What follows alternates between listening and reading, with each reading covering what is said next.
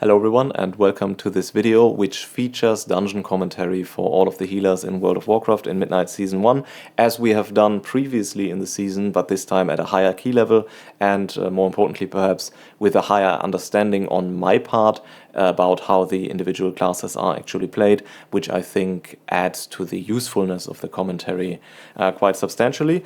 If you enjoy all the healers like me, feel free to watch the video in its entirety, but if you are interested in individual healers, use the video chapters below or the timestamps to navigate to the sections which you are interested in. Also, I'm really considering making a second YouTube channel for these kinds of dungeon commentary videos, as that would allow me to spread them out across different videos and also upload much more frequently, as I want the main channel to really be focused on some high production value content as well. If this kind of a second channel with a lot of uploads on dungeon commentary is something that you might enjoy, please let me know in the comments, as that will incentivize me to really go through with this and focus some of my efforts on making these kinds of videos happen. With all of that being said though, now please enjoy the video. Okay, in this section of the video we are going to be looking at my Oracle Discipline Priest, played in a level 17 Algatha Academy dungeon. And one thing I can see immediately, to my own peril, is that I forgot to use my Emerald Coach's Whistle, my coaching trinket, on any of my teammates, which means that neither I nor they will have the buff, making the trinket essentially useless. And I am unhappy to announce that it's definitely not the first time this is happening to me. Yeah, I just play so many different healers that I tend to forget using this trinket whenever I then do play my Discipline Priest or Priest in general. I will remember in the course of the dungeon, I'm quite sure. I always remember at some point, but yeah, it happens frequently. Anyway, first pull of the dungeon. Easy to play, difficult in terms of failure rate in keys. As a general rule for this pull, I'm not sure if I'm playing that well in this dungeon, but I think a good general idea for this pull as a Discipline Priest is to just put Shadow Word Pain on an enemy and then use your penances immediately to spread Shadow Word Pain to more enemies. That's a good idea in general for Discipline Priests, so most pulls, if you can, should start in this manner. So if the penance healing is not immediately required defensively, you should use penance as often as possible to spread Shadow Word Pain. And you can see, at least in the second part or in the latter part of the pull, we managed to do that reasonably well. The advantage is that if you have many Shadow Word Pains ticking, you have many chances for Shadowmend to proc. And Shadowmend is, especially on this first pull, but also in general, but especially for this first pull, is an extremely powerful spell. Because the bleed debuff, which you as a priest can't really do anything about, is extremely dangerous to the tank at higher levels of stacks. And especially if tank healing is low, for example, because he's running away, and Shadowmend being pretty much lay on hands for the most part, is extremely potent at recovering the tank's HP. So the more Shadow Word Pains you can put out, the easier it will become to heal the tank. And tank healing is essentially the only thing that you really need to be worried about during this first pull, because damage on other players tends to be negligible, although not zero, but not particularly dangerous. And yeah, for that reason, definitely want to spread Shadow Word Pain as much as possible. This boss then, also very easy, I would say. Very easy boss. He essentially only has one challenge for the healer, which is this one, where he puts out, spawns the little ancient branch, and you essentially need to heal some rot damage, which you can do quite comfortably as a Discipline Priest. I think in terms of dealing with rot damage, Discipline Priest is really quite potent in this season, as the little tree really doesn't die and almost didn't get kicked there either. And now we have to dispel the debuff late, and while the germination is going out, is it called germination? Germinate is going out, which then poses a risk that players will not be able to dispel their debuff because they are on the move. But we all did manage to dispel our debuffs, so all is fine in the end. But yeah, that was really a little bit of a warning sign for me as a healer that maybe this key isn't going to go so great.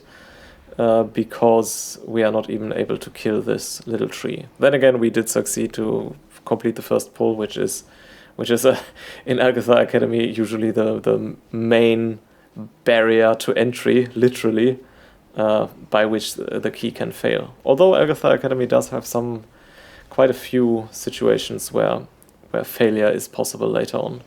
By the way, this when the circle goes off for dispelling the debuff, when the little tree dies, it will always heal the team back up to 100% HP. So if you're a healer and you see, okay, that the circle has already spawned, everybody is in it, you might as well focus on dealing damage. You don't really need to heal the group up anymore because the circle will do it for you. Yeah, it doesn't really matter. You can also heal the group because your damage is negligible anyway, but just as a micro optimization, that's definitely something that can be done. For healing the rot damage itself, or healing as a Discipline Priest in general, I think one important thing to take note of and sort of integrate into your gameplay as a general rule is to always alternate between Power Word Shield and Penance. So with very few exceptions, you never want to cast 2 Penances in a row without interjecting a Power Word Shield between them. And you never want to cast 2 Power Word Shields in a row without interjecting a Penance between them. So the basic rotation of Discipline Priest then becomes Penance, Shield, Penance, Shield, Penance, Shield. Obviously, there is, in terms of cooldowns, the rotation doesn't look like that, but that's sort of the ground layout, and everything else around it then sort of fills the gaps between this basic rotation. And the reason for this alternating use of abilities rather than just using them on cooldown in general, regardless of their sequencing, is that you spec into Wheel and Woe. And Wheel and Woe makes it so that each time you cast a Penance Bolt, the potency of your next Power Word Shield is increased by 3%. And stacking up to a maximum of 10. And if you, with all the talents, Penance will always fire 7 bolts. Meaning it stacks with each Penance cast, Wheel and Woe will stack to 7 out of 10.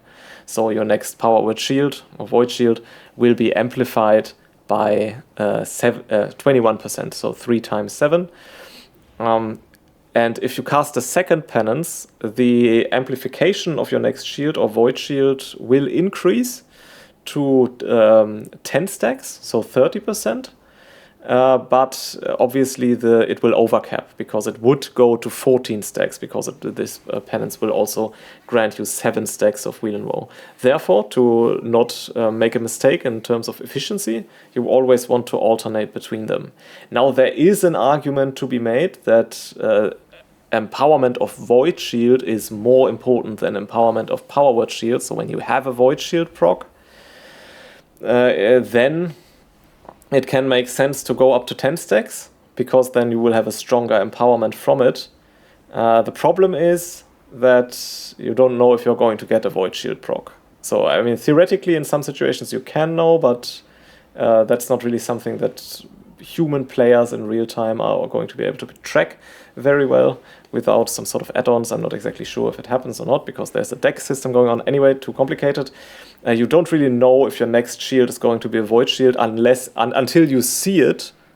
But when you see you already have the Void Shield, you definitely don't want to cast Penance, because then you risk just wasting another proc of Void Shield, or you forsake the opportunity to proc another Void Shield, so to speak. Therefore, after casting the first Penance, which brings you up to 7 stacks, you will either have Void Shield or you don't as a proc from this Penance. And if you don't want to risk not getting another one, and then overcapping a normal shield on Wheel and Woe, and at the same time you can't lost the track of the argumentation there. But the point is, you want to split Penance and Power Word Shield so as to not overcap on the Wheel and Woe stacks. And despite the fact that the Void Shield optimization is potentially there. It is not knowable in advance when Void Shield will proc, and for that reason you can't really optimize for it in this way. I will lay that out perhaps a little bit more in detail and a little bit more coherently in my guide on Discipline Priest, which will be the next guide, probably due from the time this video airs in 3 weeks or so. I have a short, I'm going on vacation for a week and a half on the next weekend, so for that reason I need to sort of look which sort of videos I can put out and which I can't. And so on the next week I have planned a short Shaman guide, because those are very easy to produce and I already have done all the work that goes into them. I mean, they are obviously also not the ones that are most hype on the channel, but it's just a bit of content that's really good search content that works relatively well. And people like them, but obviously not the most exciting ones, but they can be produced in such a way that even although I'm going away on this weekend, I can probably still get it out.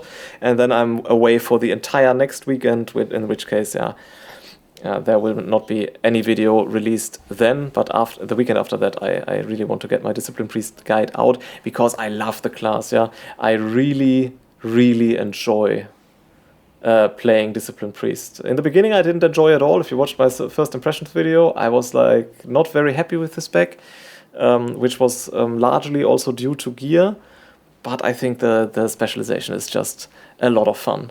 And especially on fights like this one, Croth, difficult fight in terms of healing, but you can really do a lot here as a Discipline Priest by correct sequencing and so on. So for the Piercing Screech, I think it's called, or Deafening Roar or something, forget the name.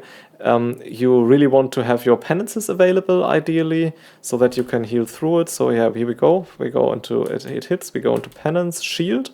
So that's the interplay. I mean, Penance Shield, Penance Shield. Now we can go into another Penance because we have consumed the value on the shield. Now we have a situation where it breaks down a little bit. In an ideal world, let's rewind a little bit. In an ideal world, we would use Smite here, but Smite is so weak right now that Smite just feels wrong somehow. I mean, Smite is not a wrong decision here, because the damage is ending.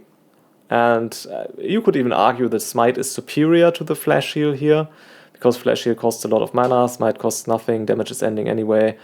We are going to cycle into the next penance soon. But the point I was trying to make is that Smite does almost nothing, so when damage is high, you can't rely on Smite. You need to rely on Flash Heal and Shadowmend. And I Flash Heal here once, cast another shield, and we cast another penance here. Savage Pack goes on the tank, and now we should not cast another penance. I mean, okay, now Ruinous Winds is coming in, but the general idea is now you hold the penance. Don't use it offensively, don't use it for dealing with some negligible damage on the tank, because again, for the Deafening Screech, you want to have penances available, ideally 2 of them. And okay, now we go into the first phase of the fight, where the fight becomes slightly more difficult in terms of this movement. You can pick up the orbs at the side, which I'm about to do now. Deafening Screech goes out. We have 2 penances available. We just use the shield to sort of prepare for it a little bit more. And now we cycle into penance. We used Evangelism here. That's fine. We want Evangelism for the last phase, because Evangelism gives you 15% increased healing for 18 seconds. So apart from the empowerment of the Radiances and applying Atonement to everyone, it gives you this increased healing, and you want it in the end when the fire damage is pulsing, but 1 minute 30. We will get another one of those, so it's fine to use Evangelism here. And then now we go into Penance. Next global should be a shield. There it is, shield. And we use another Penance. We should use another shield. And then we also have another Penance available, and we can cycle into another shield. So that's basically the bare rotation, and you will always have globals available in between, which you need to fill with other spells, such as Mind Blast, Shadow at Death, Smite, and especially Shadowmend on players who are dropping more low than other players. So even in AoE damage situations, you want to use a lot of single target healing if that's necessary. So you want to avoid it ideally. It's very mana intensive. Don't cast flash heals all the time. It's not good, and it's often not needed.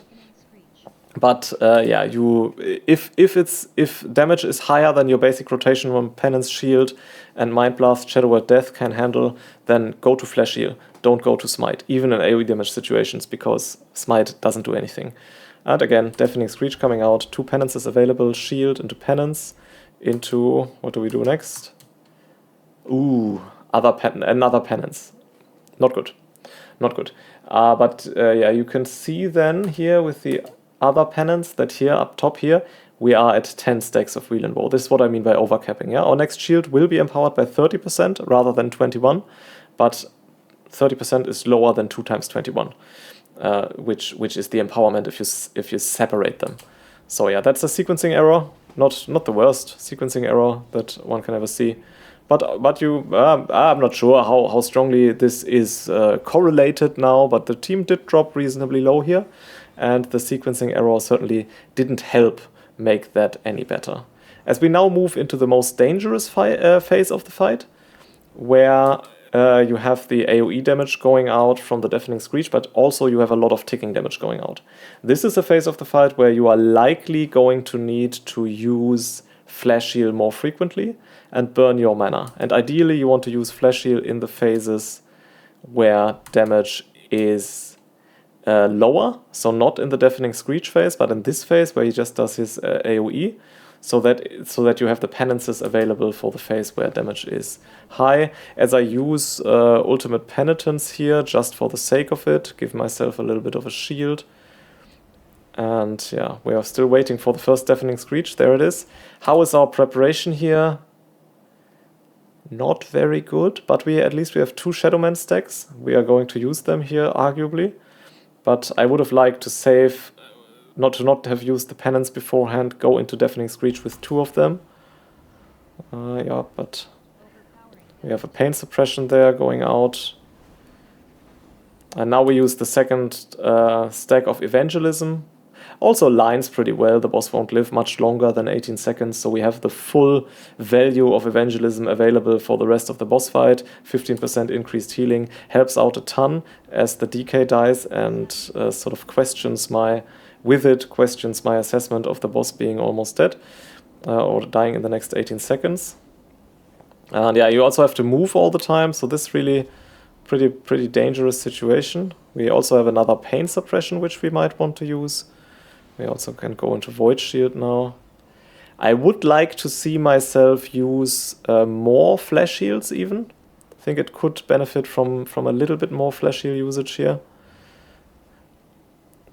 Overall, I'm reasonably happy with how I'm playing, but yeah, definitely this last phase becomes a little bit less formulaic, and I think this is also where some interesting skill expressions for healers lies in general. The situations where healing becomes less formulaic and more reactive. I come from a PvP background in World of Warcraft. I used to play tons of PvP back in the day, and then with Solo Shuffle and Dragonflight, I really got into it again. And yeah, healing in PvP is for the most part very, very reactive, which is also why I like it. And I think it's also you really learn something when you're in the PvP healing space. So if you've never done it and want to improve, I can recommend it. Although it can also be very frustrating. And yeah, if it's not for you, it's not for you. I also don't play any PvP right now. Mostly for time reasons. I would like to do a little bit of it, but yeah, but it can help improve gameplay because you really learn how to deal with chaotic situations. And I think chaotic situations are the situations where decent players can start breaking down because the rules of sequencing get blurred. The lines of correct sequencing get blurred. Where certain spells seem needed in places where they otherwise wouldn't be because incoming damage is so high, and therefore the future sequencing of spells is endangered. Anyway, this section of the dungeon, not that much is happening. The, what are they called? Ravager or so, the big ones. which cast the breath, are very dangerous. But if everybody stacks, so first of all, they will always jump on the player who is farthest away from them, meaning that especially if you're a priest, don't stand far away because your defensives are terrible. But if everybody stacks on them, then they will always jump on the tank, and I think that's what you want to do. You always want the ambush from the big mobs on the tank, in which case the cast becomes significantly less dangerous. Obviously, you need to take care of tank healing then a little bit more, especially if you're fighting these axes and so on as well, which do a reasonable amount of tank damage as is. So yeah, if you are playing this strategy, be careful to stack on the tank. If 4 people in the party stack on the tank, or yeah, including the tank, and 1 doesn't, then this player will always be targeted by the Ravager, in which case, if that's happening and you cannot via talking to him get him to stack with the rest of the group, it can make sense to just move out yourself and tank one or the other of those, simply because this player will run out of defensives and then potentially die. But yeah, generally speaking, you want to stack on the Ravager if you can. And if that's being done, then the fights here are not overly dangerous so long as the mobs are being correctly controlled. Here you can see it in action. We stack on the Ravager, it goes on the tank. So now I really only need to take care of tank healing, but our tank is also playing well, in which case the tank healing requirements are moderate. And yeah, we finish out this pack here.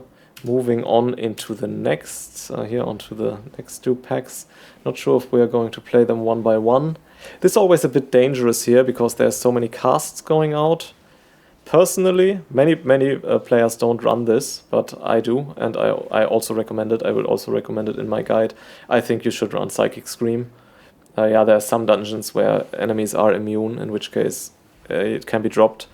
But I think for the average player, yeah, running Psychic Scream is that much more valuable than running Shackle Horror or something, and Dominate Mind, because that's very situational. That's not something that you will use very often in random groups and so on. So I think Psychic Scream, just for an additional interrupt, is absolutely fine, and it should be run unless you have a very specific plan for the other abilities locked and loaded. Yeah, and so we are finishing out this pack. Gonna skip ahead here a little bit because there's not that much happening. And now we are moving into this boss fight. Vaximus, dangerous enemy. Pretty easy for the most part, with one very, very dangerous power spike that needs to be prepared for well. By the way, I have buffed my whistle since 13 minutes already, so I did buff it at some point at the start of the dungeon. I did, however, forget to rebuff the DK with Power with Fortitude. It's a bit of an oversight on my part. Anyway, so the boss always repeats the same sequence. He will spawn these orbs. You can collect them, and you will get a vulnerability on you. Then he will get the mana bombs, which do a lot of damage, and you need to use a lot of stuff to heal through them. Then he will spawn orbs again, which need to be collected again. Make sure that the debuff has run out before you collect the last one. So you always want to collect the first orb quickly so that you get the debuff early, and you want to collect the second orb late so that the debuff has already run out. So I see the debuff has run out. I will now start collecting the orb. And after these orbs, now come the mana bombs again. And this is the dangerous phase of the fight, because after the mana bombs, he will cast Arcane Fissure, which is a big AoE. So this is the point where you and your teammates should use defensives during the ticking damage of the mana bombs so that nobody drops low. It's also the point where you should use healing cooldowns, which I will hopefully do here. So okay, let's look at the preparation. Mana bombs go out. I use Mind Blast, Power of the Dark Side. My next penances will be empowered. Good. Now I use Smite, waiting for damage to come in. Just a little bit of a filler spell here. Evangelism. Now we have 15% increased healing on everybody. We have 1 penance available with another penance in the pipeline. So we should now cycle into penance. We penance. We what was that, for Flash Heal? And we can also use another Flash Heal here. You can see the Arcane Fissure is going out and everybody will drop low again. So it's very important to have maximum healing power during the mana bombs, so nobody gets one shot by the Arcane Fissure. After the Arcane Fissure is done, you can relax again. There's no damage coming in, unless people get hit by something or stand in the puddle, as the Warlock did, but there's not usually any damage coming in, so you can really relax after that. Your cooldowns need to be committed in such a way that people are topped up for the Arcane Fissure. And now we cycle back into a segment of less dangerous mana bombs, in which you need to heal them, and they do require some healing, but you should be careful not to overcommit any cooldowns. Rather use a bit of Flash Heal, spend a little bit of mana, you can afford it, and save your penances for this set of mana bombs, which is the more dangerous one again, because the Arcane Fissure will come immediately afterwards. How are we prepared? Everybody has Atonement. We have 2 penances, and we should start casting our penances now. We cast an offensive penance. I don't like it. It's probably a mistake. I moved my mouse cursor on the Evoker. I probably wanted to cast on the Evoker. Maybe. But wasn't quite on him yet. I'm not quite sure. It's a mistake. Shouldn't be an offensive penance for sure. Should be defensive in this dangerous situation. And yeah, everybody drops low from the Arcane Bombs. We cast another penance. And we have Void Shield. This is a bit dangerous, right? This could also be a pain suppression moment. Let's see what we do. Yeah, we see, okay, Void Shield deals with this quite well. Strong Void Shield proc there. If this hadn't been a Void Shield, then I think it would have been a pain suppression. So not the perfect sequence there, but you're also somewhat reliant on your teammates using their defensives in this situation, because you cannot bridge everything as a healer. But I think, to be fair, my teammates are doing reasonably well in terms of their defensive usage. Here again we had a section of mana bombs which wasn't dangerous, and now we are going to move into the mana bombs which are going to be dangerous. So we cast Radiance just to make sure that no atonements run out.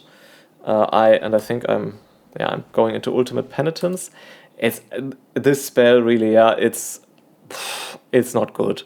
It's really not good. I used it, I think, because I have the mana bomb on myself, so the shield is very good for myself in terms of healing myself. But as a healing cooldown, let's see what it's only the Evoker who is low, in which case, okay, it does do a lot of healing, but if everybody is low, it just does very limited healing.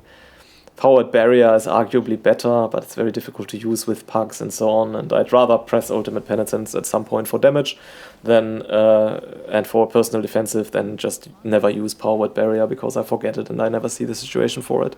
But it's arguably the superior choice if you're really trying to min-max the specialization. In any event, we did get through that reasonably well. Difficult boss fight, but so long as you really take care of this, every second mana bombs is the maximum amount of danger, and you commit your cooldowns to keeping players healthy throughout the second set of mana bombs. So have double penance available, have evangelism, or commit pain suppressions, and you will be fine. And the rest of the fight is relatively straightforward. As is this pack here. Once again, there need to be some interrupts going out on the spellcast. Especially the surges are dangerous, because they will essentially one-shot players at this key level. But yeah, we are going to skip ahead a little bit to this area of the dungeon, which, to be fair, is quite a bit more challenging because of the arcane smashes from the Echo Knights. Especially when paired with the Invokers who cast, and if the Arcane Smash goes out at a point where a cast goes through, then players can get one-shot. As is the case here. Yeah, you can see it on my targeted spells add-on over here, Arcane Smash, and Arcane Bolt on the DK. He has Void Shield, that's good, and he has full HP, also good. But that's dangerous. If this was on me or on the Evoker, would be very dangerous. Especially if both go through. Yeah, the cast goes through and the smash, and the DK drops to 70%, 65% through the Void Shield. And yeah, we essentially, with these Echo Knights, you need to prepare for the Arcane Smashes with your healing. Here we just have one of them, which is advisable to only pull one if you have the Arcane Bolts going through. But yeah, we will then play 3 of them at once after that, and we need to. We discussed that. It's a random group, but I was in voice with Tank and the Evoker, so I guess not fully a random group, I guess. And we really discussed, okay, how are we going to handle the Echo Knights? And we decided, yeah, it's better to just pull 3 of them because we need to in terms of time. But we didn't want to have 3 Arcane Bolts guys with 2 Echo Knights because that just leads to wipes more often than not. So the thing is now on me. My team needs to make sure that the spells are interrupted. And now this is all you as a healer. You need to make sure that these 3 arcane smashes, which are coming out in succession, are being healed off correctly. So don't waste any penances. I cast 1 for spreading Shadow Word Pain in the beginning and giving myself some Shadowman procs, which I have luckily already gotten as well. And now comes the first arcane smash. Hopefully the arcane bolt is interrupted. It is. And arcane smash goes out. So this should cycle us into penance. Arguably, we could use evangelism beforehand. Let's see if we do. Yeah, okay, that was the plan. We use evangelism immediately. 15% healing increase for 18 seconds. And now we can cycle into penance. Next is shield. Huh? Ah, okay, the shield is up here. Yeah, I really should get an add-on to more strongly see the absorbs on my teammates, I suppose. Yeah, so and then Evoker drop glow. From a cast, we heal him with Shadowmend. And now another Arcane Smash. This one, not so dangerous. You can relax a little bit, unless the cast is going through right now, because it's the last one of the 3. No reason to commit any major cooldowns for healing your team back up after that one. And now we spread Shadow Word Pain one more time to get Shadowman procs rolling. And now we're starting to save back up on penances. And as I say that, I just use it. But I shouldn't have. I should have saved that penance for the Arcane Smash damage. Though the difference is not massive, yeah, but we are lacking a little bit in terms of penance. I would rather have seen myself save it. Arcane Smash will go through. We cycle into Shadowman Penance. Next Arcane Smash, another Penance. And another Radiance, sort of as a filler, because Shield wasn't ready and Penance wasn't ready as well. So we quickly reapply Atonement with Radiance and then go back into Penance Shield. So yeah, and you can see relatively well controlled simply by sort of alternating between Penance and Shield and making sure that you are not dry on Penances when big damage events start. Because I think this is, because you can use Penance offensively, and you can use it all the time, and it is your strongest spell, that I think one of the major mistakes that can happen as a Disciplined Priest is overusing penances. It should be used on cooldown and so on. As you can see, I use Ultimate Penitence just to extend the duration of my Shadow Word Pain, because it's just so useless. So you should use penance all the time, which is correct, but there are situations in which you want to hold it so that you have maximum healing power for the damage events ready. And I think that's a point where the Disciplined Priests can make major sequencing errors in terms of penance usage by overusing it and then not having it ready when it is direly needed. So try to use it almost on cooldown, but be reasonable about it. Now this boss is a nice mixture of extremely easy and high frustration potential if people make a mistake. Or multiple mistakes. For the most part, there's not that much to heal. I like to stay close to the boss. And as a general rule, I position myself in front of the boss. This illustrates it well, actually. Let's go back 1 second here. I position myself in front of the boss if I have 1 stack or less of the debuff, because at 3 stacks you will spawn a void zone on the ground, and you don't want to spawn that in front of the boss. But the position in front of the boss, so where the tank is kiting the boss, is also the safest place to be for you, because there are no void zones there. So I stand in front of the boss if I'm at 1 stack or less. As soon as I hit 2 stacks, which I do now from the arcane missiles, you can see them here from the boss flying on me, they will always apply a stack. Now I'm at 2 stacks. I don't want to put my void zone here. So the next arcane missiles could go on me, could spawn the void zone here. So now I move into the danger zone, behind the boss or sort of next to the boss somewhere. Let's see if I actually do that, or if I just say I do that and then don't do that. I mean, fair. We were a bit strangely at the side of the room. I would have liked to see myself move a little bit further in, because then when I then hit 3 stacks, I will put the void zone behind the boss or next to the boss, and the area to which the tank is running will still be safe. And I think that's just a good way to approach it. Obviously, it requires some mental load then in the situation where you are moving into the danger zone, before you would then spawn the void zone. So again, now we are at 2 stacks. I don't want to see myself standing in front of the boss. I think this is a decent position to be in right now. Power vacuum, also danger. It can be useful to move into the boss when the power vacuum is happening, because then you will not be pulled. If you are already in his hitbox, you will not be pulled, and you will be able to move out more quickly. As here, okay, I'm not in front of the boss, I'm somewhere toward the danger area, but still in a way where I don't have to worry too much about dodging. And I'm waiting to be targeted. Here it is. Waiting to be targeted, place the void zone, now move in front of the boss again, where I am safe and I am at no risk of contaminating this area, because I cannot spawn any puddles on the ground, because I'm not at risk of spawning any puddles at this moment. Yeah, and I think doing that and then just do your healing rotation. There's not that much to heal. Don't take any failure damage, do your healing rotation, and you will be totally fine here, so long as players are sort of doing the positioning game correctly, and you're not being pulled through, or I mean the tank also needs to play it well, and you don't get pulled through the void zones on the ground or into any puddles. Again, power vacuum coming up. I like to stand inside the boss. Bit dangerous here. Someone didn't place their void zone very well, and yeah, so that was a bit of a danger there, and this can insta-wipe the group if the pull happens on top of one of those zones. Again, I move in front of the boss here.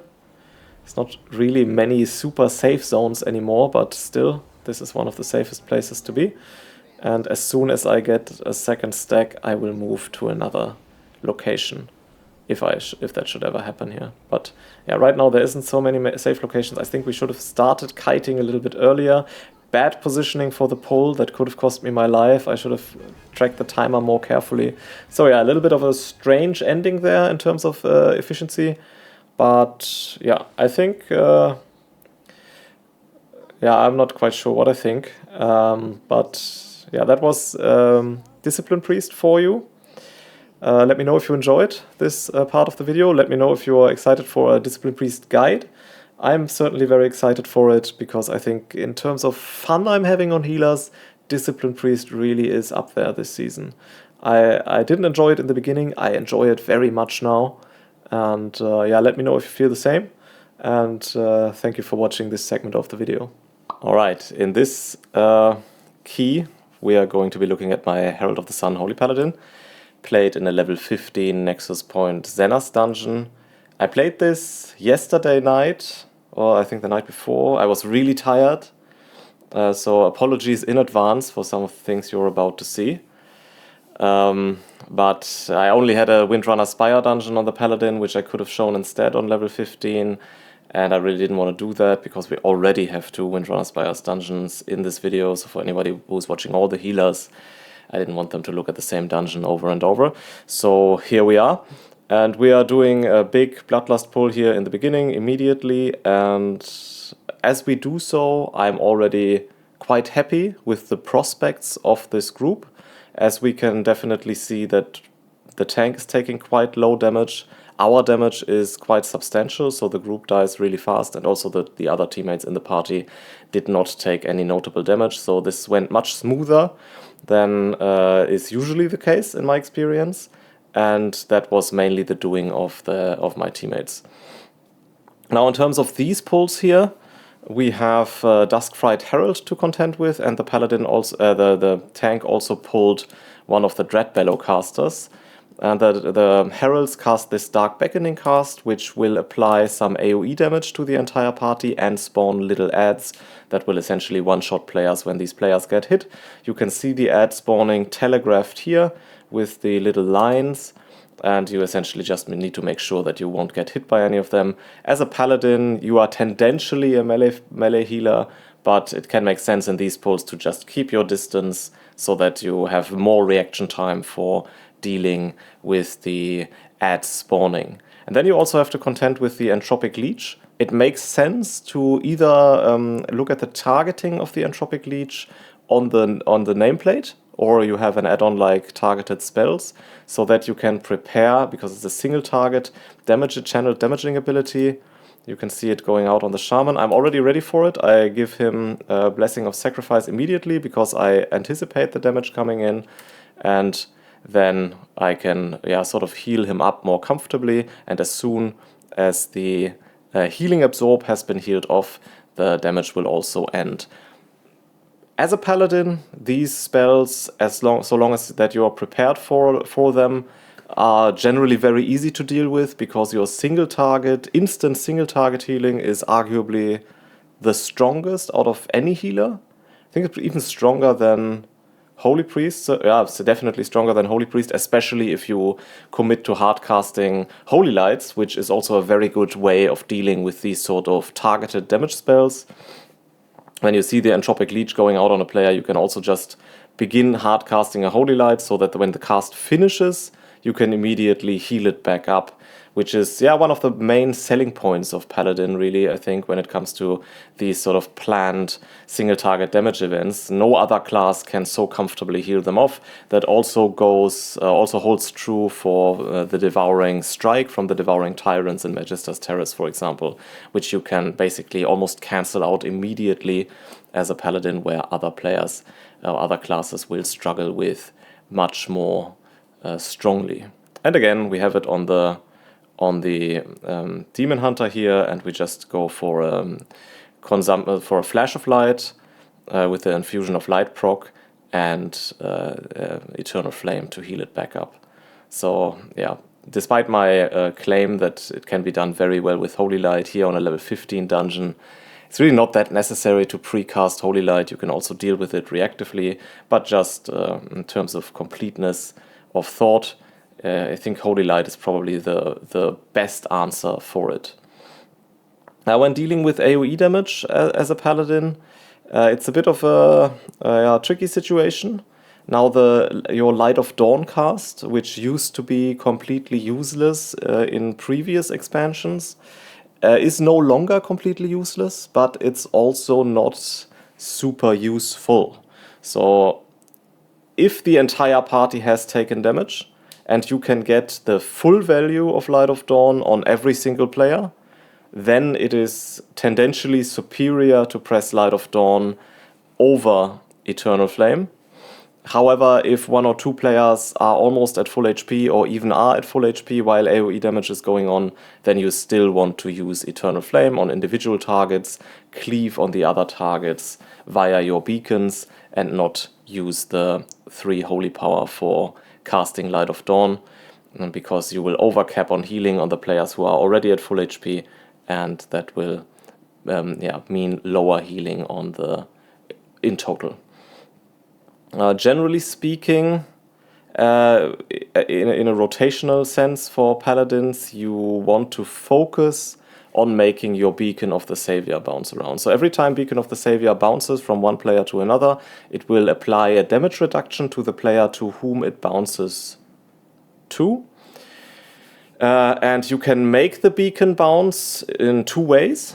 First one being when the player who has the Beacon of the Savior applied to them is healed to full HP, the Beacon will bounce to another player in the party. So we have it here on the Druid, so long as there is another player in the party who is not at 100% HP. So it will not work if everybody is at full HP. You can't just cycle your healing abilities and apply Beacon of the Savior to everyone. It will only bounce if there's a valid target, and you could see here in this case we healed the Druid to full HP. This would make the Beacon of the Savior bounce, but because there is no other player at low HP in the party, it will not. But then immediately upon another player dropping low, then the Beacon bounces to him, applying the damage reduction. And here we essentially want to heal this player up then. It bounces back to another player who is low. And so tendentially, when you are healing, as a Holy Paladin, especially in these AoE healing situations, the target to whom Beacon of the Savior is applied should be the priority target for your healing, so that you can get them up. For example, with Eternal Flame, you can get them up to 100% HP, making the Beacon of the Savior bounce to another player in the party, and then you can heal this player up and make the beacon bounce again. So generally you want to focus heal the player to whom the Beacon of the Savior is applied, to maximize the damage reduction gained from having this 10-second reduction applied to as many players as you can within the relevant time frame. The second way of making Beacon of the Savior bounce is via your Flash of Light. So every 10 seconds, I think it is, your Flash of Light will apply the beacon to the player who is targeted by the Flash of Light.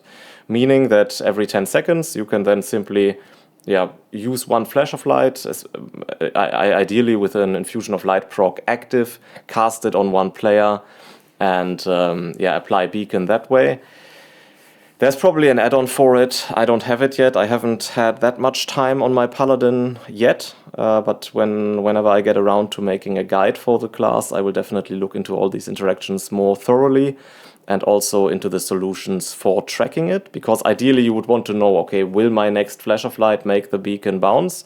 In which case you generally don't want to target the target to whom the beacon is applied, because that will waste the potential reapplication that you could have from casting Flash of Light. But if you don't have it available, then you do want to focus your Flash of Light on the target to whom beacon is applied to get them to full HP to make the Beacon of the Savior bounce in that way. So yeah, definitely a little bit of prioritization going on with Holy Paladin's rotation.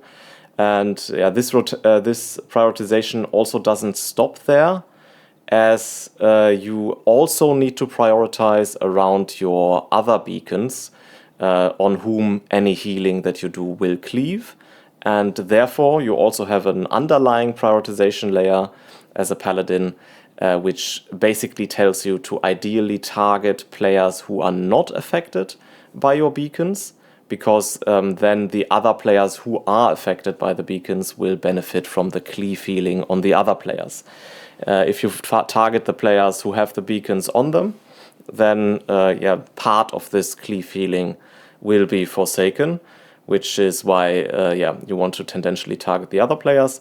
In terms of beacon placement, it, in my experience, generally makes sense to have it on 2 DPS players. Now here you can see that I have one on myself and one on the Shaman, but I just transferred them around because it can also make sense to give a little bit of extra help to players targeted by damaging abilities. And if you have the time, it's not as high of a priority of transferring the beacons as it is, for example, on Shamans, in terms of transferring Earth Shield. But if you have time and the mental capacity for it, just transfer beacons in before damaging abilities hit individual players, and in that way they will cleave from one player onto another with the healing, making getting through it quite a bit more, quite a bit easier. But then, and you can see I've already done that, for the next cast which is going out now, we have the beacons on the Warlock and on the Demon Hunter, but you generally want to remove the beacon from yourself again after that, because we are running Light of the Martyr, which essentially prevents any beacon healing from being applied to you at regular intervals, which then completely negates the beneficial effect of the beacon. You can see here it is. I have a healing absorb on me from Light of the Martyr, and this healing absorb also makes it so that any beacon healing is not applied to me. So yeah, you do not want to place any of your 2 beacons on yourself for that reason. As we get into this second damage phase here, yeah, you can definitely blow your cooldowns here. These damage phases are quite challenging to deal with. I think Paladin is quite well suited for them. But yeah, don't be afraid to blow your cooldowns. You can see I already applied my Blessing of Sacrifice before the event hit, and this is planned because I intended to go into the beam with my bubble active, but I wanted to avoid the situation in which the bubble runs out, but the Blessing of Sacrifice is still active, and then I take an absolute boatload of damage, because I'm taking damage from the Demon Hunter and from the beam itself. So I wanted to time it in such a way that the bubble and the Blessing of Sacrifice sort of run out at the same time. Not exactly sure if it will work out here from the timing, but definitely, yeah, you can tank this with a bubble, which I think makes sense, and also support with Blessing of Sacrifice, and then use your Infusion of Light procs here to get through it, and also hardcast Holy Light if that should be necessary. So now you can see we are running a little bit dry on healing. We have one more Eternal Flame which we can put out. Haven't done that so yet, but yeah, we ran a little bit dry, so now is the time to cast Holy Light. We could have used one Eternal Flame beforehand and then cast Holy Light, but as soon as you realize your ability to power out heals from Infusion of Light procs, for example, diminishes, then it makes sense to just cycle into Holy Light, and you can see it heals these players up very strongly, and we get to through this fight quite well in this way. Even without the Lust, we had 2 phases now. Now we have Lust for the next boss, which is also, although really, to be fair, on the next boss, Lust really isn't that necessary, because it's a fight that, it does get a little bit easier if it takes like 30 seconds less long, but that's true for every fight, I suppose. And it's definitely not a fight in which you have sort of a ticking timer and you can't play it for a little bit longer. There's a little bit of space denial going on in the fight, but for the most part, if you can power through the first phases, you will be able to power through the next ones as well. In this area of the dungeon, I think Holy Paladins are quite potent, mainly due to their Blessing of Freedom. Or maybe for 2 reasons, actually. One is Blessing of Freedom, so when you see these circles spawning around players, they will do a lot of ticking AoE damage, and they will do additional damage if you move. So in any event, whenever you have this circle on you, you tendentially just want to stop moving if you cannot dispel it, because that will just deal even more damage to you. But you need to be careful for the puddles spawning on the ground, so sometimes you still need to move, because you have to dodge ground effects. In any event, you can dispel it with a snare removal effect, such as Blessing of Freedom, and as a Paladin you can even dispel 2 of them if one of them is targeting yourself due to your double freedom talent, where always you and another player will gain the beneficial effect provided by Blessing of Freedom. And the second reason why Paladins are relatively strong here is because the tank will get a stacking healing absorb on them, and this one needs to be healed off very quickly, and as a Paladin you can really quite comfortably heal this off with your very, very strong single target healing abilities, which I think is a big advantage here of Paladins, and Paladins as a tank healer in general, as we now, as advertised. As advertised, here's the first out of the sort of poorly played situations from the ground effect. You can see I'm right at the edge of the circle, and it's a high pressure situation somehow. I'm also not that familiar on my Paladin yet, so I don't have so much time to play it all the time. So this sort of arcing mana going out takes quite a bit of mental load on me. And I sort of fail to see that I'm just barely clipping this ground effect, and I cast my Holy Light, not suspecting anything bad to happen to me, and it does regardless, but I get a res instantly, and I'm also able to just accept it immediately, diffusing the danger of the situation. So no harm done, except for the little bit of reduction on the timer, as well as getting one of the battle reses out of the way. And here again we have these, when the arcing mana is going out, we have these situations where you want to make your Beacon of the Savior bounce around. So from a general perspective, you could say, okay, the Shaman should be the priority target here, supposedly, because he has lower HP than I do, but it's not really the case. You want to target yourself in this case, so that the Beacon of the Savior bounces to the next party member, and there you can see it. Okay, we use our Infusion of Light proc on ourselves and bounce to the Shaman. Now the Shaman should be the priority target, saying that I put my instant cast Holy Light on the Warlock. I would have more liked to see it on the Shaman because he was lower and we could make the beacon bounce. One of the ideas behind targeting the Warlock is that we will cleave on the other two beacons by casting it on the Warlock, but I think in this case targeting the Shaman would have taken slight priority here.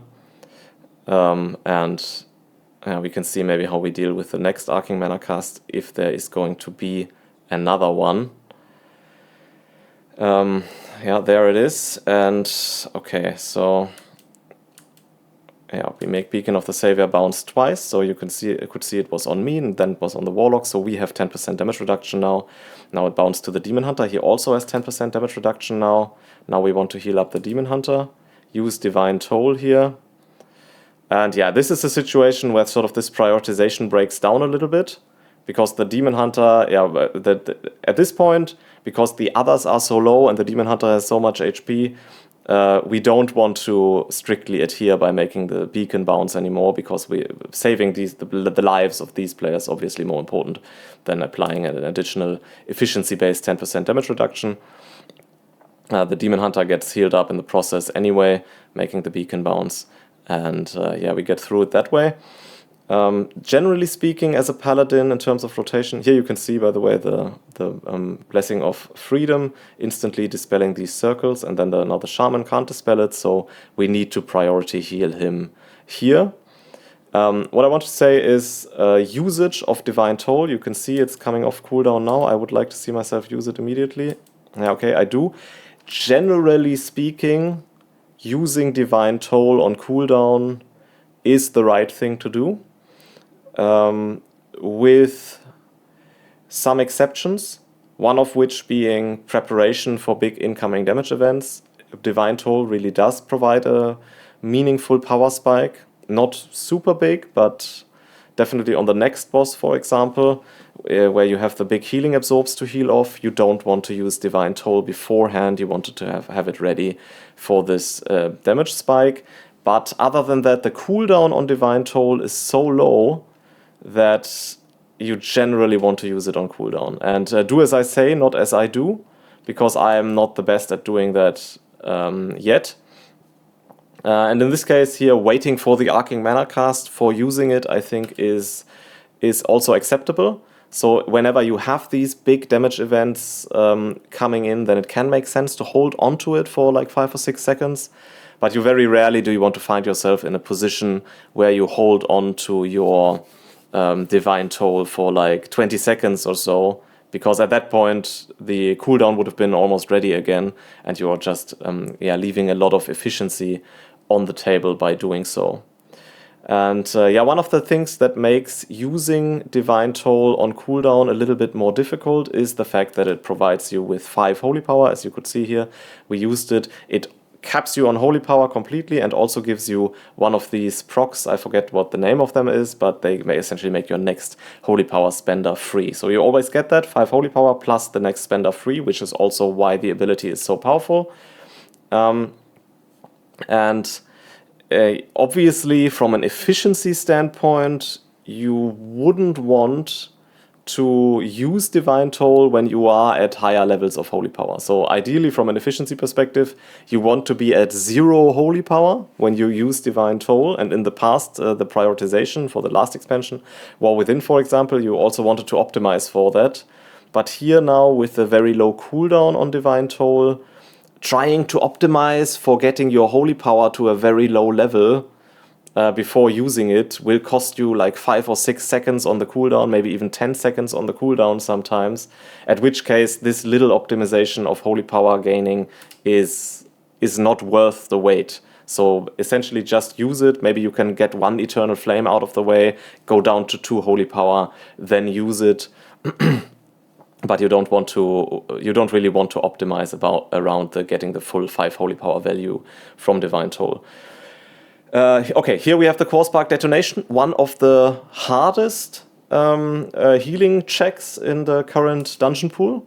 And our preparation for it is twofold. So yeah, generally as a Paladin, you don't have that many things you can do in preparation for 4 damage events, but we have our Avenging Wrath ready, and we also have our Divine Toll ready.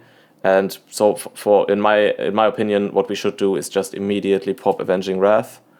And yeah, we do. We pop Avenging Wrath, you get 2 instant cast Holy Lights from it, and we blow one of them immediately.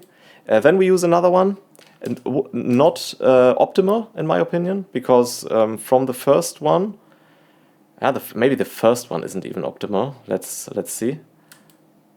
Yeah, the first one wasn't optimal either because we were at 5 Holy Power already. So the correct sequencing here would have been first Eternal Flame, then Holy Light.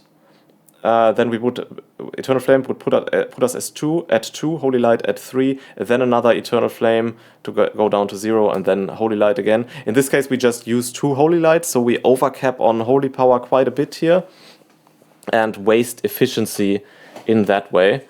Now we can get an Eternal Flame in, and now, in my opinion, there are 2 things you can do. One of which is Divine Toll, which is the preferred option in my opinion. The other one would be hard casting your Holy Light here on the Warlock, for example. Yeah, we go Divine Toll, which I think is also the better option. We get targeted by the Reflux Charge. We wait a little bit.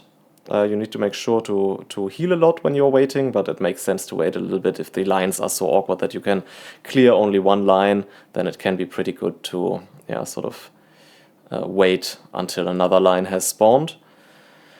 By the way, we are making a relatively major mistake here during the entire last part of the dungeon, but especially during this boss, because there's no tank damage going on at all. This beacon should never be on the tank here. Generally speaking, the beacon should not be on the tank in general, unless you have a tank that is taking an absolute ton of damage.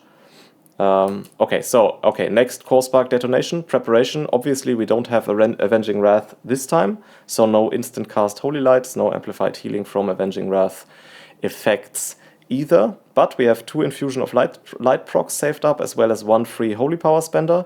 So, in my opinion, we should consume, Eternal Flame, Divine Toll. Probably I won't do it exactly like that, but okay, we consume Infusion of Light on ourselves.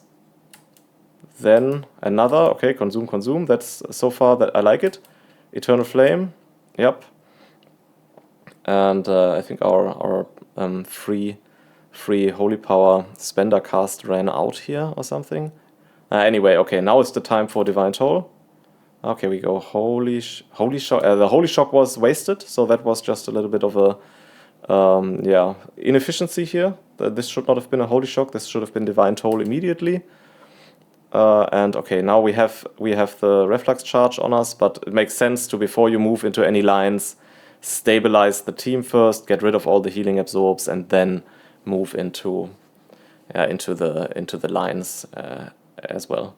This is also one of the dangerous situations in this fight, I feel like, where when you are being targeted by the Reflux Charge immediately when these healing absorbs are going out, the situation becomes quite a bit more challenging, because not only do you need to heal a lot, but you also need to make sure that you don't die yourself, because you will take even additional damage. This is also why it can make sense to try and clear the debuff on yourself first. I generally tend to do that in these situations, unless I have a big defensive available, so that you don't need to worry about your own HP and primarily can focus on your teammates. So especially on my Paladin here, for example, which is still at 270 something item level. I think we just saw it, 273. It makes sense to sort of prioritize yourself with healing, because you are quite squishy in comparison to most other players here, which are pretty much everyone is 280 plus, which is by design, because it's my key, and why would you invite someone at 270 if you don't have to? I mean, obviously, if you see that they have a very high score or something on another character, then it can make sense, because in my opinion, the player, the ability of the player nearly always trumps the item level and so on, unless the disparity is like extremely high. But yeah.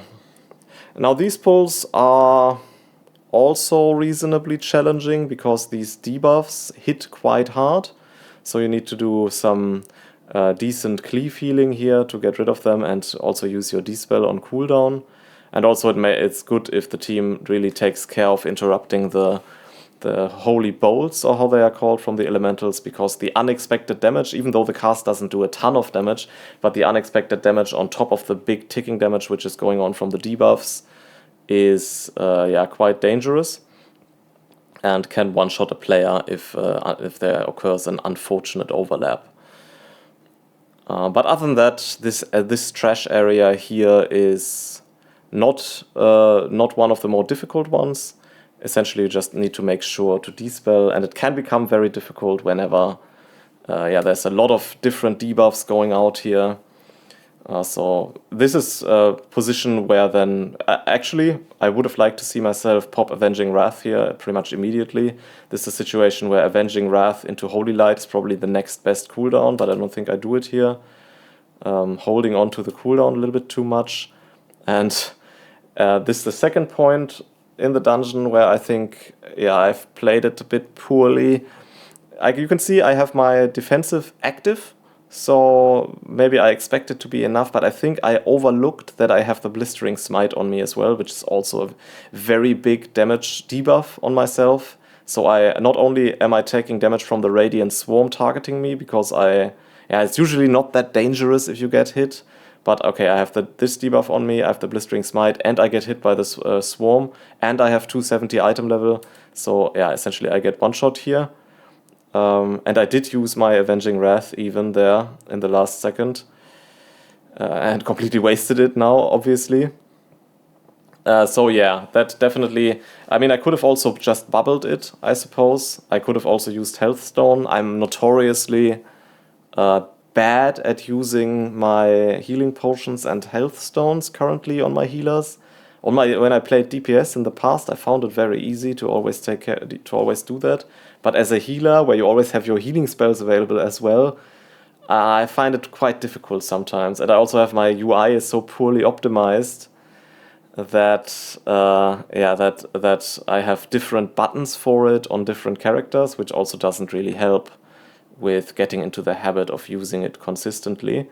So if you have to look for the button before you can use it for such a high pressure button like a healing potion or a health stone, then it becomes even more difficult. But definitely something I need to look into optimizing more for my own gameplay. Probably also just find a button for it and take like 10 minutes of my time and just use the same, configure the same keybind on every character.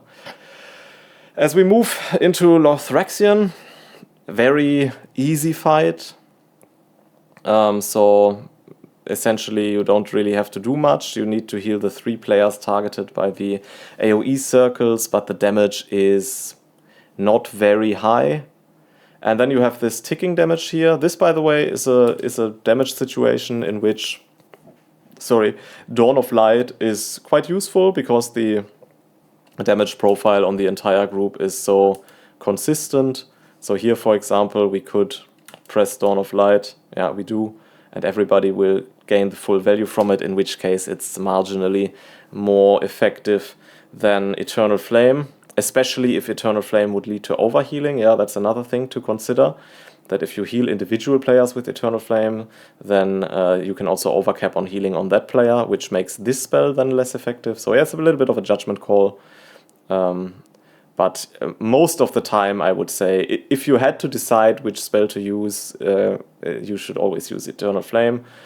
And most of the time, that's the correct choice. But some situations justify the usage of Dawn of Light as well. And in terms of cooldowns on this boss, I think it's useful to hold your main healing cooldowns for the off chance that someone will miss the kick in the Divine Guile phase here. I think, that's also a position where like Ego can come into play, where you're like, yeah, if the people miss the kick, then that's their fault and so on. And it's not my responsibility to have my healing cooldowns available for it. As you can see, I use mine now because I don't expect that there will be another Divine Guile phase here.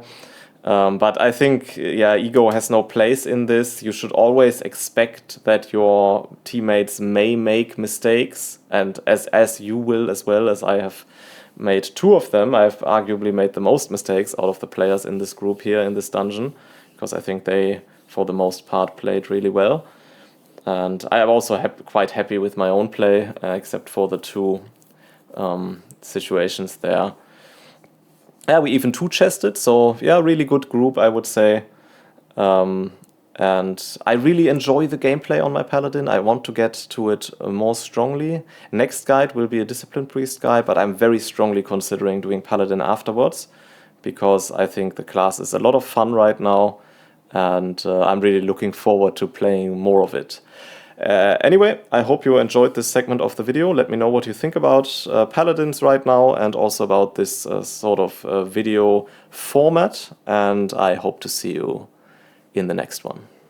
Hello everyone, and welcome to this video. In this video we are going to be looking at a Mysara level 16 key plate on my Restoration Druid, and the goal of the video is to be sort of an augmentation to the Comprehensive Restoration Druid guide, which I have uploaded to YouTube, as the concepts, abilities and spell interactions presented there will be discussed in more detail, and especially in a sort of a real-time dungeon healing scenario in an applied way here. With that being said, the dungeon is about to begin, and I would say that generally speaking, as a druid, your healing is more so than perhaps any other healer dependent on dungeon knowledge and on planning out your healing before the pull even starts. And you can see me doing this right here in the beginning. I also use Innervate. Generally speaking, I would suggest just use Innervate whenever it's ready. Get ahead of the mana game immediately. This process of applying rejuvenations at the start of a pull can be quite mana intensive, and makes sense to just throw an Innervate out whenever it is somewhat useful and you have the ability of cooldown. Now you can also see that we apply a Life Bloom to the tank and then immediately go into Swiftmend, giving us Soul of the Forest, and then we consume the Soul of the Forest immediately as well. And with it we have already built up 8 stacks of abundance, so we are going into this damage intensive pull, ready for some AoE damage to come in. And some AoE damage does come in here in the form of these necrotic waves, as well as the Mammoth casts his Deafening Roar, which also needs to be taken care of, so it's good to prepare ahead of time. And that's also what I mean with planning. With this pull, I know it requires a lot of tank healing, which is why the Life Bloom is on the tank, because the Mammoth does his Rending Gore, and the Berserkers also do a lot of tank damage. So I prioritize having healing over time effects up on the tank. And at the same time, I know that AoE damage will be coming in as well. As we use Swiftmend here on the Paladin, and then cycle into a Regrowth cast, to sort of top the group back up, and also to apply regrowth to multiple targets. We didn't choose to use rejuvenation here because we are already at 8 stacks of abundance, and we would just overcap on abundance, which is not really necessary. Deafening Roar goes out. I have mentally prepared for it that I immediately use Convoke the Spirit after the Deafening Roar.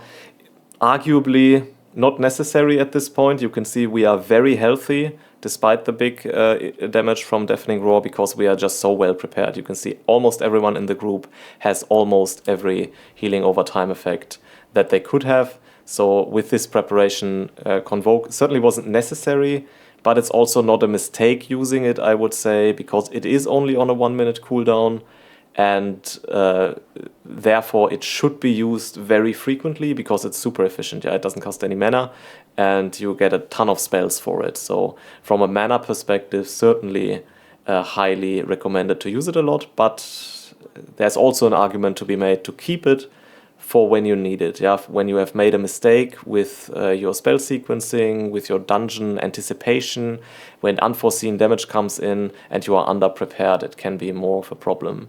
As we go into this pull here, where I immediately switch into cat form, because in this pull I don't expect a lot of damage to be coming in on the group, except from the shout from the mammoth, from the deafening roar. And it's also coming out. We prepare. We are at 10 stacks of abundance. Everybody has the healing over time effects on them, and we can essentially just now cast rejuvenations at now 9 stacks of abundance. Ability is more powerful. Ability is also almost free, and you can just spam it to heal the group back up.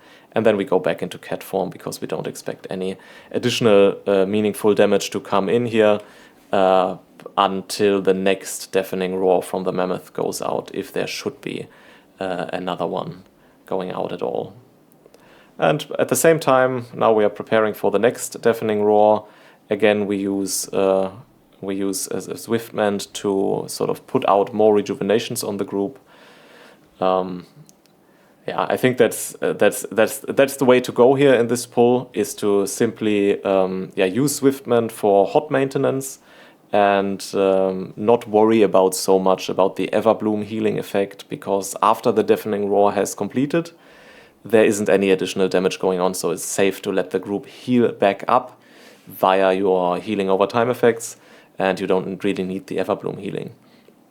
If it was a very dangerous pull, then it would make sense to sort of keep your Soul of the Forest proc for the moment after the damage event hits. So Deafening Roar goes out, and then we consume Soul of the Forest, most of the time using Regrowth, to be able to both get a big regrowth on 3 targets, and at the same time heal the group back up with the Everbloom, Life Bloom, Blooming proc. As we go into the next pull here, relatively uneventful actually. I just think the route on the right side in this dungeon is also superior to the route on the left side. I think on the left side there's many more challenging mobs, whereas this sort of percentage here is pretty free.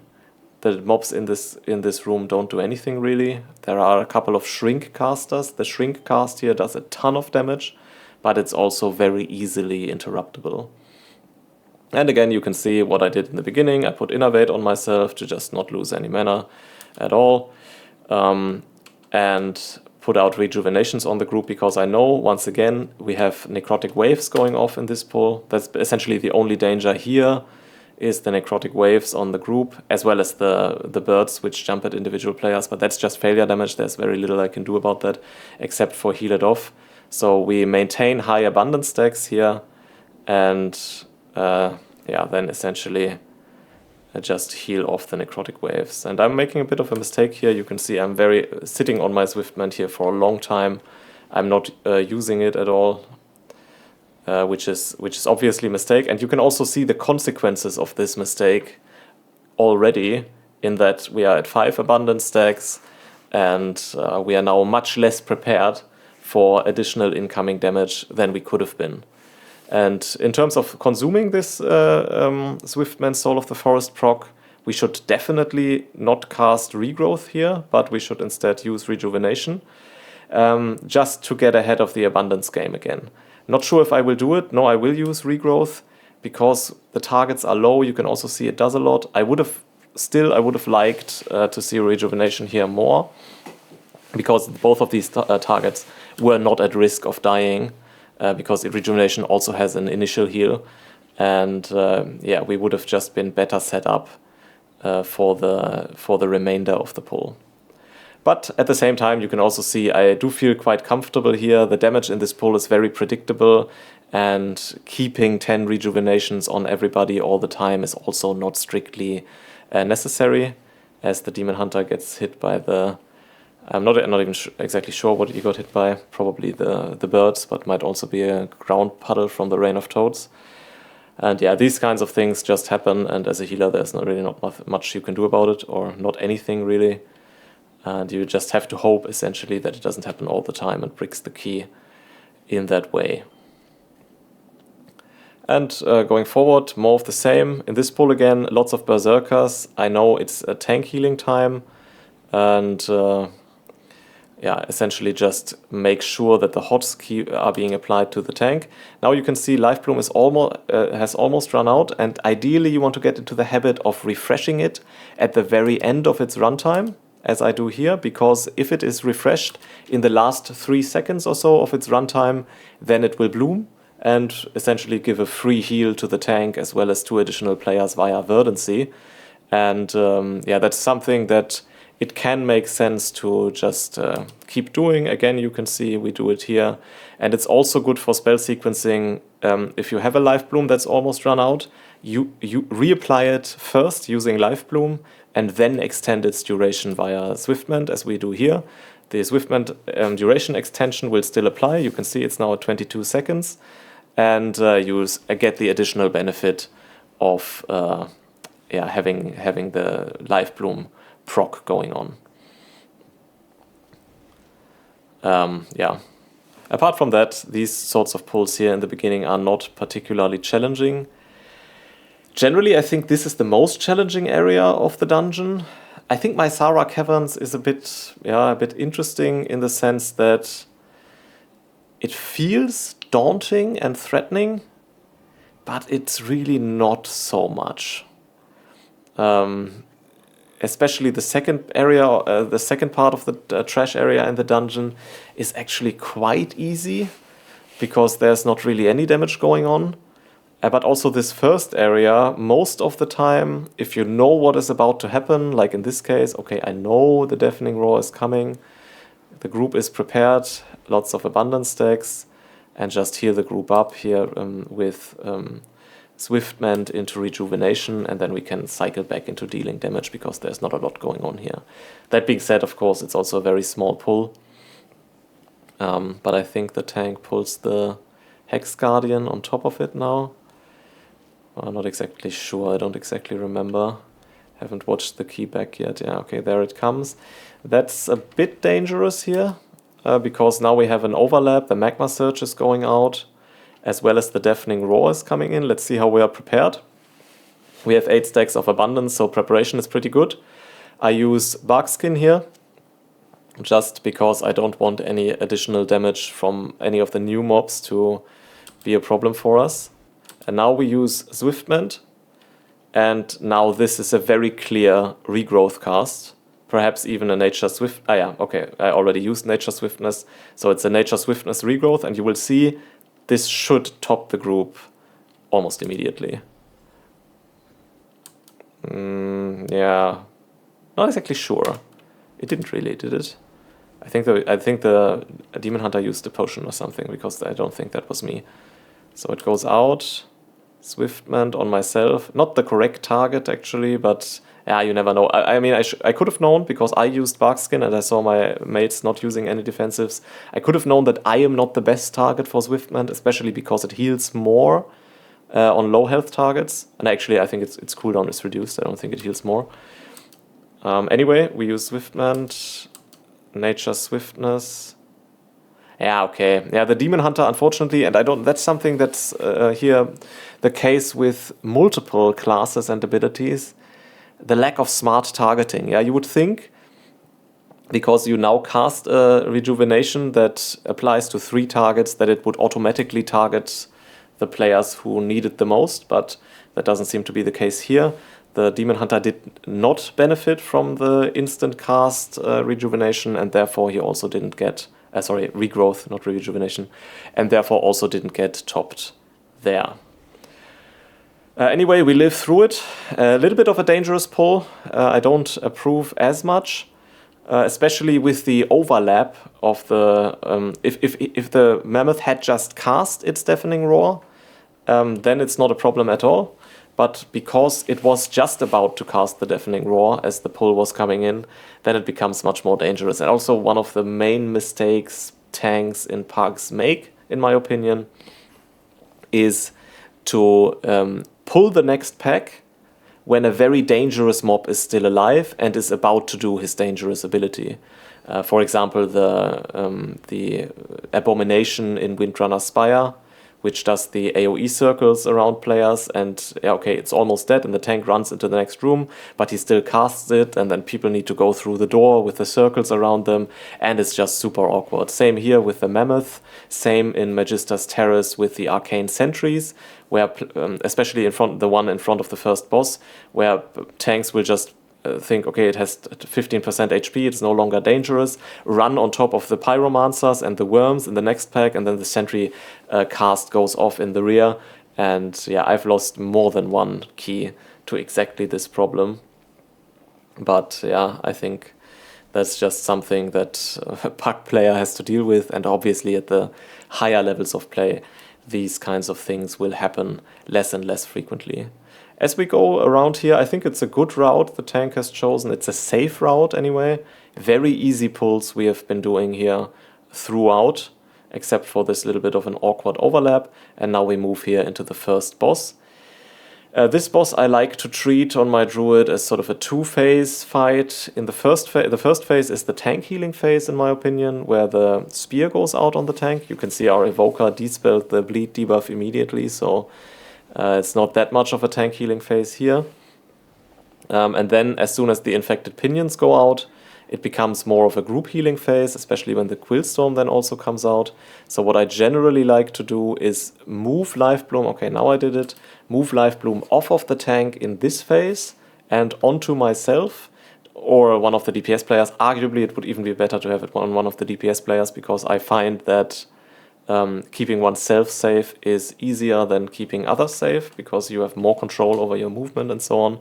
And also it would make more sense to have Lifebloom on either the Paladin or the Demon Hunter here, because they will both benefit from standing in the same efflorescence area most of the time, whereas I just stand wherever. And I also don't have the mental resources available here to actively think about my positioning and position myself next to another ranged player and so on all the time. So yeah. Anyway, and then comes this phase. Here you can dispel the player who is being targeted by the AoE poison ability. It's not really poison, it's magic, I just learned. I would think it's poison, but yeah, I guess every healer should be able to dispel it. That's why it's magic, so everyone can dispel it. And it's a big movement speed, slow. And obviously if a target has to move into the ice trap, then it makes sense to dispel that target.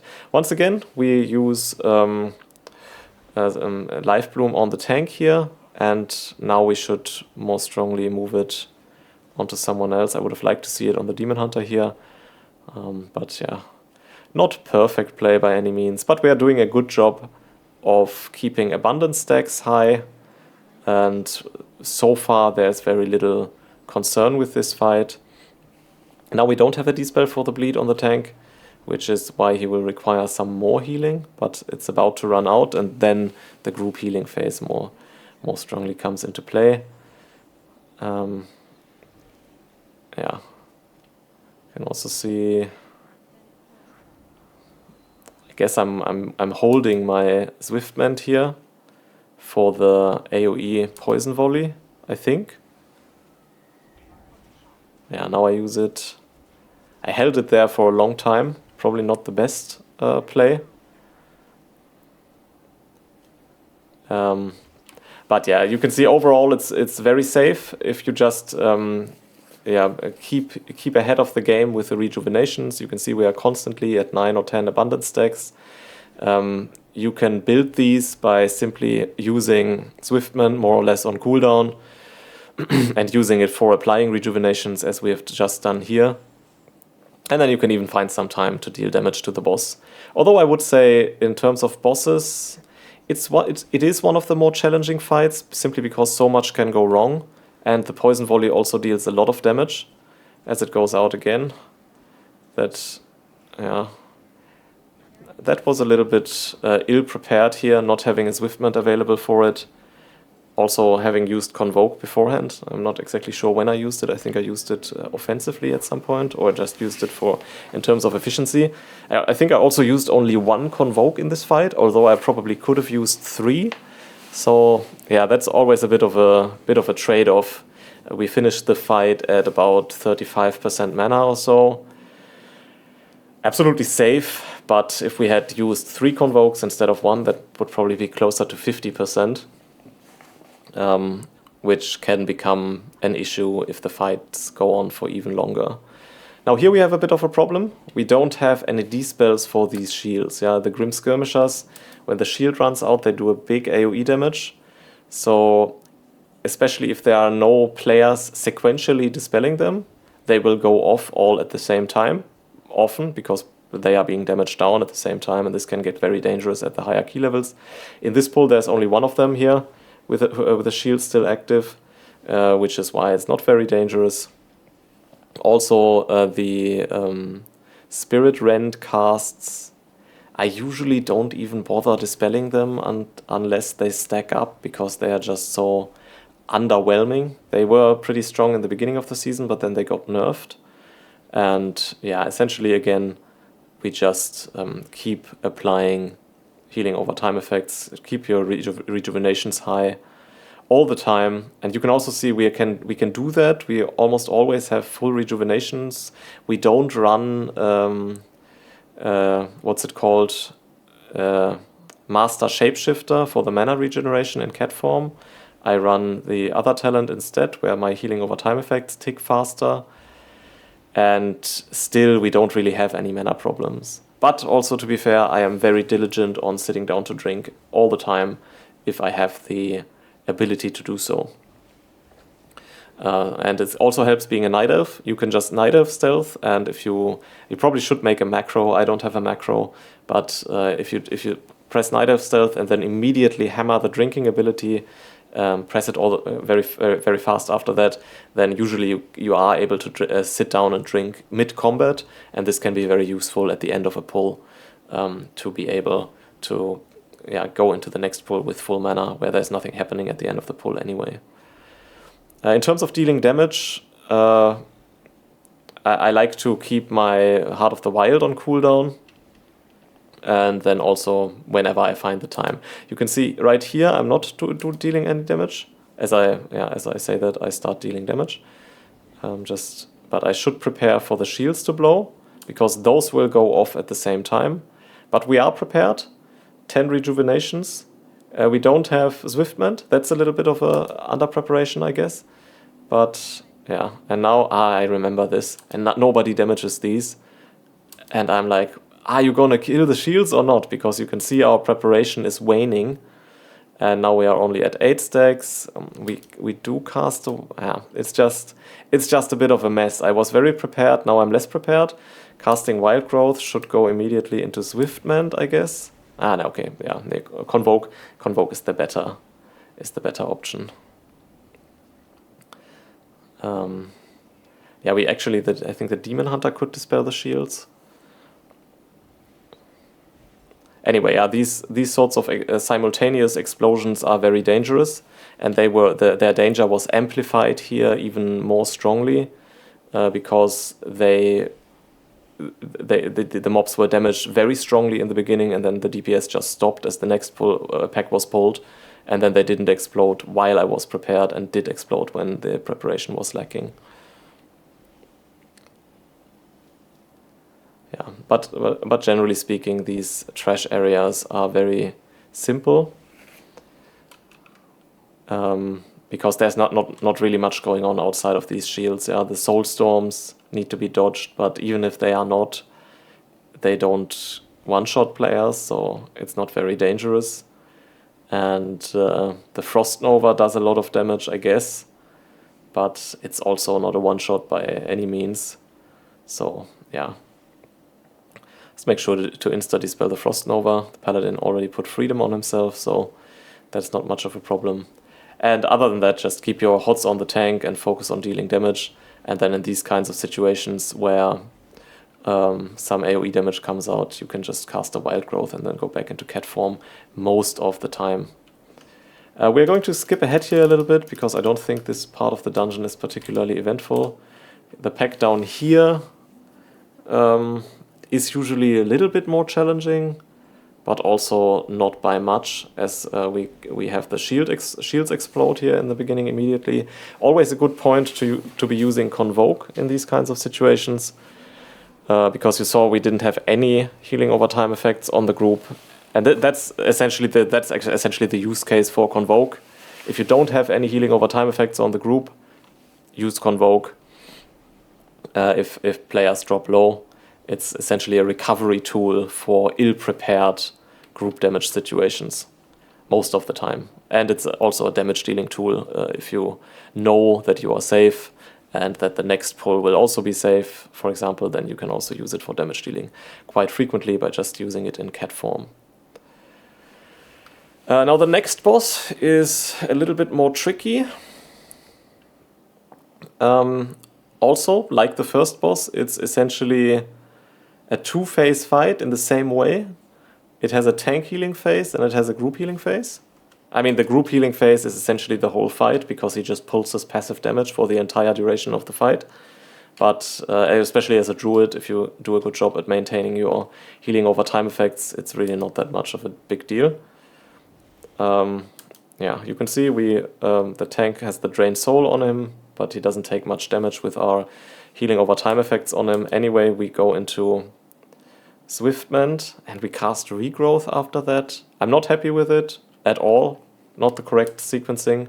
We should have used Rejuvenation instead, because we are only at 6 stacks of abundance. The tank had full HP, and the regrowth effects on your teammates are always to be prioritized less than the rejuvenation effects.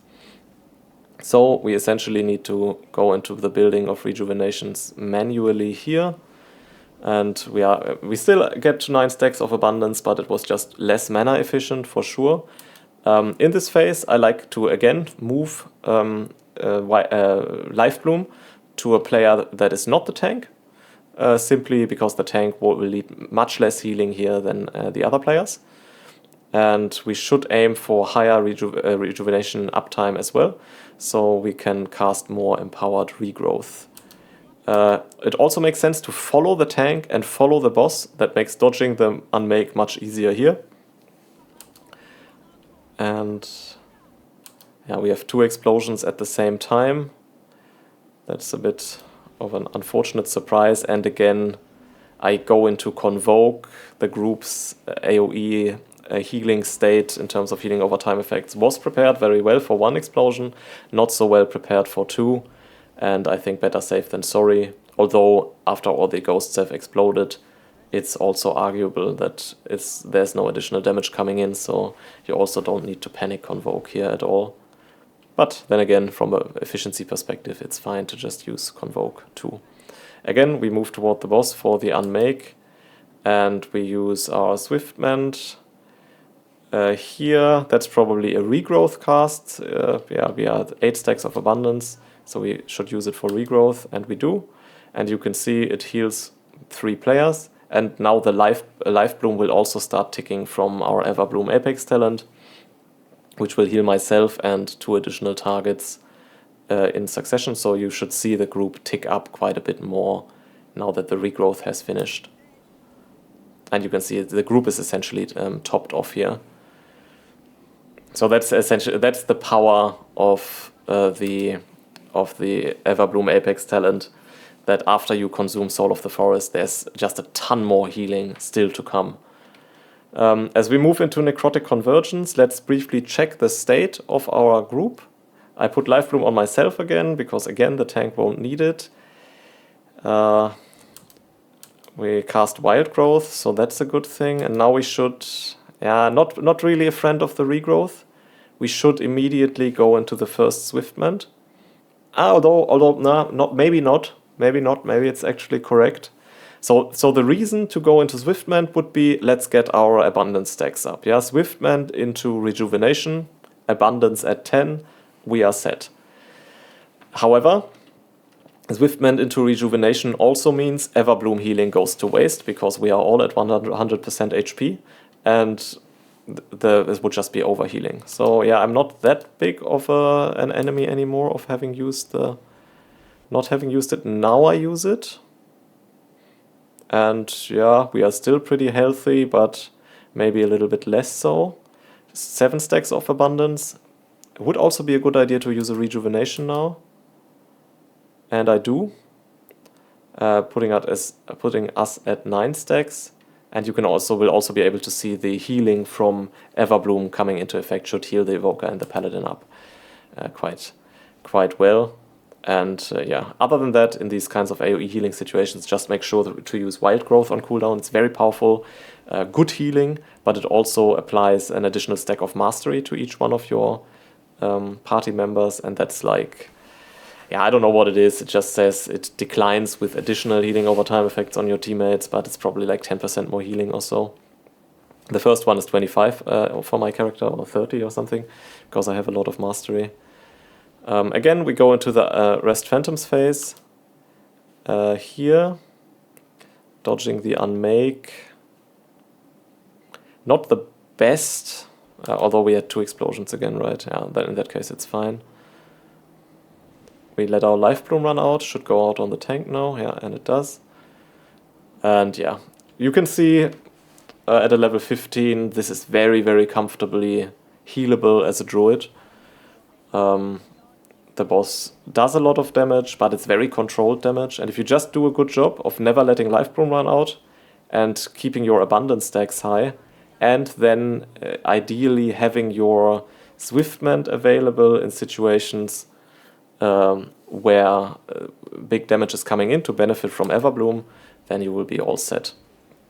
Having said that, I did not do that perfectly here. Did I cancel my Convoke? I think I cancelled my Convoke. No, I didn't. I thought I did. Yeah, forgot what I wanted to say. As we get another Necrotic Convergence phase, that's a bit unfortunate, also a little bit surprising to me, I guess. Life Bloom is on the tank.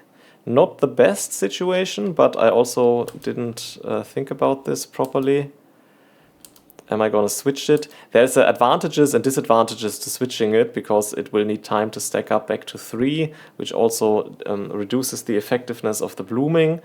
But yeah, I do switch it here. And we also have our Swiftment available again. Should be coming out any moment now. There it is, Swiftment. And that is, yeah, that's probably a regrowth. Although we are only at 7 stacks of abundance, because regrowth just does a lot more healing than rejuvenation does. Rejuvenation wouldn't be terrible, but here's a lot of regrowth value to be had here, because we are low already. And I do cast regrowth. And now I can go back into... next global should be wild growth, obviously, unless I have to move. Yeah, I'm not casting wild growth, now I do, probably due to the movement, as our Paladin dies here, and the tank also gets hit. And you can see, okay, this situation slipped through our fingers a little bit.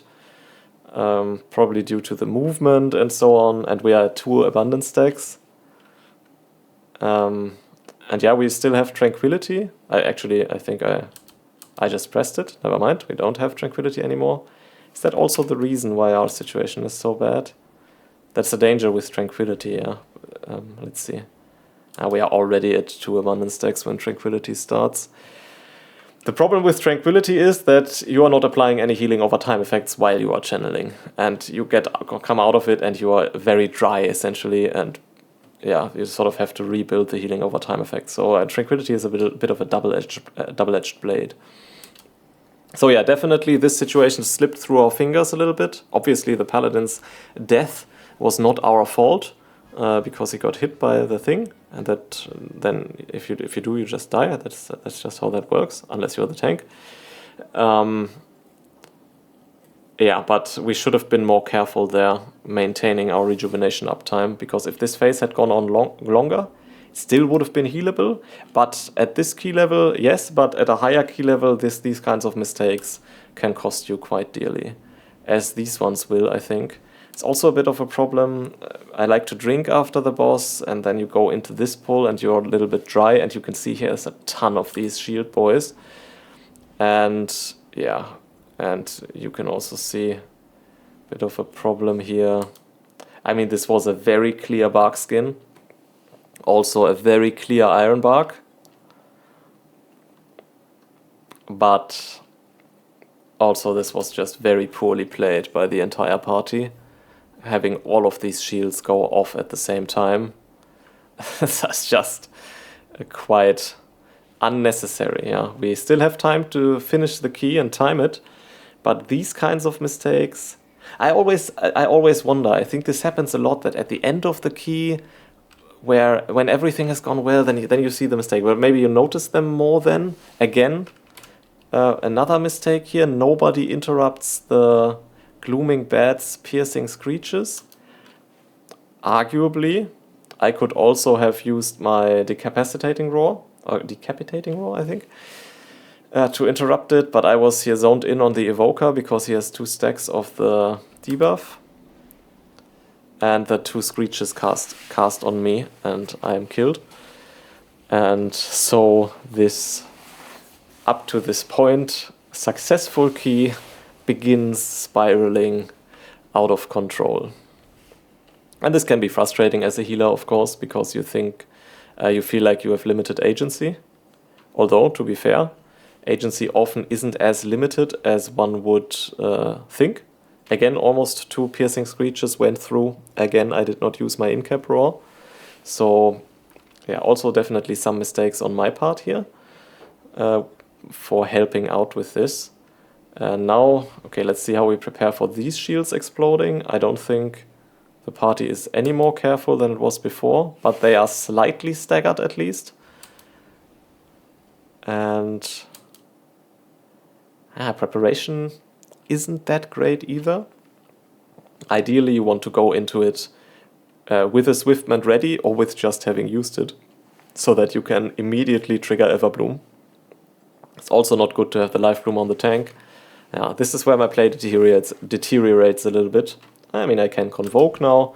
We are not dead, so that's a positive, but yeah, not super happy with how I've played this. The game strategy should be Life Bloom, probably on the Demon Hunter or the Paladin, to get the maximum value out of Efflorescence, or put it on yourself and move into melee if you're so inclined. And then apply Rejuvenations manually to get high abundance. Use Swiftment the instant or slightly before the shields explode. Probably the perfect play will probably be use Swiftment like 1 or 2 globals before the shields explode. Then cast Wild Growth, because Wild Growth will not consume Soul of the Forest, so no harm done. The Everbloom will not proc. And you will have the AoE healing, and Wild Growth heals the most at the beginning also. And then, as soon as the shields explode, you can go into a regrowth, which will then consume Soul of the Forest, trigger Everbloom, and heal the party back up. That should have been the game plan. And that's also what I mean when I say Druid revolves very strongly around planning out. Yeah, the tank flies off the map, and now we are getting into territory where this key isn't safely in time anymore. As the Paladin also fails to kite. I think these mobs can be kited reasonably well. And also dies. And yeah, the end boss is not one that doesn't take a lot of time.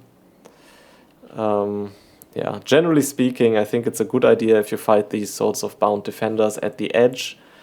And if you do have a movement ability, so teleportation ability like Monk does, for example, or Warlock, just put it down. Don't bank on the fact that you will never get hit. Even though if you play well, then you won't get hit. It's just about, it's just a little bit about locking in, I think. It's just, we are almost done with the key that all of us want to time, and then we make so many unnecessary mistakes in one of the easiest parts of the dungeon that it then becomes problematic. Now we move here into this drums guy. We're not in the best of situations. I think this is a run-up Convoke. That's the next global I would press now. Not sure if I will. Yeah. Okay, now I used Swiftment beforehand. Actually not a terrible idea to use it. Actually, let's look at that. I'm interested in, I guess okay, we use Swiftment, 4 stacks of abundance, and then we go into Convoke, and the Convoke also consumes the Soul of the Forest buff. I mean, yeah, it makes sense. So we sort of doubled that. Was Swiftman also ready again? Yeah, not exactly sure what happened. Anyway, I think Convoke is a good situation for using. Convoke is a good ability to be using in this situation.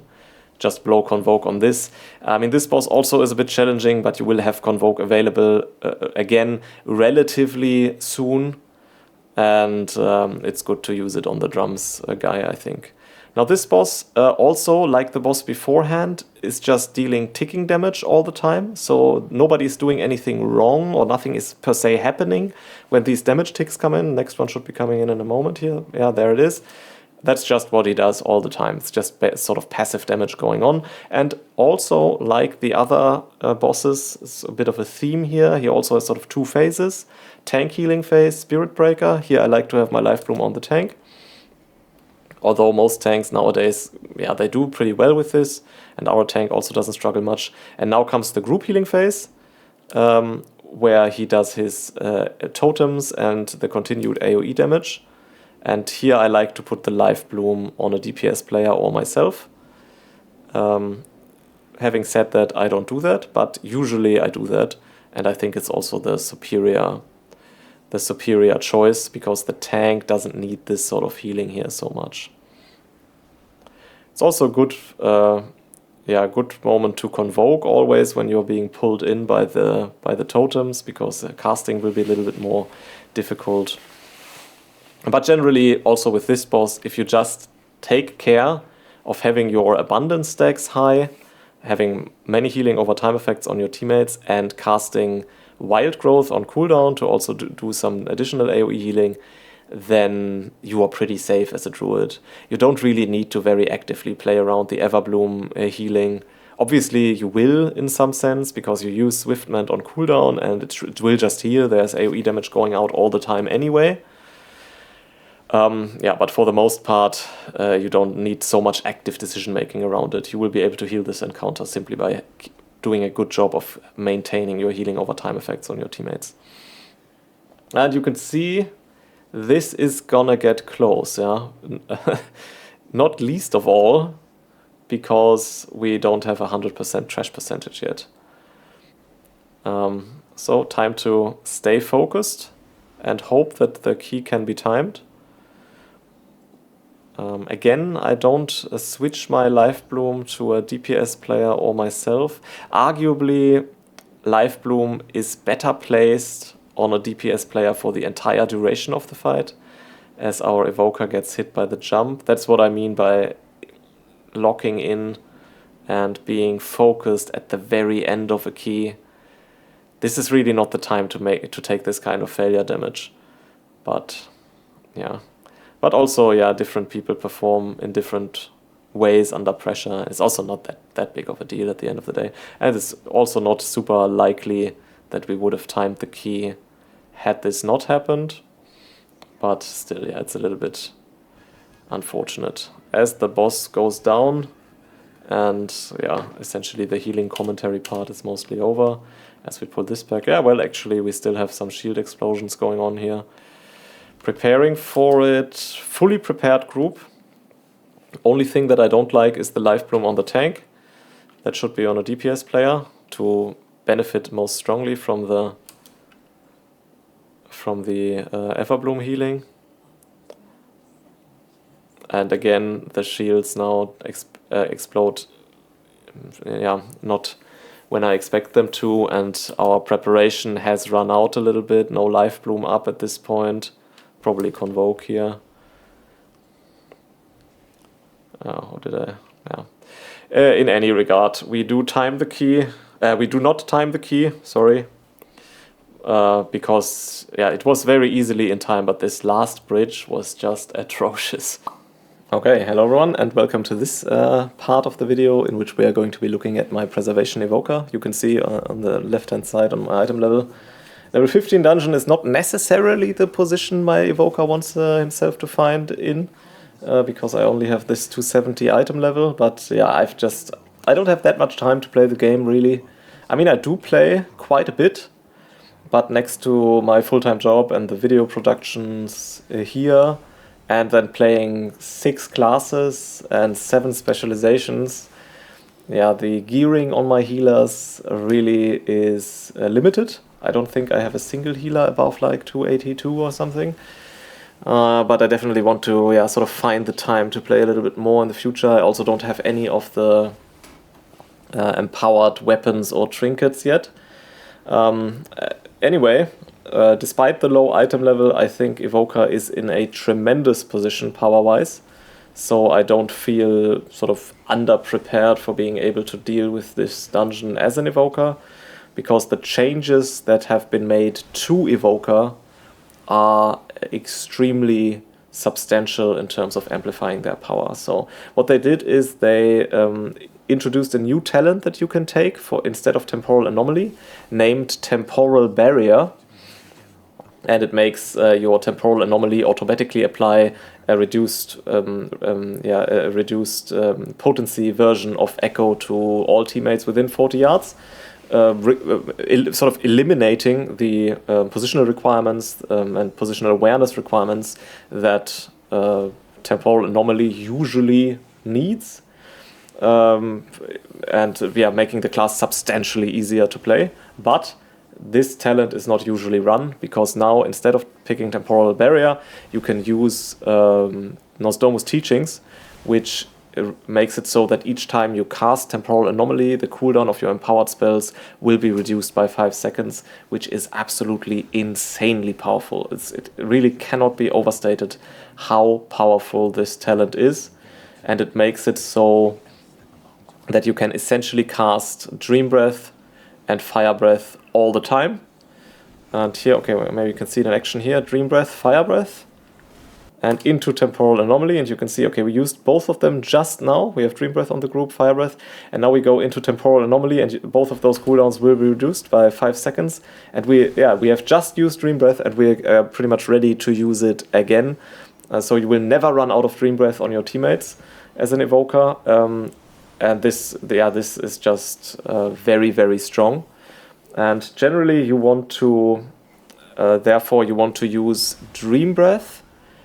And want to prepare for Dream Breath using real echoes, so that you can then use Temporal Anomaly to sort of reduce the cooldown of Dream Breath. The problem is, if you use Temporal Anomaly echoes for amplifying Dream Breath, first of all, the healing effect will be less strong, because real echoes are stronger than Temporal Anomaly echoes, but that's fine, because there's obviously also a trade-off in terms of weaker reversions. Also have a bit of a problem, because they will also heal less if you use the weaker echoes. But the thing is, if you use Temporal Anomaly echoes for Dream Breath, this means that you will cast Temporal Anomaly before casting Dream Breath, in which case Dream Breath must be ready when you cast Temporal Anomaly, in which case the cooldown reduction of Temporal Anomaly is wasted on the Dream Breath, because there is no cooldown to reduce yet. This means that, as a general rule that only in very few circumstances should be broken, never use Temporal Anomaly to empower your Dream Breath.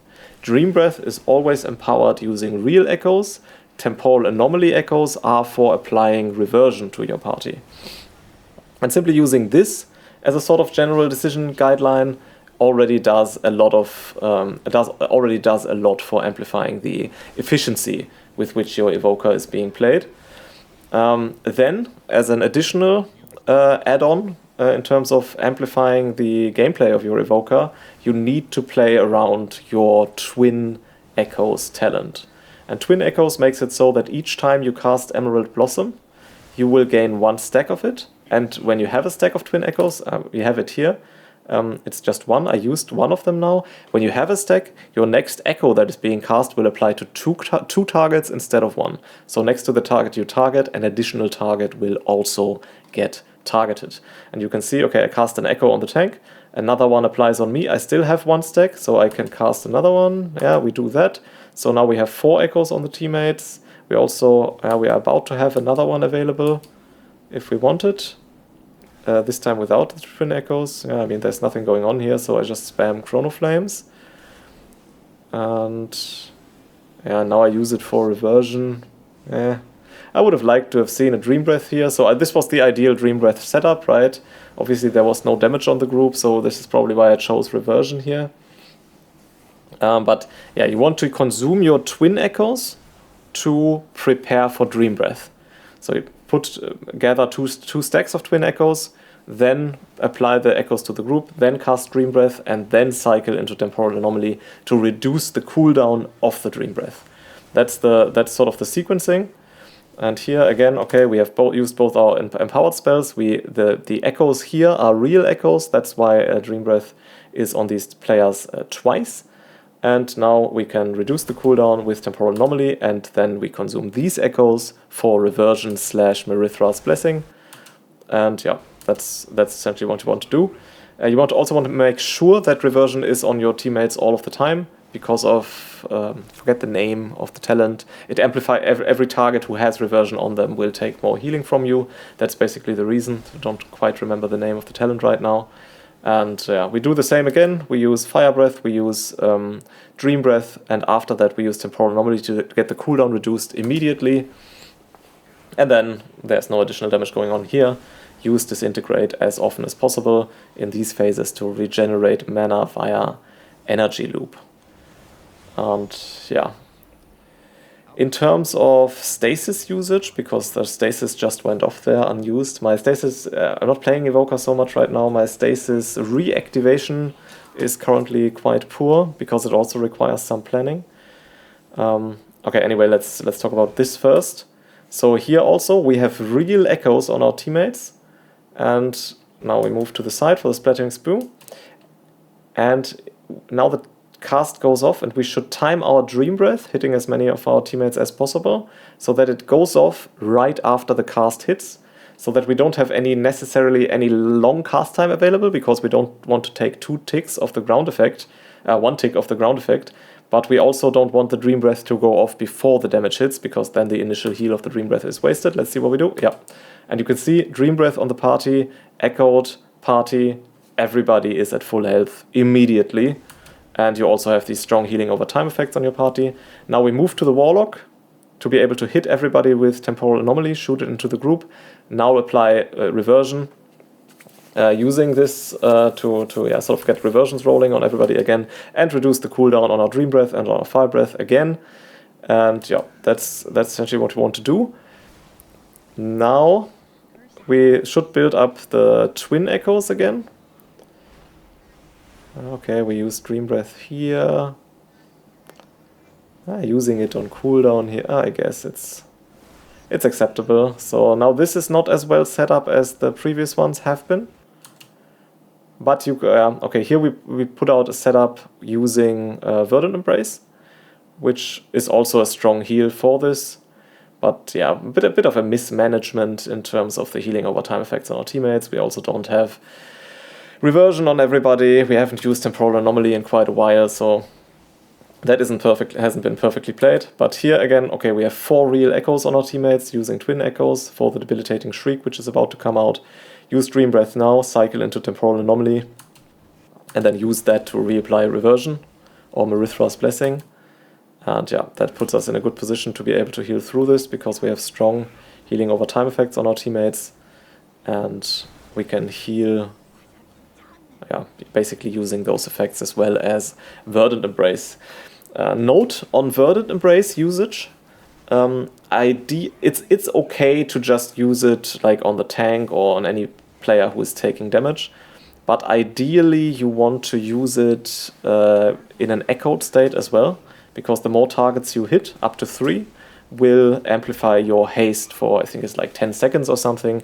So to be able to always maintain a hasteful state, you should try to also get an echo out or 2 before you cast Verdant Embrace.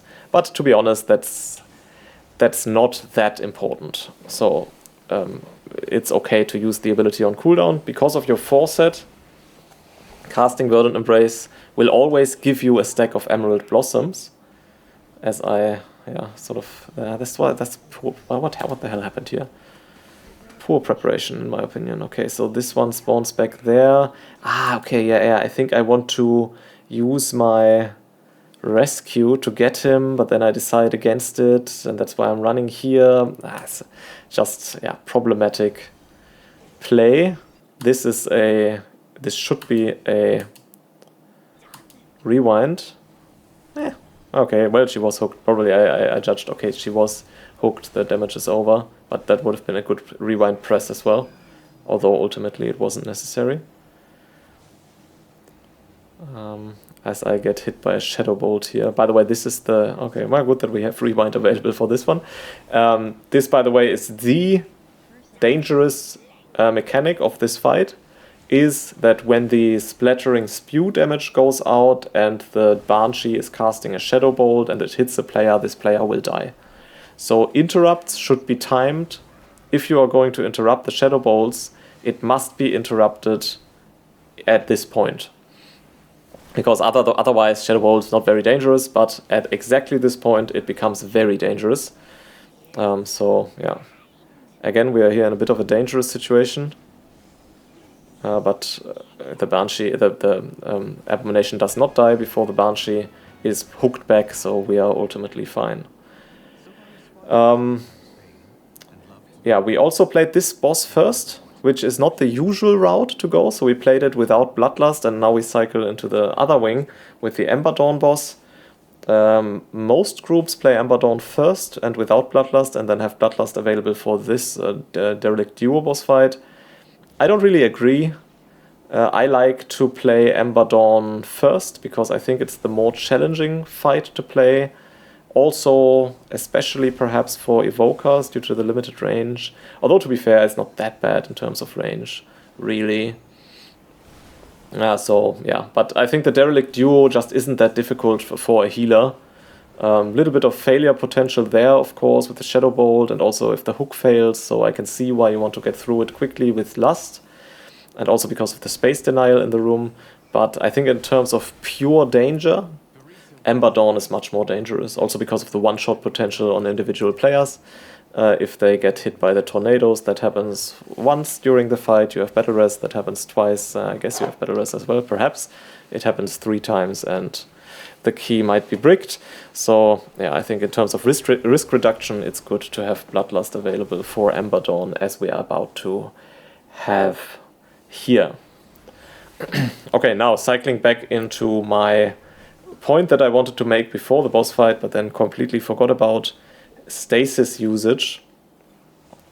Generally speaking, I haven't given it that much thought yet, to be perfectly honest. So I use stasis usually as a at the point where I have set up echoes on my teammates. I use stasis for casting Dream Breath as the first spell in the stasis. Which is a big heal, and then as the second spell I use Temporal Anomaly to immediately reduce the cooldown of the Dream Breath, and then the third spell I just do whatever. I mean, I guess Verdant Embrace is a good spell to have in there, but yeah, then the sequencing also isn't good. Probably maybe the good sequencing would be cast Dream Breath first, have it in there, then go into Verdant Embrace, and then go into Temporal Anomaly. That might be useful, I think, because if you go into Temporal Anomaly and then Verdant Embrace, this means that you will consume the echoes from Temporal Anomaly with Verdant Embrace, which is useful if there's a ton of damage going out, but usually the Dream Breath already will take care of the damage, so it's not necessary.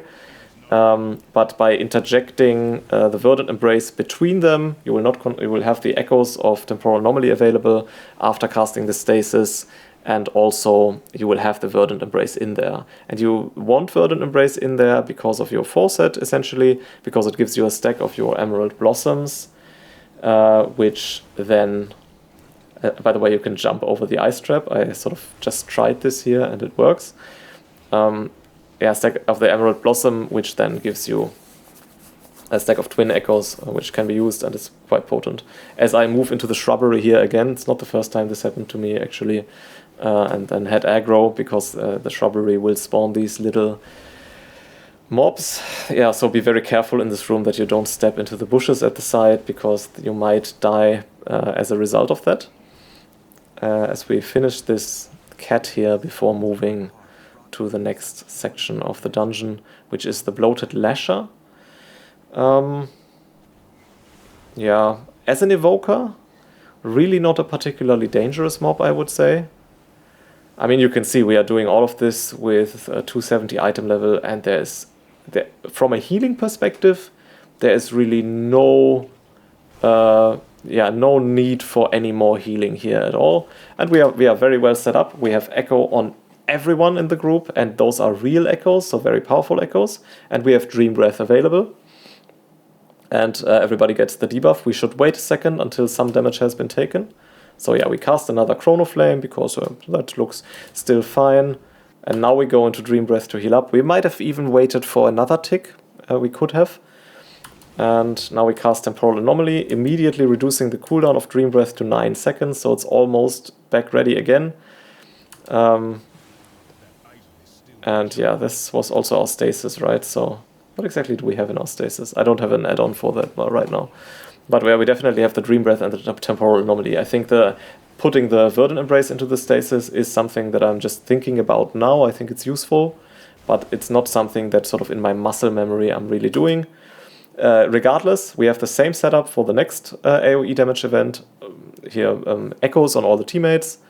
And so we wait a bit until some damage have been taken. We put Dream Breath on the teammates into Temporal Anomaly. This also gives us Merithra's Blessing. And now we can consume these echoes for the Merithra's Blessing on everybody. Also can cast another Chrono Flame in between, because this is overhealing if we use it now. So use it after another tick, and everybody will be healed a little bit for it. And then any additional damage that might be taken can be quite comfortably dealt with Verdant Embrace, as we finish out the Bloated Lasher. By the way, it's not the only Windrunner Spire dungeon here, which I'm playing on the Evoker, and what I realize is that on Evoker, I'm talking only about the class, and on my other healers, while I also talk about the classes, I also meaningfully and more extensively speak about the dungeon. And this really goes to show the thought processes that go into playing Evoker well are that much more complex than they are on the other healers, because on the other healers you have one or two decision heuristics which need to be in place, and yeah, there is nuance, of course, and it's not to say that they are easy to play, but as an Evoker, the decision making is significantly more complex, and it's not really that many teachable moments here in terms of me making major mistakes. Maybe I will still make some. So we haven't really seen yet what happens to Evokers if you just play terribly. And what happens is that the healing ability of Evoker collapses completely, and that's very, very dangerous, and then you can get into very difficult situations. But here you can also see, if you have the HOTS on the teammates and you are sequencing your spells well, Evoker is very potent at dealing with rot damage, and actually dealing with this AoE damage from the Burning Gale is probably among the easiest to deal with as an Evoker, because simply the background healing from your Dream Breath and your reversions is so potent that hardly anything happens. Especially considering my item level, this should be more difficult, I feel like, but it's really not. I think it's a good idea to use your Verdant Embrace here for the Flaming Updrafts, for the single target healing, so always keep Verdant Embrace ready for that, and then use Dream Breath setups here for this Burning Gale phase, and you also want your stasis available for it, as we need to dodge some tornadoes here, which can be a little bit challenging as well.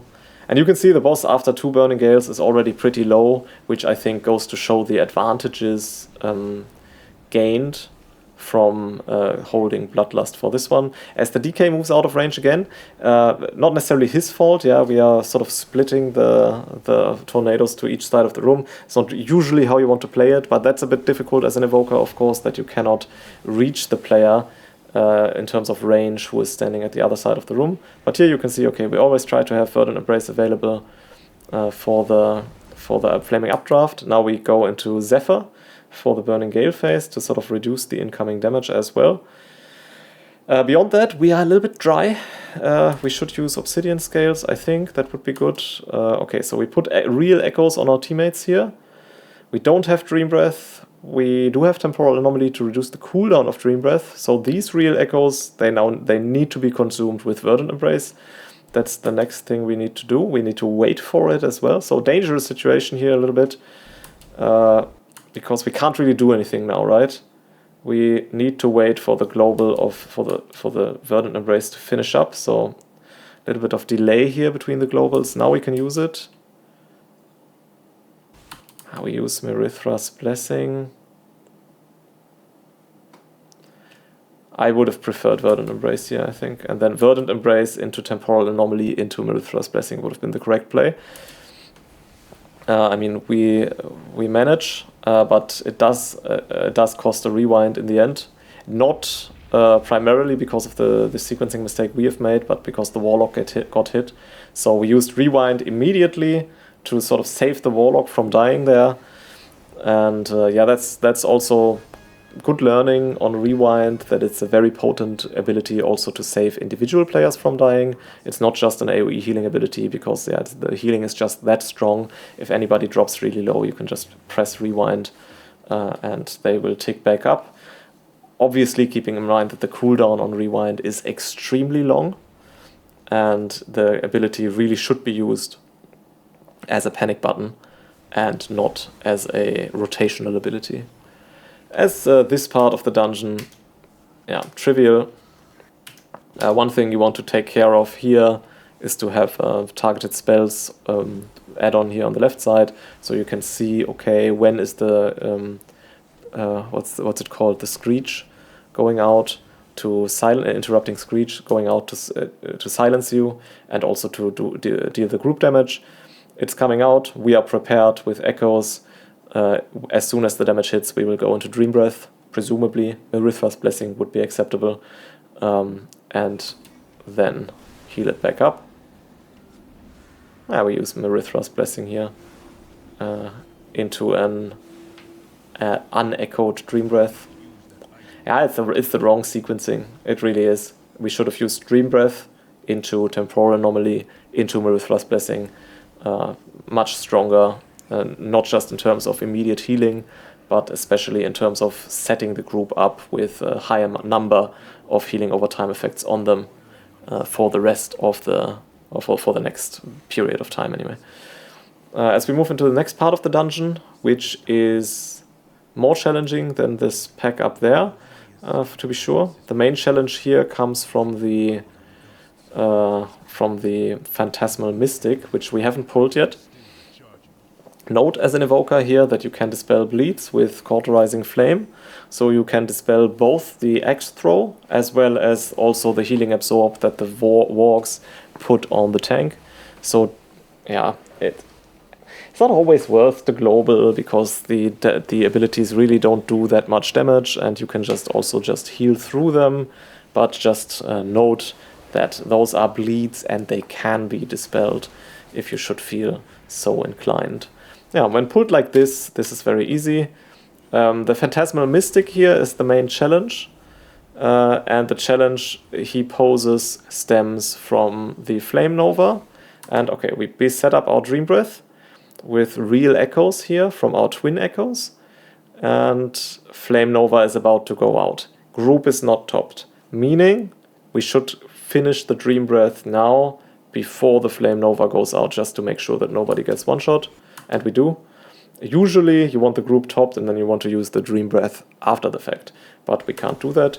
So we wait for the Flame Nova to go off. Temporal Anomaly, cooldown reduction on Dream Breath and Fire Breath immediately. Merithra's Blessing should do decently at helping heal the group back up. And now we can do the rest with Verdant Embrace. And yeah, applying another reversion. And now we can cycle back into preparing for a big Dream Breath using real echoes, and this will also top the group back up again. So yeah, quite powerful spell sequences that we can use there. Maybe let's also talk a little bit more about... what was that? What was that? So I'm being targeted by another axe. Flame Nova. Yeah, it was just ticking damage from the axe. It was my item level, I guess, mostly. Anyway, another rewind here to sort of save the day. Probably wasn't strictly necessary, but when things get that tight, I usually just use it. Better safe than sorry, I guess. Yeah, and then one sort of section of the gameplay loop which we haven't talked that much about yet is the gathering of the twin echo stacks. So you can see, well, actually you can't see it anymore. So one reason why you want to use Verdant Embrace on cooldown is because it will cast an Emerald Blossom and will give you 1 stack of twin echoes, which you can then consume to set up your Dream Breath, because it will apply 2 echoes to 2 players instead of 1. So that is one sort of pillar of the building of twin echo stacks. And the second one being every time you cast Emerald Blossom, so sort of hard cast Emerald Blossom, you will also get a stack of twin echoes. You should have them displayed somewhere, like we have here, so I can see, okay, I have 2 stacks for it. I am ready to set up for a Dream Breath if I wanted to. And the hard casts of Emerald Blossoms should only ever be used if you have a... What is it? Is it Essence Burst? If you have the proc that the next Essence ability, like now, you can see Echo is highlighted and my Emerald Blossom is highlighted. So the next Essence ability is free. Only in this situation you hard cast Emerald Blossom because it takes 3 Essence instead of 2. So hard casting it without this proc is insanely inefficient, and you should never do it. And you can see, okay, we used it there, gathered a stack of Twin Echo from it. No, actually we didn't, right? No, we didn't. We used the Verdant Embrace, got the stack from that one, and then we used a real Echo, so we don't use... we use... No, we do. Okay, never mind. I was confused. We did have 2 stacks of it there. And yeah, this boss, also you want to use your Verdant Embrace on the target who is being targeted by the jump. And you need to make sure that the group is topped up whenever the Rallying Bellow goes out. I've said it in this video for my other healers as well. Or I think Shaman Key was also here in Windrunner Spire. You have to remember that you have time to meet up with your team for the Intimidating Shout. It's okay, we're topped. Should be fine. Yeah, after the leaps go out, he will cast Intimidating Shout, and remember that you can wait for the ground puddles to disappear and then move toward your teammates. You don't need to rush. You do have time to just relatively comfortably move toward your teammates after the ground puddles have disappeared. So there's really never a reason to get hit by any of those ground puddles because you don't need to make it to your teammates immediately. That is, of course, assuming that the boss is not totally at the end of at the other end of the room. In which case, then yeah, you do need to make haste. But here you can see ground puddles disappear. And you still have like 1.5 seconds. That's plenty of time to make it to someone else, in my opinion. Other than that, the boss can be quite dangerous for multiple reasons. First one being people need to be topped when the Rallying Bellow goes out, and they are still taking high damage from the leap. Maybe we'll see it here one more time. See if he casts Intimidating Shout, yeah. And okay, you can see, okay, we can wait until the ground puddles have disappeared, then move toward our teammates.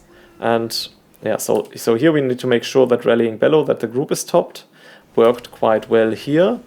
And then in the second phase, in the add phase, we have 2 dangers. The first one being the Flame Nova cast by the Mystic, and the second one being the Chain Lightning cast by the Mystic, with some additional threat being generated by the axes thrown, but it's not that dangerous, to be honest. So yeah, you need to be ready to have the group topped up when the Flame Nova goes out. Again, use add-on targeted spells here to make sure that you are prepared for that. And then you need to heal the group back up. ideally relatively quickly after the Flame Nova, on the off chance that your team fails at interrupting the Chain Lightning, because this is the main danger in this fight, that Flame Nova goes off, which will always go off, you can't change that, and then Chain Lightning goes off, which can be interrupted, but then kills someone who has dropped low from the Flame Nova. So yeah, that's definitely something you want to look out for as we skip ahead to the last boss of the dungeon. Arguably not a very challenging encounter for Evokers to play. Yeah, people are a little bit spread out. Positional awareness requirements on the Temporal Anomaly casts are more difficult than on some other bosses. Although, to be fair, if you're playing Evoker, you can also just build a melee group, which makes things a little bit more easy. And then it's easier to hit your temporal anomalies because everybody will be stacked up in one place. And we have a few melees, and the Warlock at least doesn't play super terribly in that he always stands behind me. Although he doesn't really help me much with the positioning here either. And apart from that, I think Evoker's healing profile is very well suited for the damage profile of this boss, because you have all of these strong healing AoE healing requirements, and Dream Breath just plows through those very easily. As you can see, the group takes moderate damage. The Hunter is also dispelling the debuff from himself, which is good, and I also have the general rule, as soon as the arrow rain goes out, I will always dispel the debuff from myself as well. Simply to reduce the incoming damage, but don't count on your teammates actually doing that. In my experience, very few people do. The Warlock targeted here by Bolt Gale, unfortunately no defensive cooldown right now, and he also has the debuff still on him, so high amounts of damage on the Warlock, and whenever you have a target taking priority damage and you have Verdant Embrace available, give the lifelink, because using lifelink, the healing on yourself will also heal them to a limited degree, and sort of make going through the damage event that much easier. You can also, of course, use I forgot the name. I shouldn't forget that name. Time Dilation, to help out with that if ever you think that the damage might be too much. Time Dilation is not on a global cooldown, so it can be very useful to just use it quite frequently. I would say the only issue with Time Dilation is that it's quite dangerous, is using it on the tank in high damage pulls, because you sort of shift the danger from a current moment to a future moment, in which that time dilation runs out, the damage, the reduction effect will subside, but if the incoming damage is still very high, the tank might die. This is especially the case, by the way, for DK tanks, who are very reliant on a predictable profile of incoming damage, which they can then heal back up. But if you have used time dilation beforehand, the DK will suddenly take more damage than his rotation is able to handle, and he will just roll over. So yeah, be very careful with using time dilation on tanks in high damage situations, and especially when you're playing with a DK, and to a lesser extent also with tanks like Paladins, for example. So yeah, definitely something to consider, as the dungeon is sort of in its dying moments here. Very clean, actually. We don't have a single death, if I'm not jinxing it right now, and we had one after that. And overall, I haven't played that much Evoker yet, to be honest, but overall I feel very comfortable on the class. I think it's extremely powerful. I think it may, it's being played so little, and I can understand why, but I think in terms of maximum power, it really holds a candle to the other healers. Although, to be fair, I'm not playing at the highest level, I will also say that. So I don't really know how Evoker fares in the highest dungeons that are being run. I don't know, but certainly for the mid-average to mid-high tier player, the class is very potent, in my opinion. Yeah, I hope this was useful to you. I feel like on Evoker I did nothing else other than explain sort of the spell interactions of the class. I hope that was not some just unnecessary information overload or something. But it's a very interesting spec, really. And yeah, thank you for watching this segment of the video, and see you in the next one.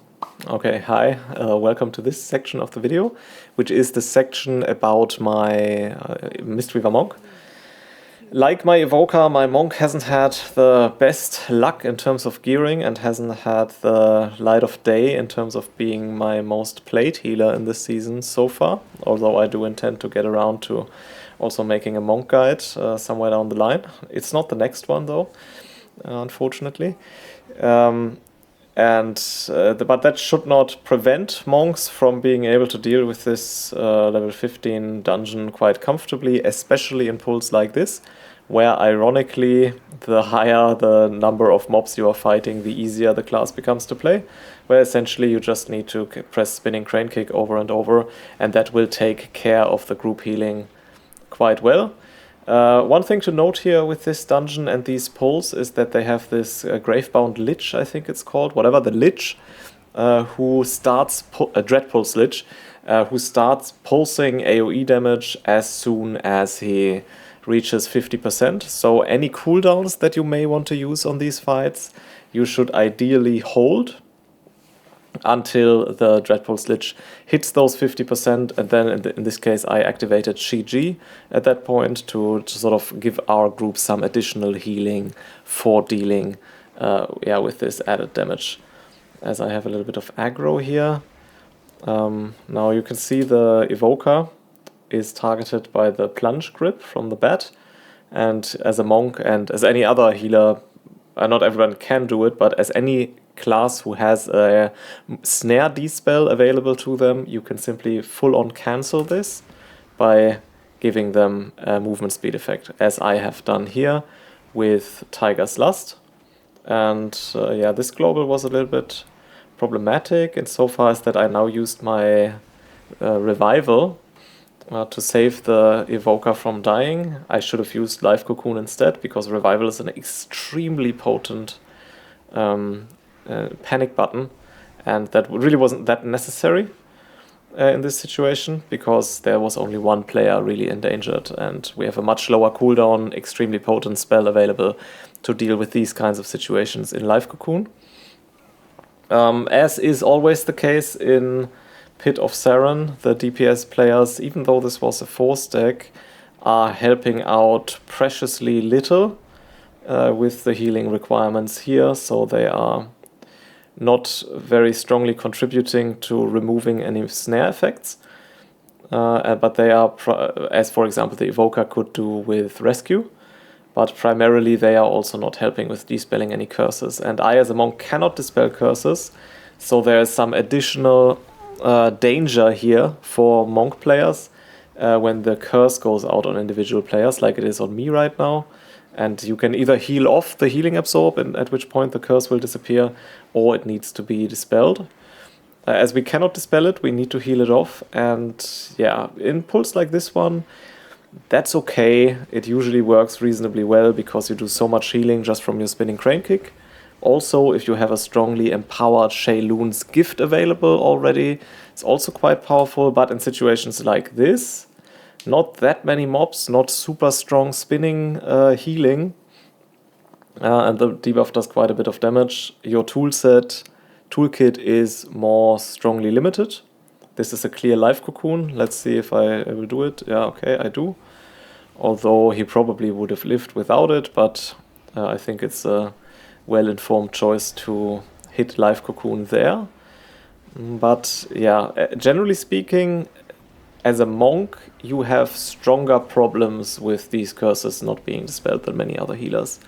That's simply because, for example, Paladins, who also can't dispel curses, have much stronger instant cast single target healing, which is where Monk struggles a bit. Yeah, the sort of the triage healing, the strong single target healing, and so on, outside of your primary Shayloon's gift, which does a lot of healing if it's at 10 stacks. The healing you can do on individual targets instantly is quite limited. So essentially you need to put enveloping mists on them, and then you can spam Shayloon's gift, but For that you also need to be channeling Soothing Mist, so yeah, it's just a bit of a kerfuffle. And ideally you want to avoid having to do too much strongly focused single target healing. But for the most part, that is also reasonably well avoidable as a monk. One note, by the way, on Touch of Death. I think a good usage of Touch of Death for the most part is situations like this. I hold my Touch of Death for exactly these situations where one mob is still alive and you can meaningfully contribute to a faster sequence into the next area of the dungeon by making these sorts of situations shorter. Just using it on any random low mob in any random packs, in my opinion, does nothing to sort of meaningfully amplify the progression in the key, which is why I like to use it like that. Obviously, it can also be useful when used on very dangerous enemies to make them die faster.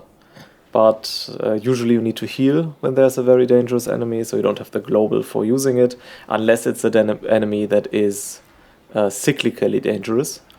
Like, for example, the Bloated Lasher in Windrunner Spire, who does the AoE. He does nothing for the entire time, and then he does the AoE. So there, obviously, it can also be useful to use it on him so that he ideally dies before the next AoE cast is coming out.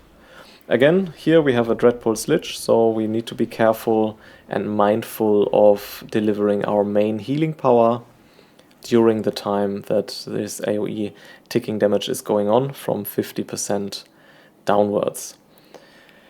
In the downtime between pulls, I think it's useful to just reapply Renewing Mist as a monk, and for the most part though, Renewing Mist application is taken care of by your Rising Sun Kick, which will renew durations of Renewing Mist as well as apply new ones. And you can especially keep a high uptime of Renewing Mist by using your Thunder Focus Tea on cooldown, because we are running here the build without Apex talents, where your it empowers 2 spells instead of 1. Your Thunder Focus Tea does, so you can use a lot of these Rising Sun Kicks for applying Renewing Mists.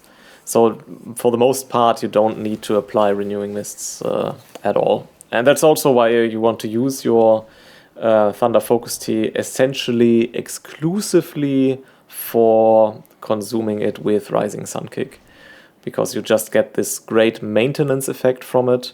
Also in this build, Rising Sun Kick casts Jade Firestorm as well on the enemies, which does damage and also contributes to healing. So yeah, quite a potent ability is Rising Sun Kick, and it should be used as often as it can be used. I think the only point where you don't want to prioritize Rising Sun Kick is when you are in very, very heavy AoE healing situations with very many mobs that you are fighting, in which case Spinning Crane Kick might take precedence, but only insofar as the use of Spinning Crane Kick means that your Renewing Mists are not completely expiring. And yeah, speaking of expiring Renewing Mist, this should be a situation where we reapply them manually before we cycle here into the Garfrost boss, which does not fit the healing profile of monks that well, in my opinion, because it's essentially a single target fight, and your single target healing rotation, while obviously it does good AoE healing to the entire group, so it's very easy to execute. You don't need to worry about party members individually, you just run your damage rotation, and that's essentially that. But your damage is, your healing from your basic single target damage rotation is a little bit underwhelming. And for that reason, you can get into tricky situations. By the way, here, these debuffs can also be dispelled with a movement speed buff or a snare removal effect, so you can always dispel one, Tiger Slust the other, which I do here a little bit delayed.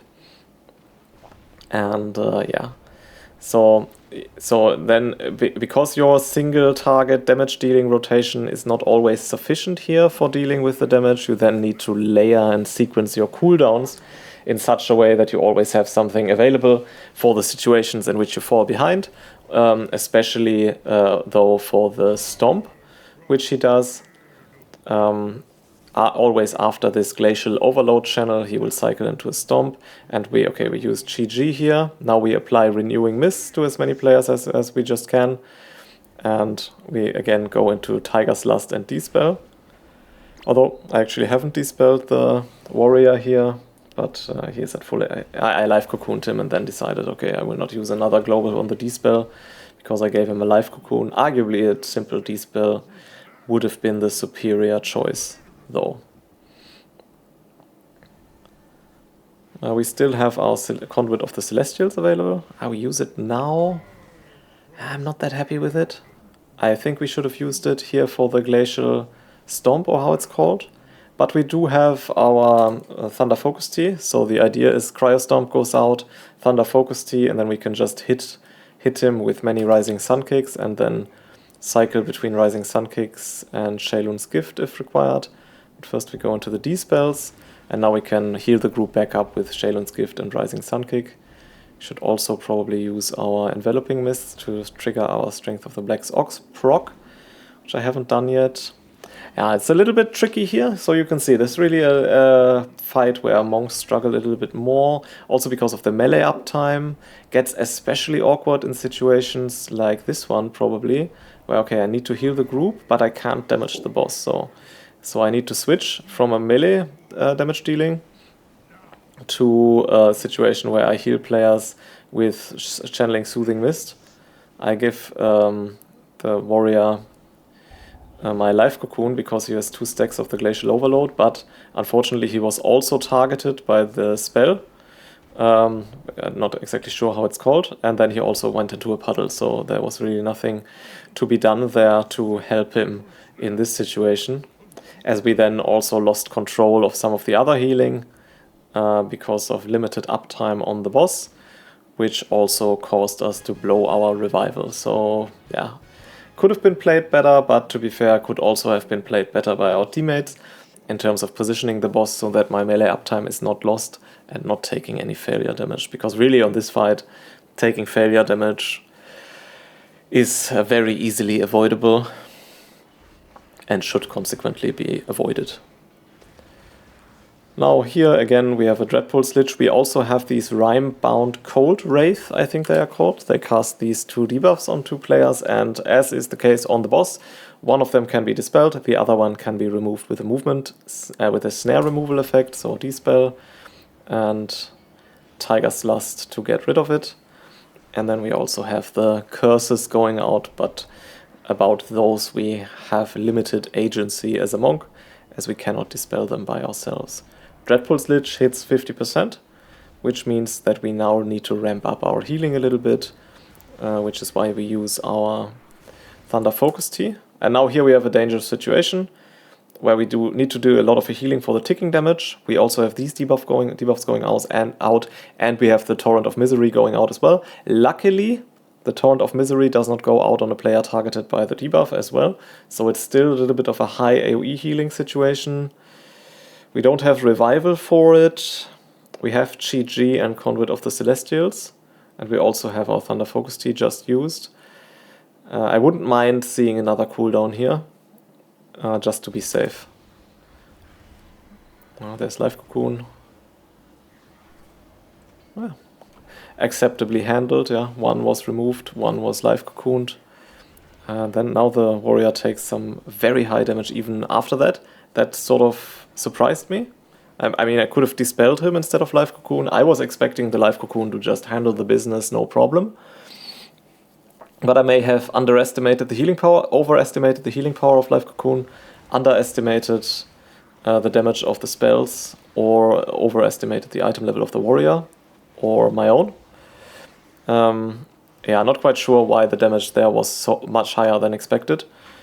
But yeah, now we go back into the usual sequence for dealing with the permeating cold debuff, dispel one target, movement, speed buff the other, to dispel both of them.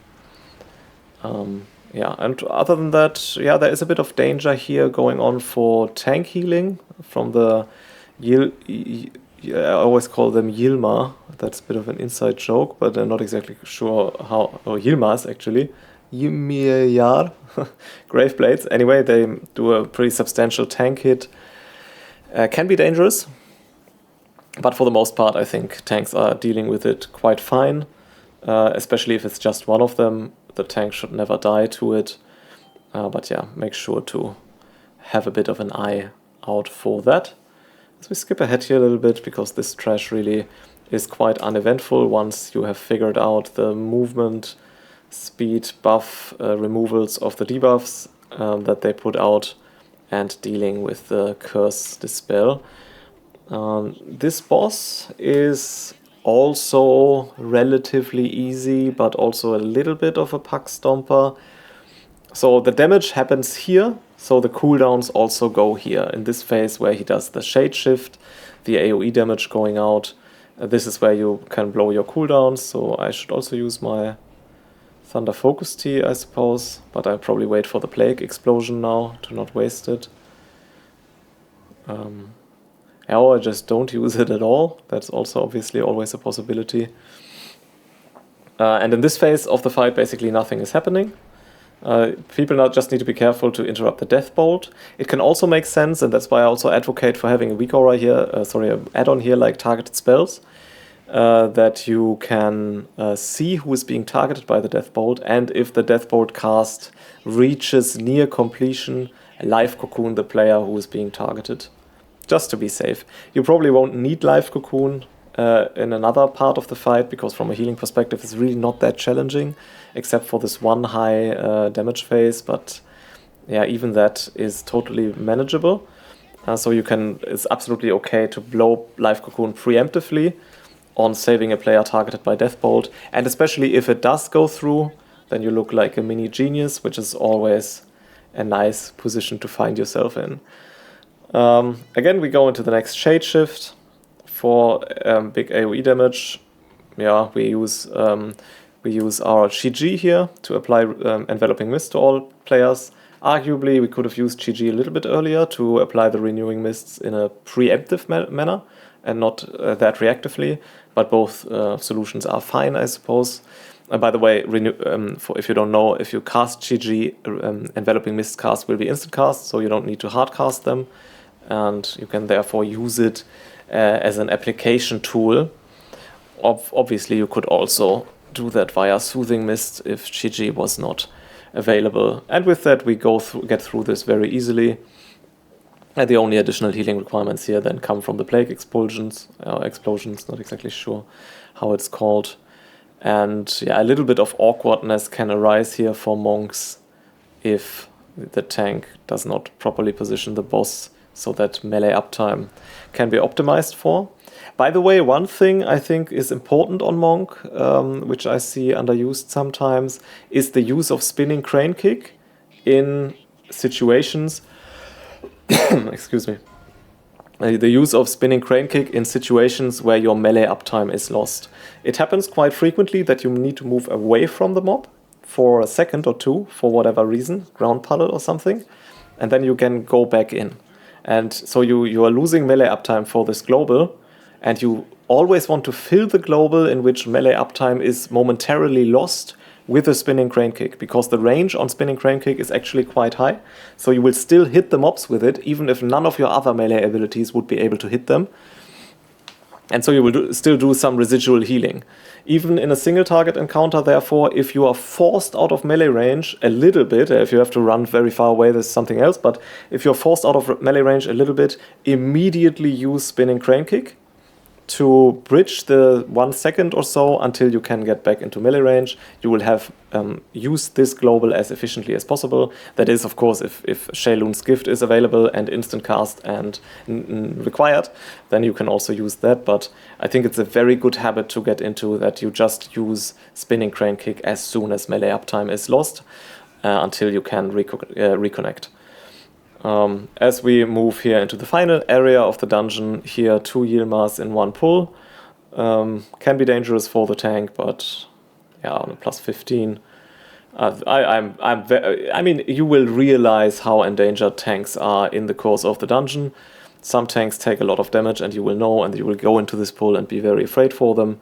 But if a tank has handled everything very well so far, there's no reason to expect that to change. Only because the pull becomes marginally more dangerous for them. And that's the case here. I think the tank is doing well. I think he's playing well. And therefore I'm not very worried about him. I'm also not very worried about this pull. I might be a little bit more worried if I was playing a different class. But monks are exceptionally well suited to dealing with this sort of a pull. Because, yeah, okay, the Dread Pulse Lich now goes into his AoE damage. And we do prepare for it. Before he hit 50%, we used GG here. Again, applied our Enveloping Mist to the different players. And now we can just spin to win, really. So, yeah, because there are so many targets still available, that actually makes the AoE damage less dangerous rather than more dangerous, even though the little Geists are jumping around to add to the damage a little bit.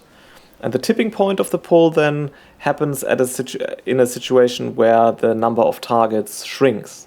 That's generally, I think, the tipping point where monk healing sort of sways from being very easy, because you just have to press Spinning Crane Kick all the time, to suddenly becoming quite hard, is when enough mobs have died so that Spinning Crane Kick is no longer the most potent option, but there's still enough damage going on so that you still need to do substantial healing. And can therefore make sense to really hold your cooldowns and your Thunder Focus Tea sometimes even for the situation in which exactly this is happening. So you focus very strongly on Spinning Crane Kick in the beginning of the pull, hold all of your cooldowns, don't use them. Spinning Crane Kick is arguably more powerful than they are anyway. And then use your cooldowns at this intersection moment where the pack suddenly becomes harder, even though it is dying.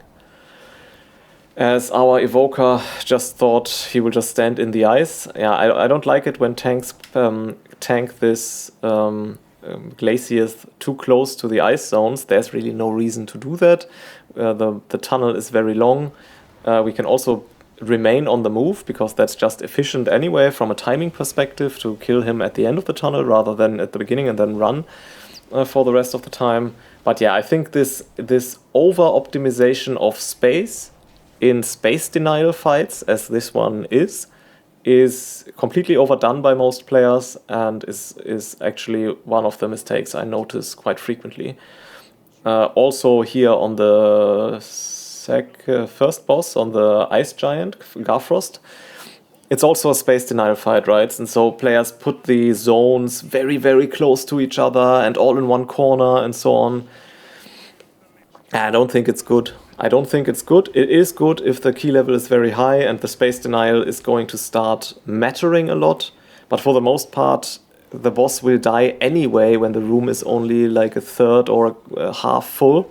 So why not use the entire room if you have the entire room? That's my opinion on that. If you can make the fight easier by just putting it a little bit in a place where it's much easier to dodge the ceiling stuff that drops afterwards and so on, why not do that? Yeah, but that's something that I think about sometimes. As we move here into the final boss, again, 2 players will be targeted by this damage thingy, and yeah, it makes sense to apply Enveloping Mist to the 2 players who are being targeted by that, and then you can just continue running your melee rotation and use the occasional Shaylun's Gift to heal any players who are dropping low. Now we get into this sort of phase where the Plague Spreader, or how it's called, will start pulsing AoE damage until it is defeated.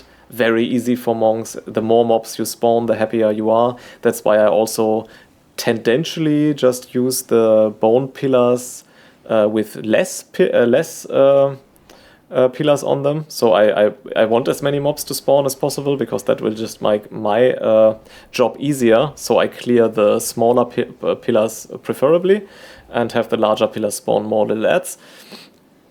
Yeah, and the only dangerous situation really in this phase is the situation where you need to move, because then melee uptime might be lost and you need to revert to some of your cooldowns, or alternatively to casting, standing still and casting from Soothing Mist, although you can't really stand still because you need to be moving. So yeah, things like Conduit of the Celestials is very potent there. And yeah, for the most part, this boss also is very straightforward, especially as a monk.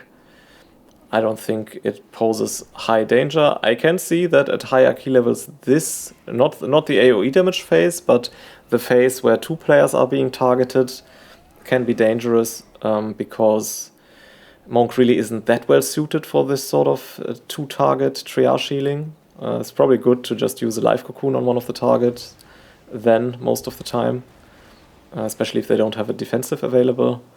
But yeah, for this phase of the fight, it sometimes feels a little bit unfair that Monk has such an easy time with these kinds of mechanics.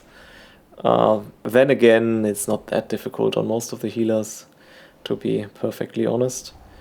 And yeah, you also don't want to underestimate the damage of the bone infusion here. I use my Conduit of the Celestials for dealing with it here, because that does deal a lot of damage, and it can become especially dangerous if the Plague Spreader dies very late or doesn't die at all, because it's possible that the Plague Spreader damage overlaps with the bone infusion, which is the big panic moment in the fight.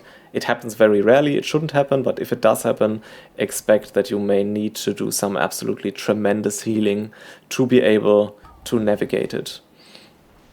Yeah, as we close out this key here, I haven't considered Monk that much. I'm sure there is a little bit more nuance going on with Monk over what I have already explored. I will, of course, whenever I make my comprehensive guide for monks, I will explore all the talent interactions in as much detail as I can to find some additional optimizations. But for the most part, at this point, I think, yeah, Monk is a fun healer. It's an oddly easy healer that can, however, be quite challenging in certain situations. So yeah, I think Monk has the greatest disparity in terms of easy versus difficult out of all the healers that are there right now, in the sense that Monk healing is very easy in situations where there's a lot of mobs and their pull is very big, much easier than on any other healer, ironically easier than on smaller pulls. And Monk healing can become quite hard on those smaller pulls where there's a lot of damage going on still, like for example the mobs in front of the second boss in Magister's Terrace with the runic glaives and the holy fire debuff. That's very difficult as a monk because you have few enemies to be dealing damage to, but high incoming triage healing damage. So yeah, it's a very split identity, I would say, in terms of difficulty. Yeah, but okay, that shall conclude this section of the video. And happy to see you in the next one if you should so desire. Okay, hello everyone, and welcome to this section of the video, which is the section on my Totemic Restoration Shaman, specifically being played in a level 17 Windrunner Spire dungeon, which I think, in terms of dungeons, is one of the more challenging dungeons in this season for healers. Not necessarily because of high sustained healing requirements, but definitely some erratic damage going on here. And one of the contributors to this difficulty is definitely this first pull, which in terms of Bloodlust pulls is probably one of the most dangerous ones in the season, because you have these debuffs going out here, which deal a ton of damage, and also the arcane salvo casts doing high cleave AoE damage. Now, you want to wait with placing your surging totem down until the damage begins, so that you can then immediately consume your Whirling Earth buff for buffing Earth Living to the entire party as soon as you place it down, so you have the Earth Living buff for the party for the full duration of its value while damage is happening. All the while, you should prioritize despells. You can see here I use a defensive for myself, and I despell the debuff from the Warlock. And that's also what I would argue is the sensible thing to do, because you will always have Earth Shield on yourself. You will receive more healing, and therefore you should not be a priority target for the despell. Now, you could argue that it also makes sense in this pull to move Earth Shield to a DPS player in general, and yeah, I think that that might be the way to go. Just to trust the tank more strongly, that he will be able to lift the pull even without your Earth Shield on him. I think for the most part that should be possible for tanks. But yeah, it's also the first pull of the dungeon, and if you don't know the tank, it's difficult for you to sort of evaluate their abilities and their survival capacities before the fact. So yeah, it's definitely a bit of a trade-off in terms of how strongly you want to trust the tank before you know what he's able to do. I chose to have Earth Shield on the tank, but now that I think about it, perhaps the better way to go into this first pull would be to simply have it on one of the DPS players to help out with healing there. But I'm really not sure. I would need to try that. Anyway, we go to the right side first, which means that we will then not have Bloodlust available for the bird boss. So making the Ember Dawn boss the first one in the dungeon. I see some tanks move in the other direction and play the dual boss first and then have Lust available for the Dragonhawk. As a healer, I guess I prefer having Lust for the Dragonhawk and not for the Banshee and the Abomination in the other part. Derelict Duo, the name is apparently. But yeah, I can see both approaches being viable, but I just think, especially for totemic shamans, because you are so dependent on people standing inside of your healing rain, but the boss requiring a lot of circular movement, the Dragonhawk, it's a bit more difficult to heal as a shaman, so the Lust really does help out there. In terms of trash mobs, in this first area of the dungeon, we just encountered the first smaller Dragonhawks, which cast Fire Spit. And as a healer, you should see to priority healing the target targeted by Fire Spit if it is not interrupted. But you also want to contribute yourself to the interruption of the cast, and you can do that with any CC ability, like, for example, Capacitor Totem. And yeah, because it does a ton of damage, but it's also very easily controlled.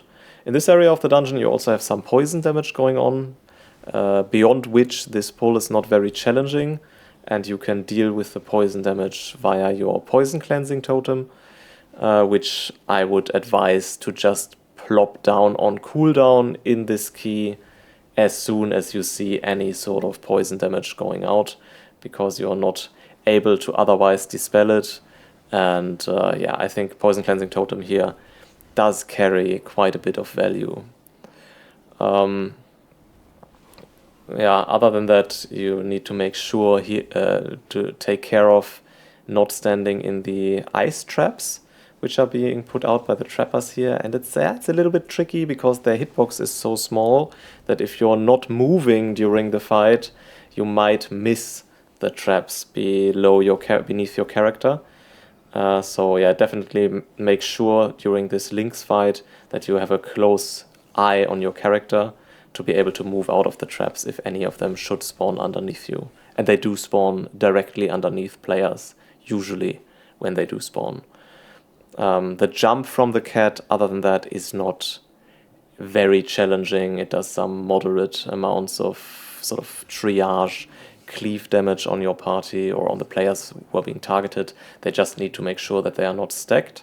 Now the Bloated Lasher here is more challenging, and you can see here that I prepare for his AoE by placing down my Surging Totem and hopefully, let's hope that I don't make this mistake, not consuming my Whirling Earth buff before the AoE damage goes out. So you can see the modes here. We have them here. Okay, and now we place down our Healing Stream Totem, buffing Earth Living to the entire party, 15% amplified healing. Everybody is inside healing rain, so another 15% amplified healing from all chain heals, Riptides and Healing Waves. And with that, we are able to quite comfortably heal through the AoE damage from the Bloated Lasher. And I would advise to try and have this setup available each time that the AoE damage goes out. So also here, I should not use my modes beforehand, and I haven't. So we have the perfect setup here, right? We have all the modes available from placing our Surging Totem. We have up here 2 stacks of Unleash Life, which amplifies our next chain heal as well. And now we can activate the Whirling Earth buff to buff Earth Living to the entire party, and also have our chain heals amplified by Unleash Life.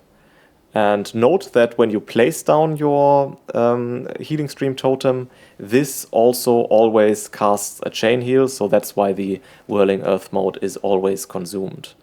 As I think I remember, we run into a little bit of a dangerous situation here, because the Bloated Lasher, it's almost dead, but it's not dead yet, so it does have another AoE available, and it goes out on our party. And yeah, we still have we have a good setup here for it. We don't have Unleash Life within the setup, but in terms of mode consumption, we are doing fine. We should, yeah, okay. I think we had Healing Stream Totem, and our Evoker dies here because he is being targeted by 2 Fire Spits in a row. So the first one is being interrupted. Very low. Do we have anything? Yeah, Healing Tide. Maybe Healing Tide would have been the solution here. But I think I can save him, right? Because I can just cast Healing Wave on him. But he gets targeted by the Fire Spit again. He also doesn't have a defensive rolling. Probably not his fault. I think he was playing decently. Not quite sure. Would have to look at the fights beforehand if he used his Obsidian Scales during the AoE damage, which I would think that he did. In which case there's also limited things that he can do. So yeah, I might have been able to save him with Healing Tide, or especially Spirit Link, I guess. Could have saved that, but the damage just came in by the fire. Yeah, I even write that to him as well. So yeah, that's just a bit of an unfortunate development. We're not forgetting to rebuff here, and now we are going into the Ember Dawn fight, which I'm always a little bit nervous for. Especially as a shaman, because yeah, in terms of people inside your healing range, it's always a little bit tricky. Now, 2 people are being targeted here by the burning. No, what's it called? I'm not quite sure what the ability is called right now. And you always want to move your Earth Shield to the player being targeted, so that they receive 20% amplified healing from you, and they also get the ticking Earth Shield healing as well. And then you can also leave the Earth Shield on a DPS player for the Burning Gale phase, because that will just help you with the healing, because then the tank really doesn't need it here, and it does additional healing. Obviously, it doesn't help if the player gets hit by anything. At this key level, then, if there's any sort of failure damage going on in terms of people being hit by the tornadoes within the Burning Gale phase, there's really a very limited amount of things you can do about it. Now, again, 2 people being targeted by the updraft, and we move the Earth Shield to the other player. It's always good if you are targeted as a shaman, because you always have an Earth Shield on yourself. So you can, in these cases, make sure that Earth Shield is on 2 players, on both players who are being targeted. We move it back to the tank here for the tank hit. It's not really necessary, at least on this key level. Tank hit usually not very dangerous, but might as well. Another Flaming Updraft coming out means moving Earth Shield again, this time onto the Warlock and also on myself. And yeah, we are trying here to be able to go into the Burning Gale phase with our modes available. 5 seconds left on Healing Rain. Not perfect, but our Surging Totem is going to be ready again. So yeah, we have a little bit of a delayed activation of our modes, and thereby of our Earth Living, especially since there's a chain heal. It's a chain heal without tidal waves. That's a mistake. So long cast duration, but now finally we are going to be activating Whirling Earth for additional healing onto the group. We place down Healing Tide here. Mainly because the preparation was not good. So ideally, you want your Healing Stream Totem, at least one of them available. Ideally, you also want Storm Stream Totem available for the Burning Gale phase, and you also want to hold Unleash Life for it. Obviously, this phase is also, the Flaming Updraft is also not not dangerous, so you also need to commit some healing to it. But yeah, let's see how we set up for the next Burning Gale phase. Again, okay, moving Earth Shield. Here we are being targeted ourselves, which is good. Okay, now Burning Gale comes in. Yeah, I don't like this, really. I don't. This is not well played. Again, we don't have our modes available. We also don't have Unleash Life. At least this one I should have saved. I also made this video before I finalized my guide, which is also why we are running Downpour, which I don't run anymore and I don't suggest it should be run. And so now we have a problem here, right? The setup is terrible. We only, in a minute here, we are going to be able to place down our Surging Totem, but we also can't activate it by placing down Healing Stream, and they're casting a Chain Heal therewith, meaning we need to hard cast a Chain Heal after placing it down. And yeah, again, we are run out of Tidal Waves. We also missed the Global on placing down the Surging Totem, and so we hard cast Chain Heal before the Surging Totem, and also with a long cast, which is terrible. And only now we cast a Chain Heal again without Tidal Waves, because I don't find the time to put a Riptide in between. So, but this will finally activate our Earth Living on the group for 15% amplified healing. But it's also, it's a little bit late. Now you could use Unleash Life, but that's single target healing, so it's a global that might help you in the future, but doesn't really help you now. Terribly played, resulting in the placement of our Spirit Link Totem, which to be fair is very powerful, and that does get us through here. We also move it once using Totemic Projection, so that people can rotate around and stay in the area of the Spirit Link Totem. And we get through it, but you can also see at the hands of this example that it is a very dangerous position to be in if you don't have a new Surging Totem available for the AoE damage to activate your Whirling Earth mode and Earth Living with it, and you also don't have Unleash Life, and you also don't have any healing cooldowns such as Healing Tide, well, we did have Spirit Link, but that was also needed at this point. And which I haven't talked about during this fight, because there were so many sort of mistakes to analyze. Spirit Walker's Grace, obviously, in this fight is a great cooldown. So I know that, especially for newer players, Spirit Walker's Grace can be a little bit tricky to use, because it doesn't feel that impactful. It doesn't really do anything when you press it, other than that you can move while casting. But especially in these sorts of fights where movement is necessary, it should really be a habit to use it as often as possible. And with an Evoker, they have a spell, forget the name of the spell, that they can also reset the cooldown of your Spirit Walker's Grace. So whenever you realize that you have an Evoker who's actually doing that, that can be highly beneficial. Now this area of the dungeon, the other part of the dungeon, the other wing, also has some challenges, but generally speaking, it's not that difficult, especially here in the beginning.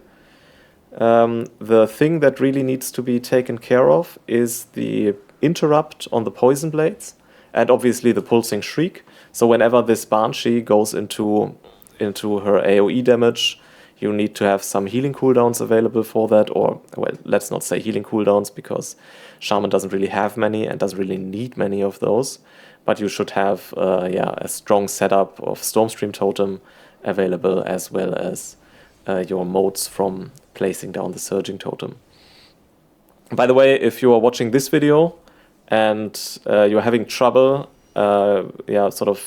understanding what I'm talking about when I speak about these modes and Whirling Earth and so on, I highly recommend watching my Shaman guide on my channel beforehand, and then returning to this video to sort of see the concepts that are displayed in the Shaman guide in action more here. And speaking about concepts displayed in the Shaman guide, you can also see that while I generally advise holding consuming stacks of Healing Stream Totem because you don't want it to sit on cooldown, I would also advise you to not consume your stacks of Storm Stream Totem just to get to the Healing Stream Totem stacks which are lying underneath. Which means that we hold our stack of Storm Stream Totem here until the healing really is required. And that will be probably probably now, exactly. Now the healing, place Stormstream Totem down. We could, as soon as the next bit of damage cycles in, we should probably use one stack of our Healing Stream Totem now, so that we can get the cooldown rolling before the next Stormstream Totem procs. And probably we should do that now. Yeah, okay, there it is. I mean, I guess it's okay. And again here, I would have liked to. Okay, now I've used it. I wanted to say I would have liked to see myself using my my poison cleansing totem here, because when the poison blades go through, the damage is really high. So what they do is that they apply a poison debuff to the player whom they are targeting, and that should be the tank, right? But they also teleport to players and attack them, and then these players will take damage from the poison as well.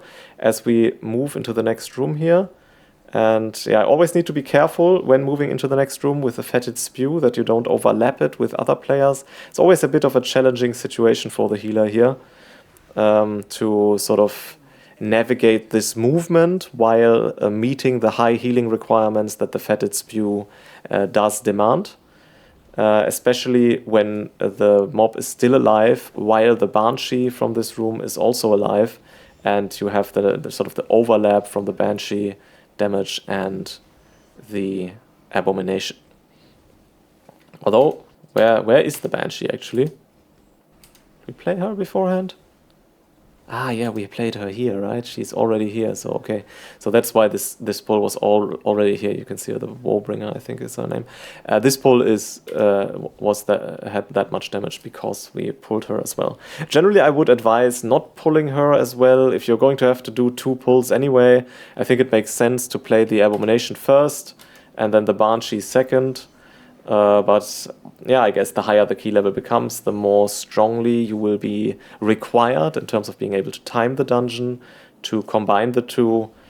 But yeah, especially as a shaman, that is also quite manageable so long as the casts are being properly interrupted and the shriek of the Banshee, the shield she has until it can be interrupted, is also played well. Now, okay, for this boss, essentially, we are playing a similar game to the one we are playing on the Dragonhawk. By the way, this Curse of Darkness is a curse, as the name suggests, and you can dispel it and should dispel it as a shaman instantly when it goes out. But if ever someone gets hit by the curse, it will deal a lot of damage. Okay, what I wanted to say is we play a similar game to the Dragonhawk, where we want to hold our Whirling Earth mode until this spew damage goes out, and then immediately plop down a Storm Stream Totem or Healing Stream Totem as soon as it does come out. And this will instantly heal the group up with the Chain Heal, also buffing the group with additional healing. Yeah, and because you have this instant Chain Heal from placing down the Healing Stream Totem available, this will also mean that players who are getting a second tick of the goo on the ground, or are being targeted by the Shadow Bolt directly after this one goes out, they will be healed back up already and not get one shot. Having said all of this, I'm not playing this particularly well right now, in my opinion, because I sort of fail to align my Whirling Earth mode successfully with the incoming spew damage. And now we are in a situation where this is again the second spew, so first spew, second spew, screech, so on the Banshee. So here, okay, we we didn't do it. But actually here it's fine. For the second one, it's usually fine to wait with consuming the Whirling Earth buff, because you also want the healing amplifier available for the Debilitating Shriek. Because especially at the higher key levels, it does a lot of damage. And if the interruption of the ability is failed, especially then, you need healing cooldowns to be able to power through it. But here for the first one, this is the good setup. Place down Surging Totem, and now we cycle into Stormstream Totem, and you can see everybody will be healed back up. The group will be buffed with Earth Living to help heal off the debuff, the ticking debuff, and this instant healing to the group will avoid anyone getting one shot by a second tick of the goo on the ground, or by a Shadow Bolt from the Banshee. And the next one again will then be a Splattering Spew cycling into the Debilitating Shriek. In which case, ideally, we want to hold our Healing Stream Totem and the activation of the Whirling Earth buff for the Debilitating Shriek. But I don't think we are doing this now, no. Although, to be fair, it's probably also okay to use it here, because this damage also needs to be healed off, and everybody needs to have full HP for the moment that the Debilitating Shriek goes out. And this is actually, okay, this is a very dangerous situation. Debilitating Shriek is casting on an enraged Banshee, and the boss has died. And we are not able to interrupt this cast anymore, because the yank will not hit her. So we now need to make sure to heal it off. Very close, probably 1 or 2 more seconds, and we would have wiped here. Still had Spirit Link, but we were not in a position where Spirit Link usage would have been easy, because the group was not stacked up. I should have plopped it down then, I guess, on some players at least. But yeah, that would have wiped us very quickly. So I think maybe even the Touch of Death from the Monk tank contributed to saving the group there. Now this pull is very easy, essentially as a healer. You don't really have to do anything. Make sure you get a weak aura, weak aura. It used to be a weak aura, now it's an add-on, like targeted spells, which you can see here on the left. And then you can just see, okay, Interrupting Screech is going out, stop casting when it does go through. And then when it hits, just use any healing ability to heal it back up. It's not very dangerous, you don't have to be very quick with healing it back up, just need to be careful that the next one, when the next one goes out, the group has full HP. And again, Interrupting Screech goes out, does a little bit of damage, and you can just heal the group back up after that. Other than that, really nothing going on here, except for having to dodge some ground effects, but that's that shouldn't be a major issue. Although, having said that, does seem to be a major issue sometimes. Okay, we are skipping ahead a little bit here, because there's really not much happening here.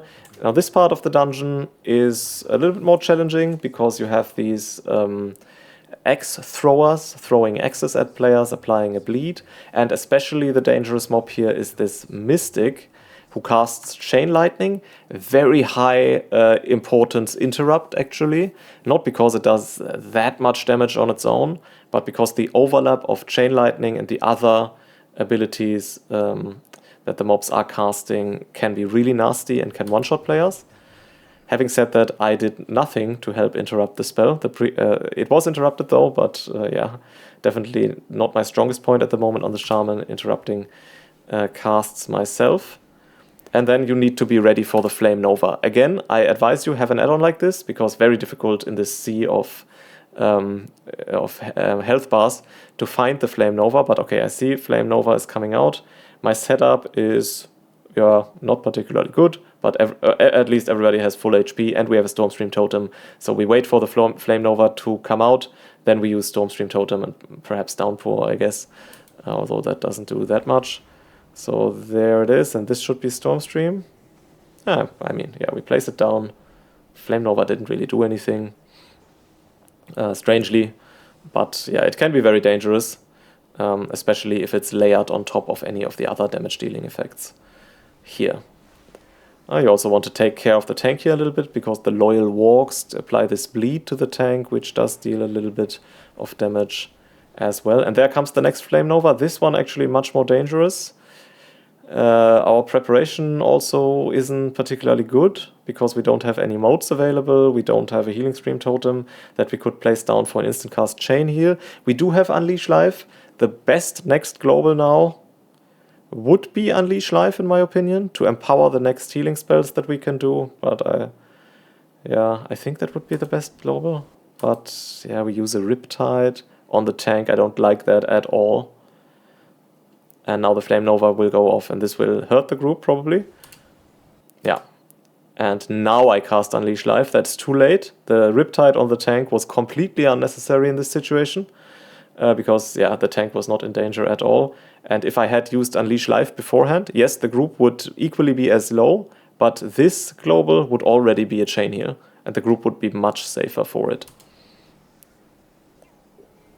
The only argument in favor of the Riptide would be that I didn't have any tidal wave buffs without it, so the chain heal I would have had to cast would have been a longer cast, but I still think it would have been superior to do it that way. Generally speaking, the pack was quite poorly played on my part, as I have aggro here and sort of ping danger onto the tank on myself. Generally speaking, I would say the correct way of playing this is to have your Whirling Earth available, try and have your Whirling Earth available when the Nova goes out, or at least have a Storm Stream totem for it, or at least a Healing Stream totem. I think it is unacceptable to have a Flame Nova go out and you don't have any sort of immediate response for it. This time it's better. Actually, this time it's pretty much perfect because we can now use Surging Totem and then cycle into the Healing Stream for the instant activation of our Whirling Earth buff, healing the group back up quickly. Let's see if we do this. Oh, yeah, well, we don't do it if I have a freeze screen, I guess. Was that in the game, or was that me right now? Let's see. Yeah, okay, no, it was just me right now, and it also wasn't perfectly played. Why did I decide here to cast the Healing Wave? So what do we do now? I think we cast... Yeah, we cast the Flame Shock. Completely unnecessary. And we cycle the Flame Shock into Healing Wave. So what this tells me, regardless of the fact that the sequencing is wrong anyway, if you have Surging Totem available, you should use it. What this tells me is that I didn't see the Flame Nova, because if I had seen it, then this decision making would just have been very, very bad. And now we cycle into the sequence that we should have done: place the Surging Totem down, activate it using the Healing Stream Totem for the buff on the group. So yeah, very poor play. Very poor play. Always be ready for the Flame Nova, and always, or try, I mean, we are using Surging Totem on cooldown most of the time, so it's not always so easy to align the Whirling Earth buff with the Flame Nova, but at least try to have an immediate response in Storm Stream Totem or Healing Stream Totem available for it, because otherwise the situation can get very dangerous. And of course you can also counter the Flame Nova relatively well by using Spirit Link, which I think if you ever find yourself unprepared, but you do see the Flame Nova being cast, then using Spirit Link is very useful there. This boss, also similar mechanic to previous bosses, especially the Ember Dawn. Is that Ember Dawn? Yeah, Ember Dawn boss. Where when two players are being targeted by the leap, always move your Earth Shield on one of the players to be able to help out with healing this player, because the leap does ticking damage afterwards. You can see, okay, Demon Hunter is being targeted, we move Earth Shield on him, and then we can move it back to the tank after, so when the Rampage goes out. In terms of the Intimidating Shout, you have time. So don't rush to your teammates. You have time, even after the ground puddles have disappeared, to still move to your teammates if you're not very, very far away. So don't panic when this is going out. It's not necessary. You have a lot of time after the puddles have disappeared to still make it to one of your teammates. That's, I think, important to know, to be able to not get hit unnecessarily. As we move Earthshield back to the tank for the Rampage, a little bit late, but helps out with tank healing here. Rallying Bellow goes out, no one is low, we don't need to be very careful, but you can see it does a lot of damage, so we place down a Stormstream Totem afterwards to be able to heal this damage back up. And now we are in this situation again where the Flame Nova goes out, and yeah, it's actually a pretty dangerous spot, so what's the good decision here? We have 2 Healing Stream Totems, we have a Healing Tide. Immediate danger here is on Johnny Banana, on our adequately named Evoker. I think it's Healing Tide. I'm not sure if I will do it. I think the only way to reliably save him is Healing Tide. Other than that, I don't see I mean, he might be saved by Healing Stream. Casting Healing Wave is too late. We place Healing Stream. See, it doesn't really do doesn't really do much. He uses a defensive and lives, so good on Johnny. I would have liked to see myself place Healing Tide, which I do now. Let's see what happened to the Warlock there. Where is the Warlock? Is that the Warlock? No, that's Johnny Banana. Ah, it's the Chain Lightning. You can see the Warlock is being targeted by the Chain Lightning. That's what I meant. Yeah, when Chain Lightning is a high priority interrupt, says the Shaman who has this interrupt ready. So yeah, not claiming that everybody else failed and I didn't. Obviously high cognitive load here, so it's easier for DPS to interrupt than it is for the healer, but still, I could have saved the situation as well. And then he dies because the Chain Lightning goes through. And yeah, that is just in one overlap too many. But I think I could have played this entire situation much more favorably, in which case it probably wouldn't have gone out of hand like that. Well, generally speaking, the damage patterns during this boss fight, especially in the ad phase, are quite erratic. And it's basically a game of adequately preparing for the Flame Nova. As I lose my Earth Shield, not quite sure how... Oh no, I have it, it's just not being displayed, so there's a bit of an interface bug here. I still have 37 minutes of Earth Shield, but it's no longer displayed, so I rebuff it. Now you can't really use it if you don't die, usually. And yeah, from this point forward, the boss is just more of the same. Rampage into move Earth Shield onto the player who's being targeted. Then hope that the second one targets yourself, so that you have 2 Earth Shields for dealing with the damage. And then Intimidating Shout, remember that you have time to move into it. And then you need to heal the group back up when the Rallying Bellow goes out. Which I think, especially in the beginning of the season, it was definitely the case that the spell sequences are not perfectly mapped out, so you don't really know when the next Rallying Bellow will come out, or if he will sequence into another set of leaps. But I'm not sure if that's actually changed. In the past, Blizzard have sometimes changed this. But yeah, here you can see we don't cycle into an Intimidating Shout. We cycle into Rallying Bellow while this AoE damage is still while this damage on the individual players is still happening. In which case, dangerous, very dangerous situation. We have Spirit Link. Best, I will not use it because I chronically underuse it. Best button to press here is Spirit Link. No questions asked. I will press because I can already see it's being pressed. Surging Totem into Healing Stream Totem is my guess. That's what I will do. Dangerous situation for these 2 players, but they both have a Def CD rolling, so they should be fine.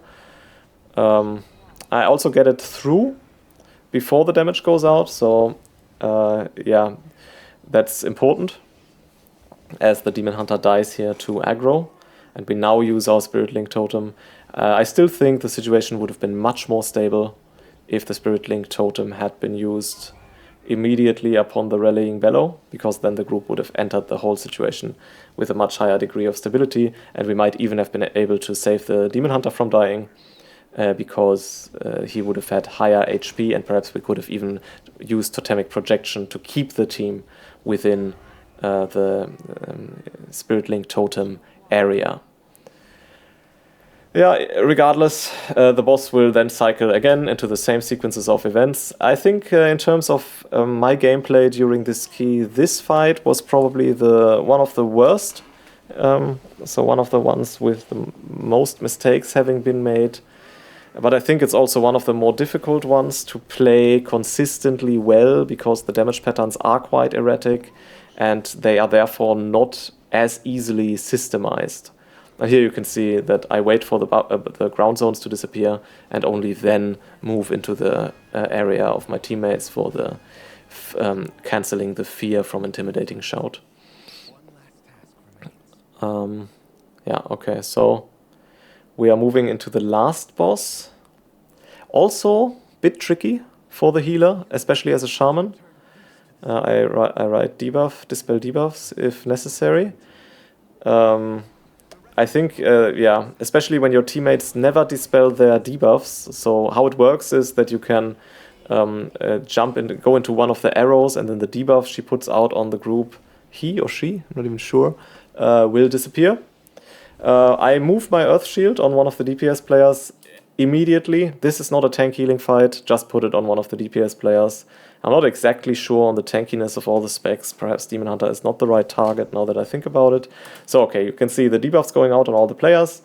What my rule of thumb is, I immediately move into one of those arrows just to dispel it. Now I'm not taking any damage anymore. The Warlock does the same. The other two don't, so they need priority healing now from me.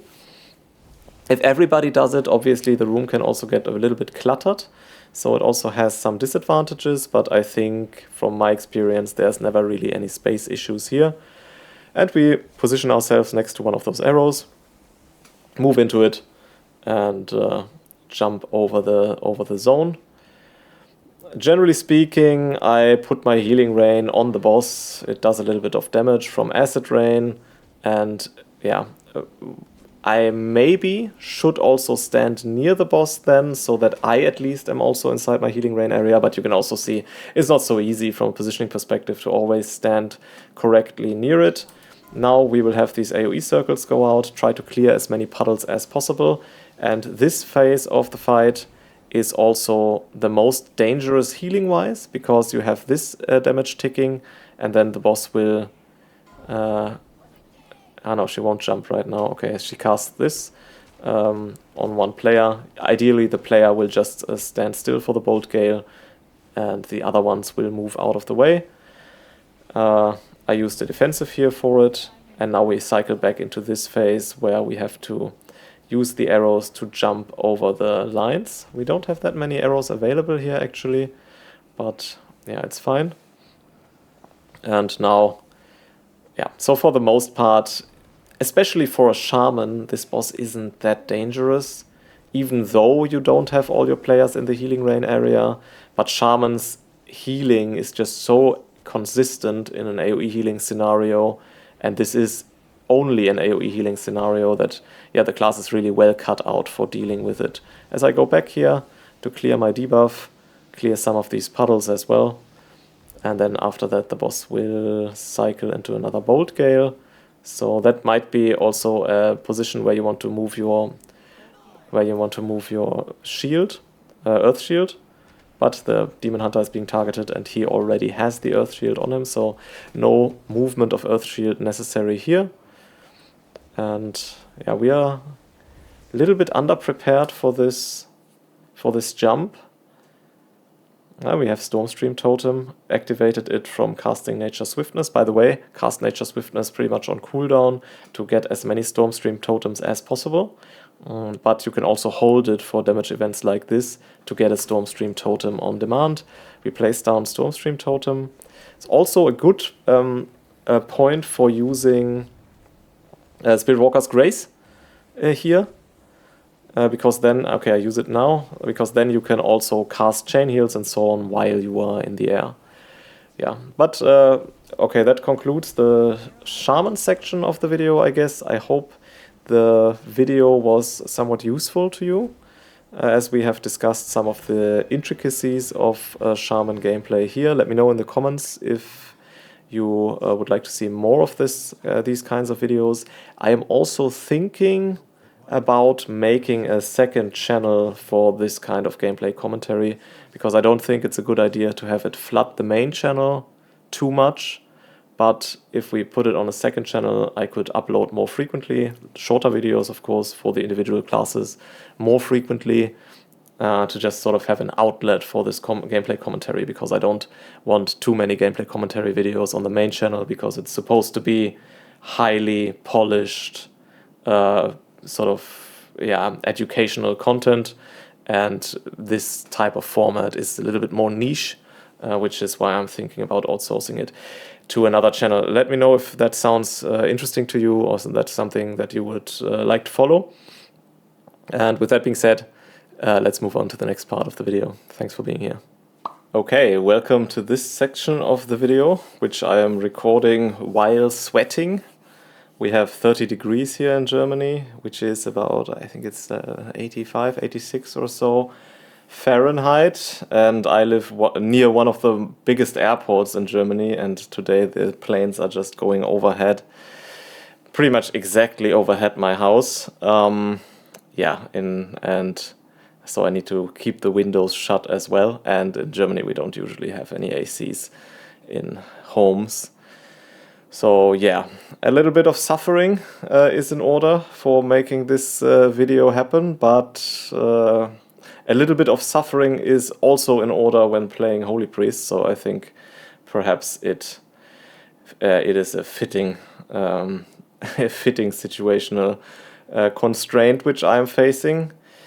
Yeah, I think Holy Priest is my weakest healer, in the sense that I think in terms of skill I am probably the worst on Holy Priest, but I think it's also the weakest healer in comparison to all of the others, just based on its toolkit, based on its throughput, and so on.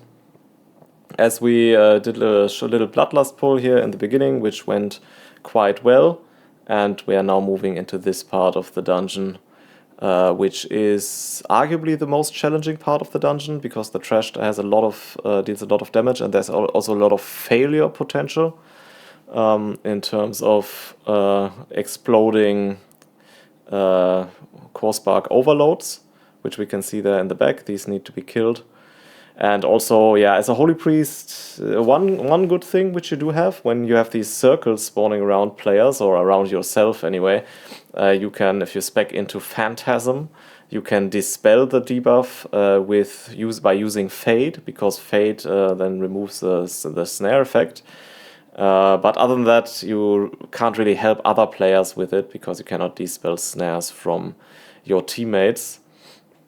However, I think Holy Priest's healing profile is generally relatively well suited for dealing with the big AoE damage which is going around here, because if you have sufficiently many Lightweaver stacks, as I say that, we have a bit of a problem here from an explosion going off.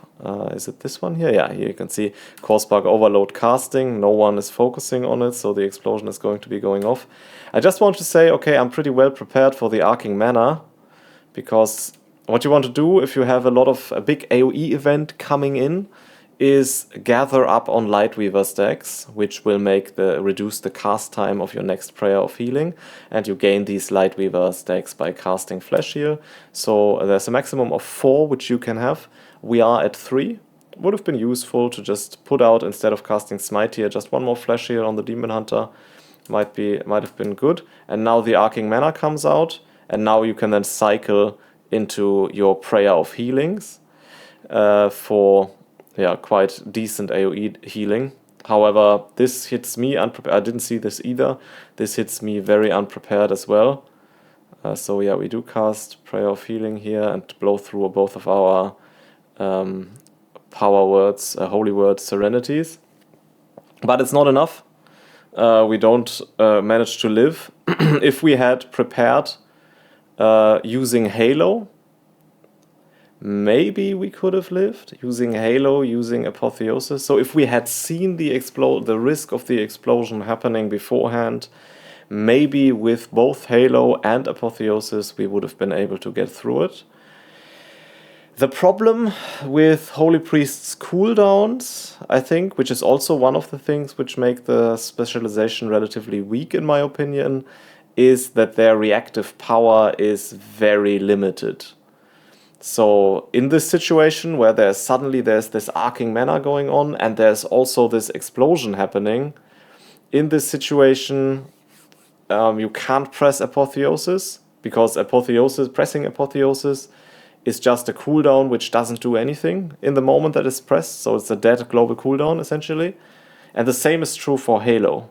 So Halo is also something you need to press sort of in advance, in anticipation of damage events, which is also why I think that the usual framing, now that I think about it, of Holy Priest as only or even only a reactive healer is not completely true. Because you can get into these reactive situations in which you need to have cast your big healing cooldowns in advance in order to be able to deal with them, because the cooldowns cannot be pressed in the situation, as they are dead global cooldowns, which will just make the situation worse if pressed. So there's definitely some planning required as well here for Holy Priests when it comes to their healing. Another weakness that Holy Priests have is their mana. So on no other healer, and obviously there is some skill issue going on here as well, I guess, but on no other healer am I this heavily tapped for mana after short amounts of time. Because essentially, you don't have any spells that don't cost a lot of mana. Flash Shield costs a ton of mana, and so does Prayer of Healing, and these are essentially the spells which you are using. Smite doesn't do anything. Prayer of Mending, okay, use it on cooldown, but that's also, that doesn't get you through dangerous situations.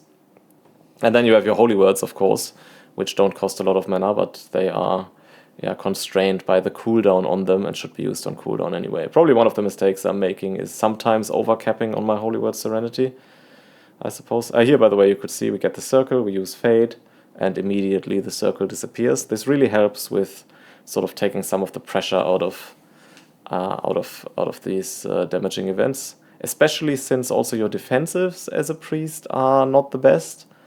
I mean, in all fairness, I'm not the best at using them either.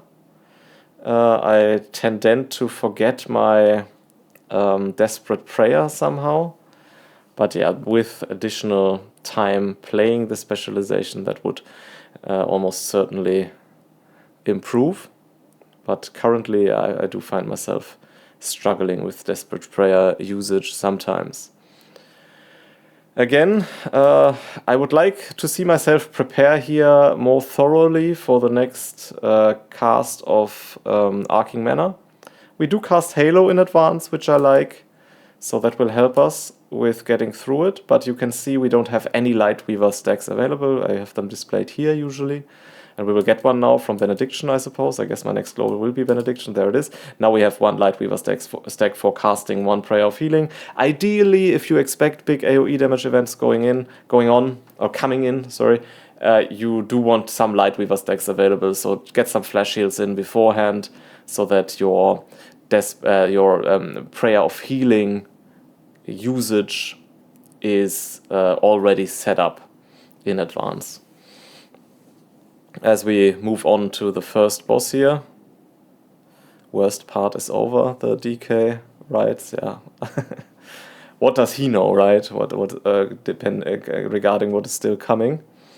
In any event, this boss is easy and difficult at the same time.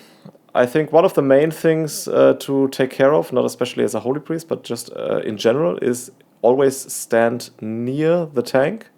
I don't really like beginning in the very corner of the room, because this makes getting close to the tank that much more difficult. But you essentially want to stack up so that whenever someone is targeted, now it's on me, by the ground effects, then you can put them all in one place, and the space denial of the room will be limited, so the party should be stacked up all the time. And okay, here we get into the Core Spark detonation. Now let's rewind a little bit here. for our preparation. Okay, I already want to get my Halo out to ramp up my healing. Failed to do that a little bit here because of the ground effects, but now I do get it out. And I think my plan is to power through this core spark detonation using Halo. You can also see I have been careful to set up myself with 4 Lightweaver stacks, so I can cast 4 prayers of healing in a row without having to worry about the increased cast time. So, okay. We fade a little bit too early, I suppose. And we cast 1 prayer of healing immediately. In an ideal world, I would have liked to begin with a Holy Word Serenity, probably on myself as the first one.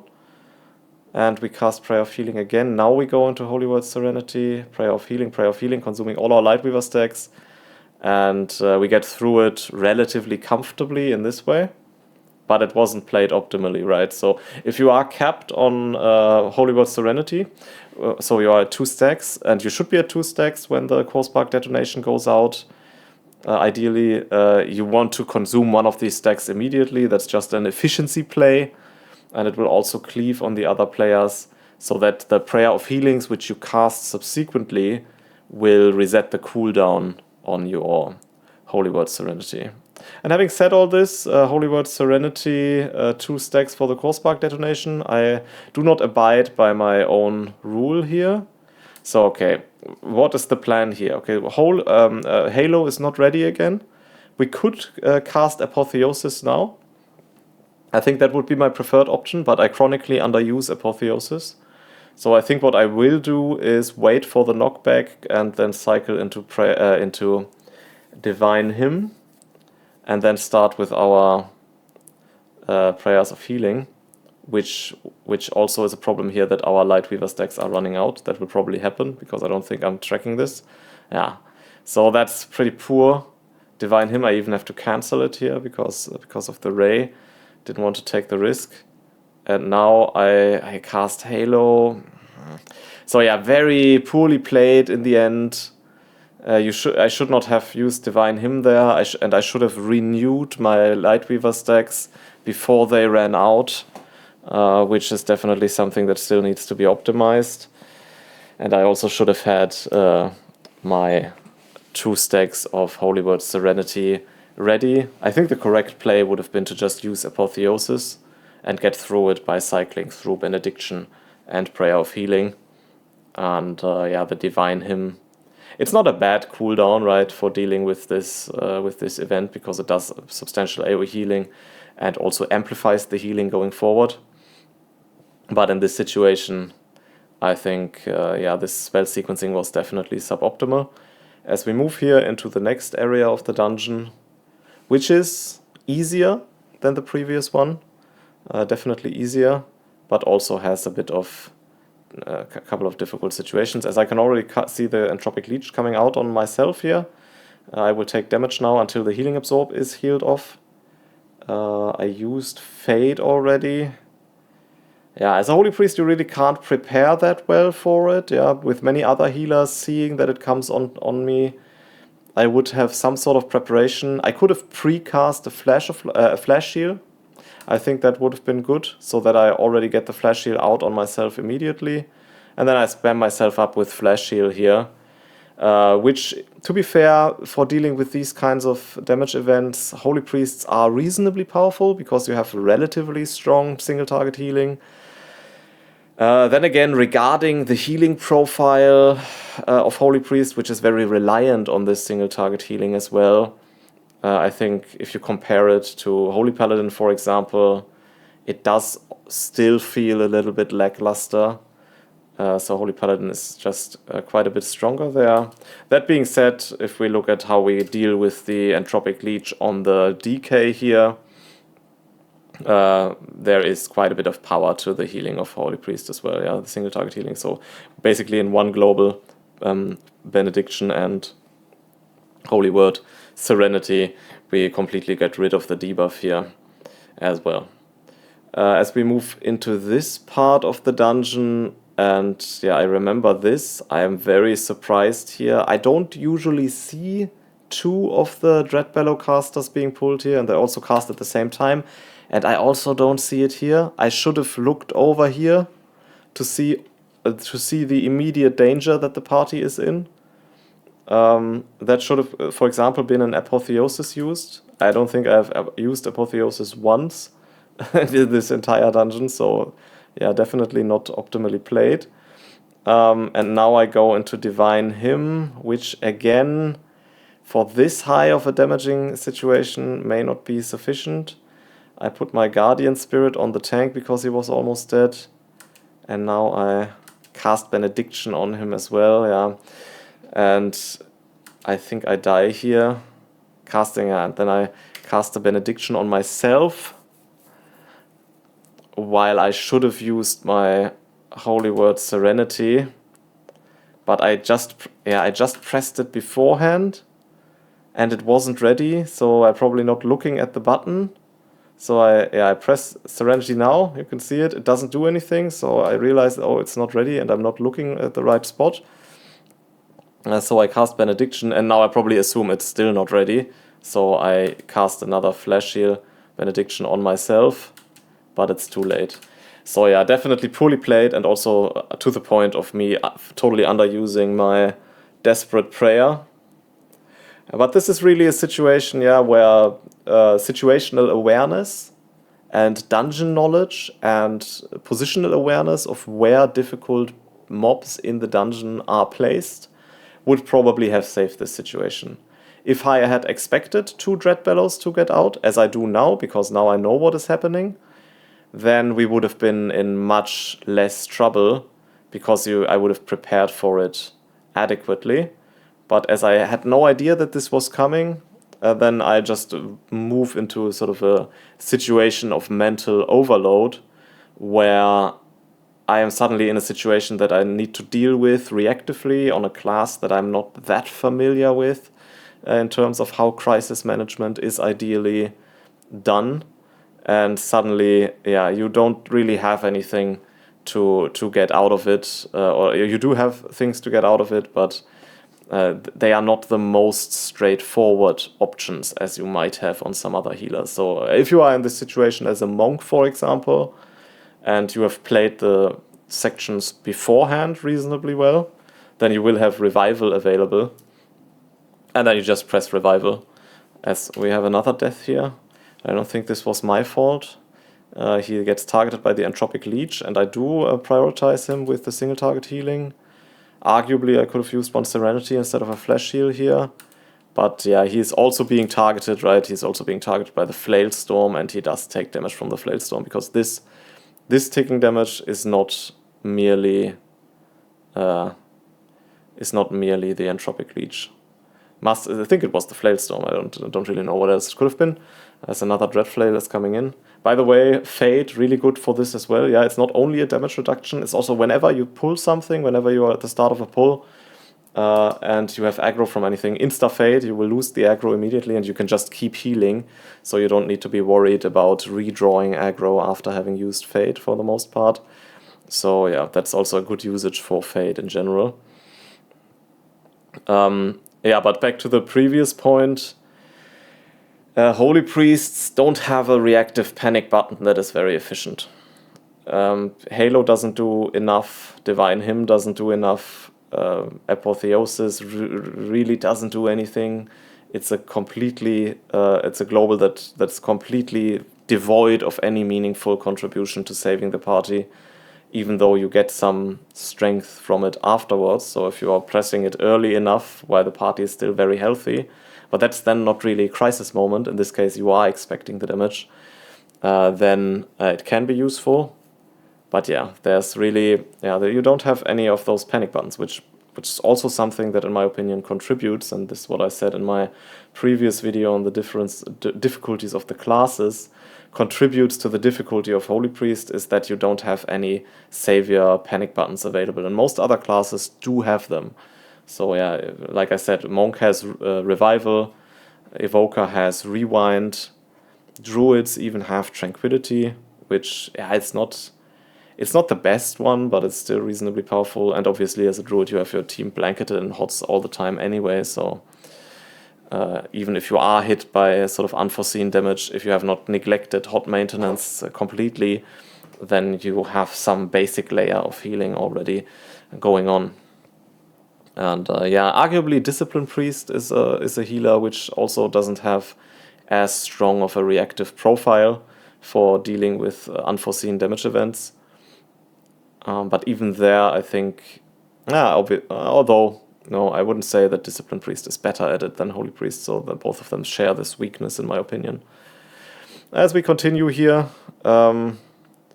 essentially as a Holy Priest, most of your rotation revolves around cycling between Flash Heal and Prayer of Healing. And if there's one thing to optimize as a Holy Priest, in my opinion, it should be the tracking of the Lightweaver stacks. Yeah, if you fail to track your Lightweaver stacks and find yourself frequently in situations where you are hard casting Prayer of Healing without the improvements granted by Lightweaver, mainly the cast time reduction, then you're losing a ton of efficiency. So definitely set up your cooldown timer here in such a way that you have your Lightweaver stacks in a position where you are able to look at them and then get into the habit of looking at them. I think that, especially for beginner players, is probably the biggest gameplay optimization that can be made on Holy Priests.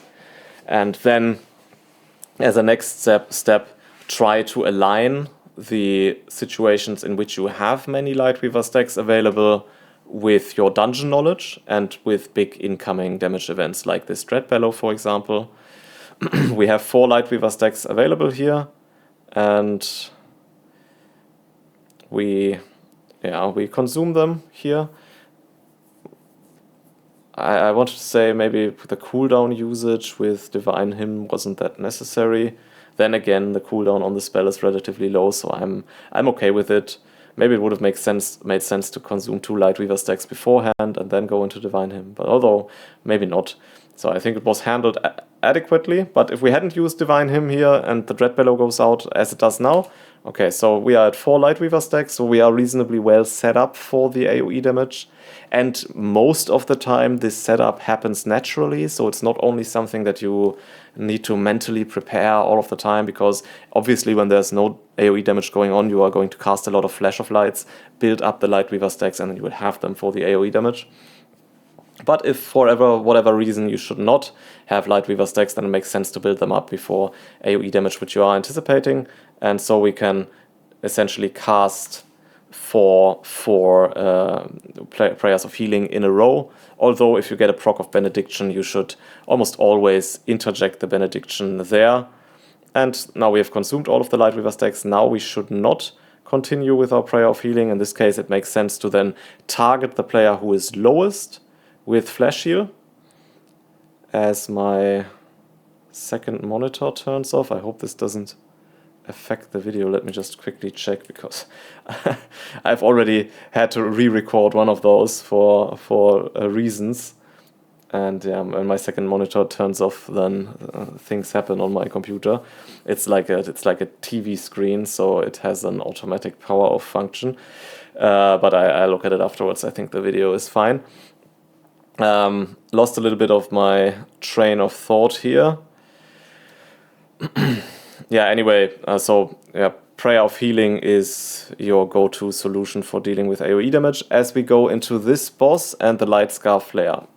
Positional mistake here for sure. Also something contributing to the difficulty of Holy Priest. Positional mistakes come more naturally because you are sort of locked in place most of the time, because you need to stand still for casting your heals, and if there's a lot to heal, you can't really move a lot. But I'm very far away from this beam, which is a pretty big problem. And I'm a priest. I can't get there quickly. I can use Angelic Feather, but that's also not great because it's a global cooldown. So let's see what I do. Okay, I move towards it. We also have the Dread Flail still alive. Also big problem. I need to go into the rear of the beam. I can't go here. This will just one-shot me.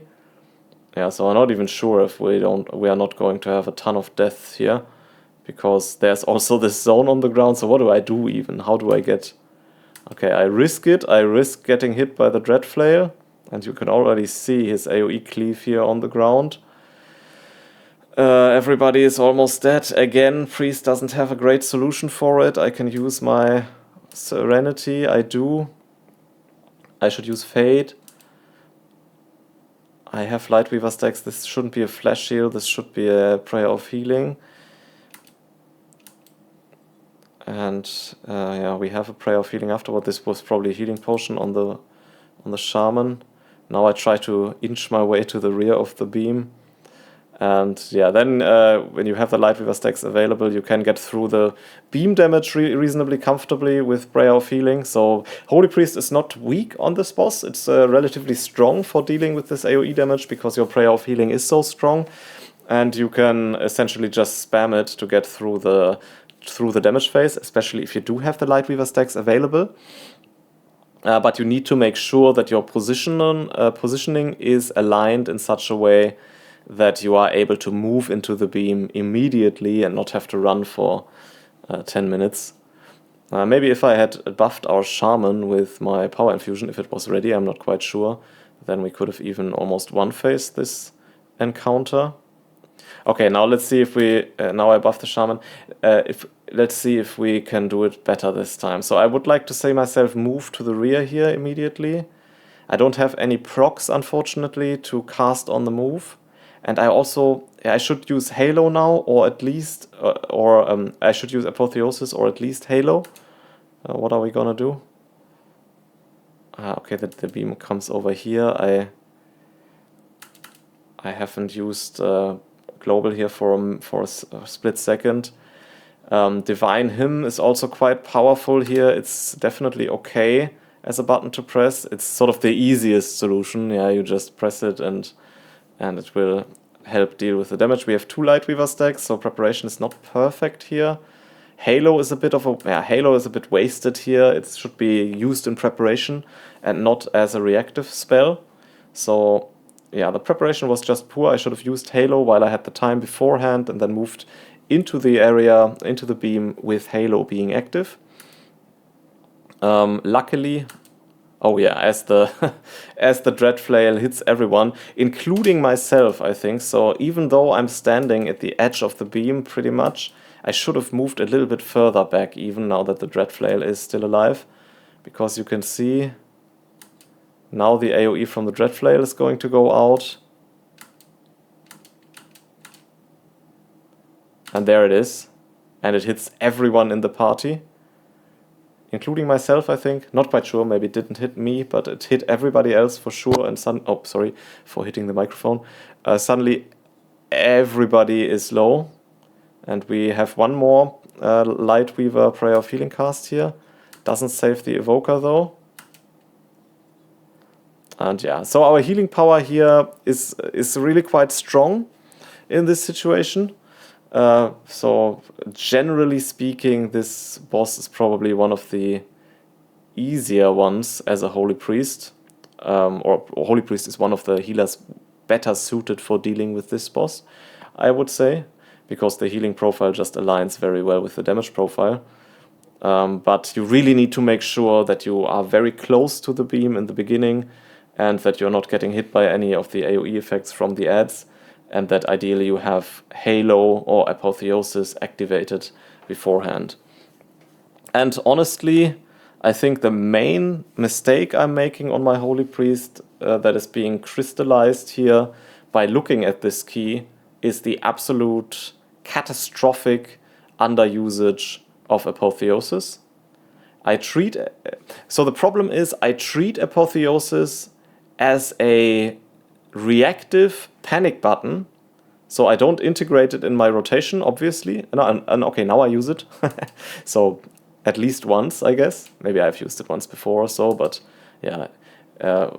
Also not quite sure why we have pulled relatively safely all the time, and now suddenly we make this huge pull.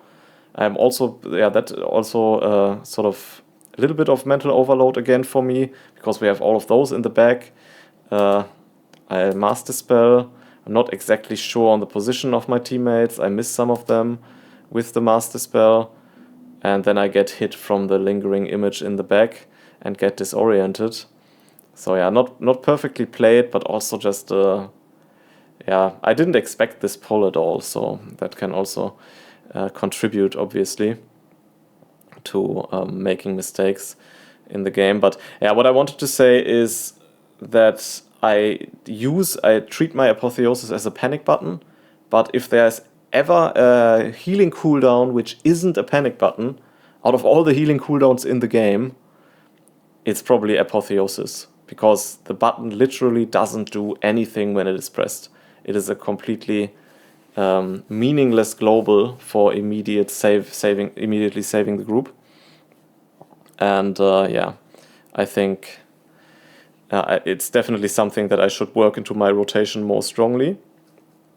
And arguably, I should just use it in preparation for any damage event whenever Halo isn't ready, for example. Maybe that could be for a more of a beginning player who isn't that deep into all the talent interactions and so on, as I am on Holy Priest. Maybe I should just make a decision heuristic on Apotheosis usage. If you don't have Halo and you are expecting damage, cast Apotheosis. I think that might be a good rule, as I generally here tend toward trying to solve every situation with Divine Hymn, which is also a strong button to press for sure, but I think Apotheosis really is very powerful and should definitely be used frequently. And obviously it also, if you are someone who wants to optimize around damage, Apotheosis allows you to deal an absolute boatload of damage, because your Holy Word Chastise will not have any a meaningful cooldown anymore. But yeah, lots of things to optimize on my priest, for sure. I haven't had that much time with it, unfortunately, but yeah, let me know what you think about the class and about the challenges which it is facing, and also feel free to point out some mistakes I'm making, that perhaps those which I haven't mentioned yet, so or if you are struggling in a similar way on Holy Priest sometimes. As we move into the final boss here, not very challenging. We had an overlap here that really shouldn't happen, where 4 players had the debuff instead of 3, although the debuffs only go out on 3 players. But for the most part, this fight is very easy, and also Holy Priest's healing profile is very well suited to it. Especially, again, we have 4 stacks. So yeah, that's definitely a bit of a misplay here on the part of my team. Especially this phase, the Divine Guile phase, is very easy as a Holy Priest, especially if you have multiple Lightweaver stacks available. We have 2 of them here, but yeah, for this sort of predictable and not overly high AoE damage, Prayer of Healing really is just a great spell to be pressing as a Holy Priest, and it will deal with these situations quite comfortably. As we have 4 stacks again, or am I just mistaken? Let's see what happens here. So it's on the tank, it's on the Demon Hunter, and it's on the Shaman. And where is the DK? The DK is here. Yeah, okay. Yeah, they are just not. They just don't give. They just don't care. They just tank. When I'm playing with my friends, I always say "Heiler heilt ja," which means the healer will heal it anyway. And yeah, many PUC players have exactly this mentality. Yeah, I will get healed, so why move out of it? Sometimes feels like that. But I think this time will be the first one where we get the 3 stacks as intended. But luckily, the damage from this ability is not that high, so we are going to be able to deal with it quite comfortably. And then we cycle again into this phase. I think it makes sense here as a healer to hold your main healing cooldowns for the off chance that someone will fail a kick, because then the damage ramps up really strongly, and you don't really need the healing cooldowns for the other phases of the fight. Yeah, so it can make sense to just have one of them available if a mistake is made in this phase, because you really don't want to wipe because you are dry on healing cooldowns, which you didn't have to use really beforehand, but you used because you could, and then wipe to this situation. Yeah, so not a clean key, not a perfectly played key on my part. I'm happy with some aspects of the gameplay, with the management of Lightweaver stacks and so on, but I'm not very happy with my cooldown management, definitely. And I'm really looking forward to diving deeper into Holy Priest going forward. And I will also get around to making a guide for the class at some point, which will then massively amplify my capabilities on the class as well, because usually in the process of making the guides, this is where I improve the most. And beforehand, I'm just sort of playing the class and doing the best I can to learn about it, but I don't usually read all the talents and so on before I really dive deep into the guide making process, and I haven't really gotten around to Holy Priest just yet. Anyway, I hope this segment of the dungeon commentary video was somewhat useful to you anyway, despite my lackluster performance.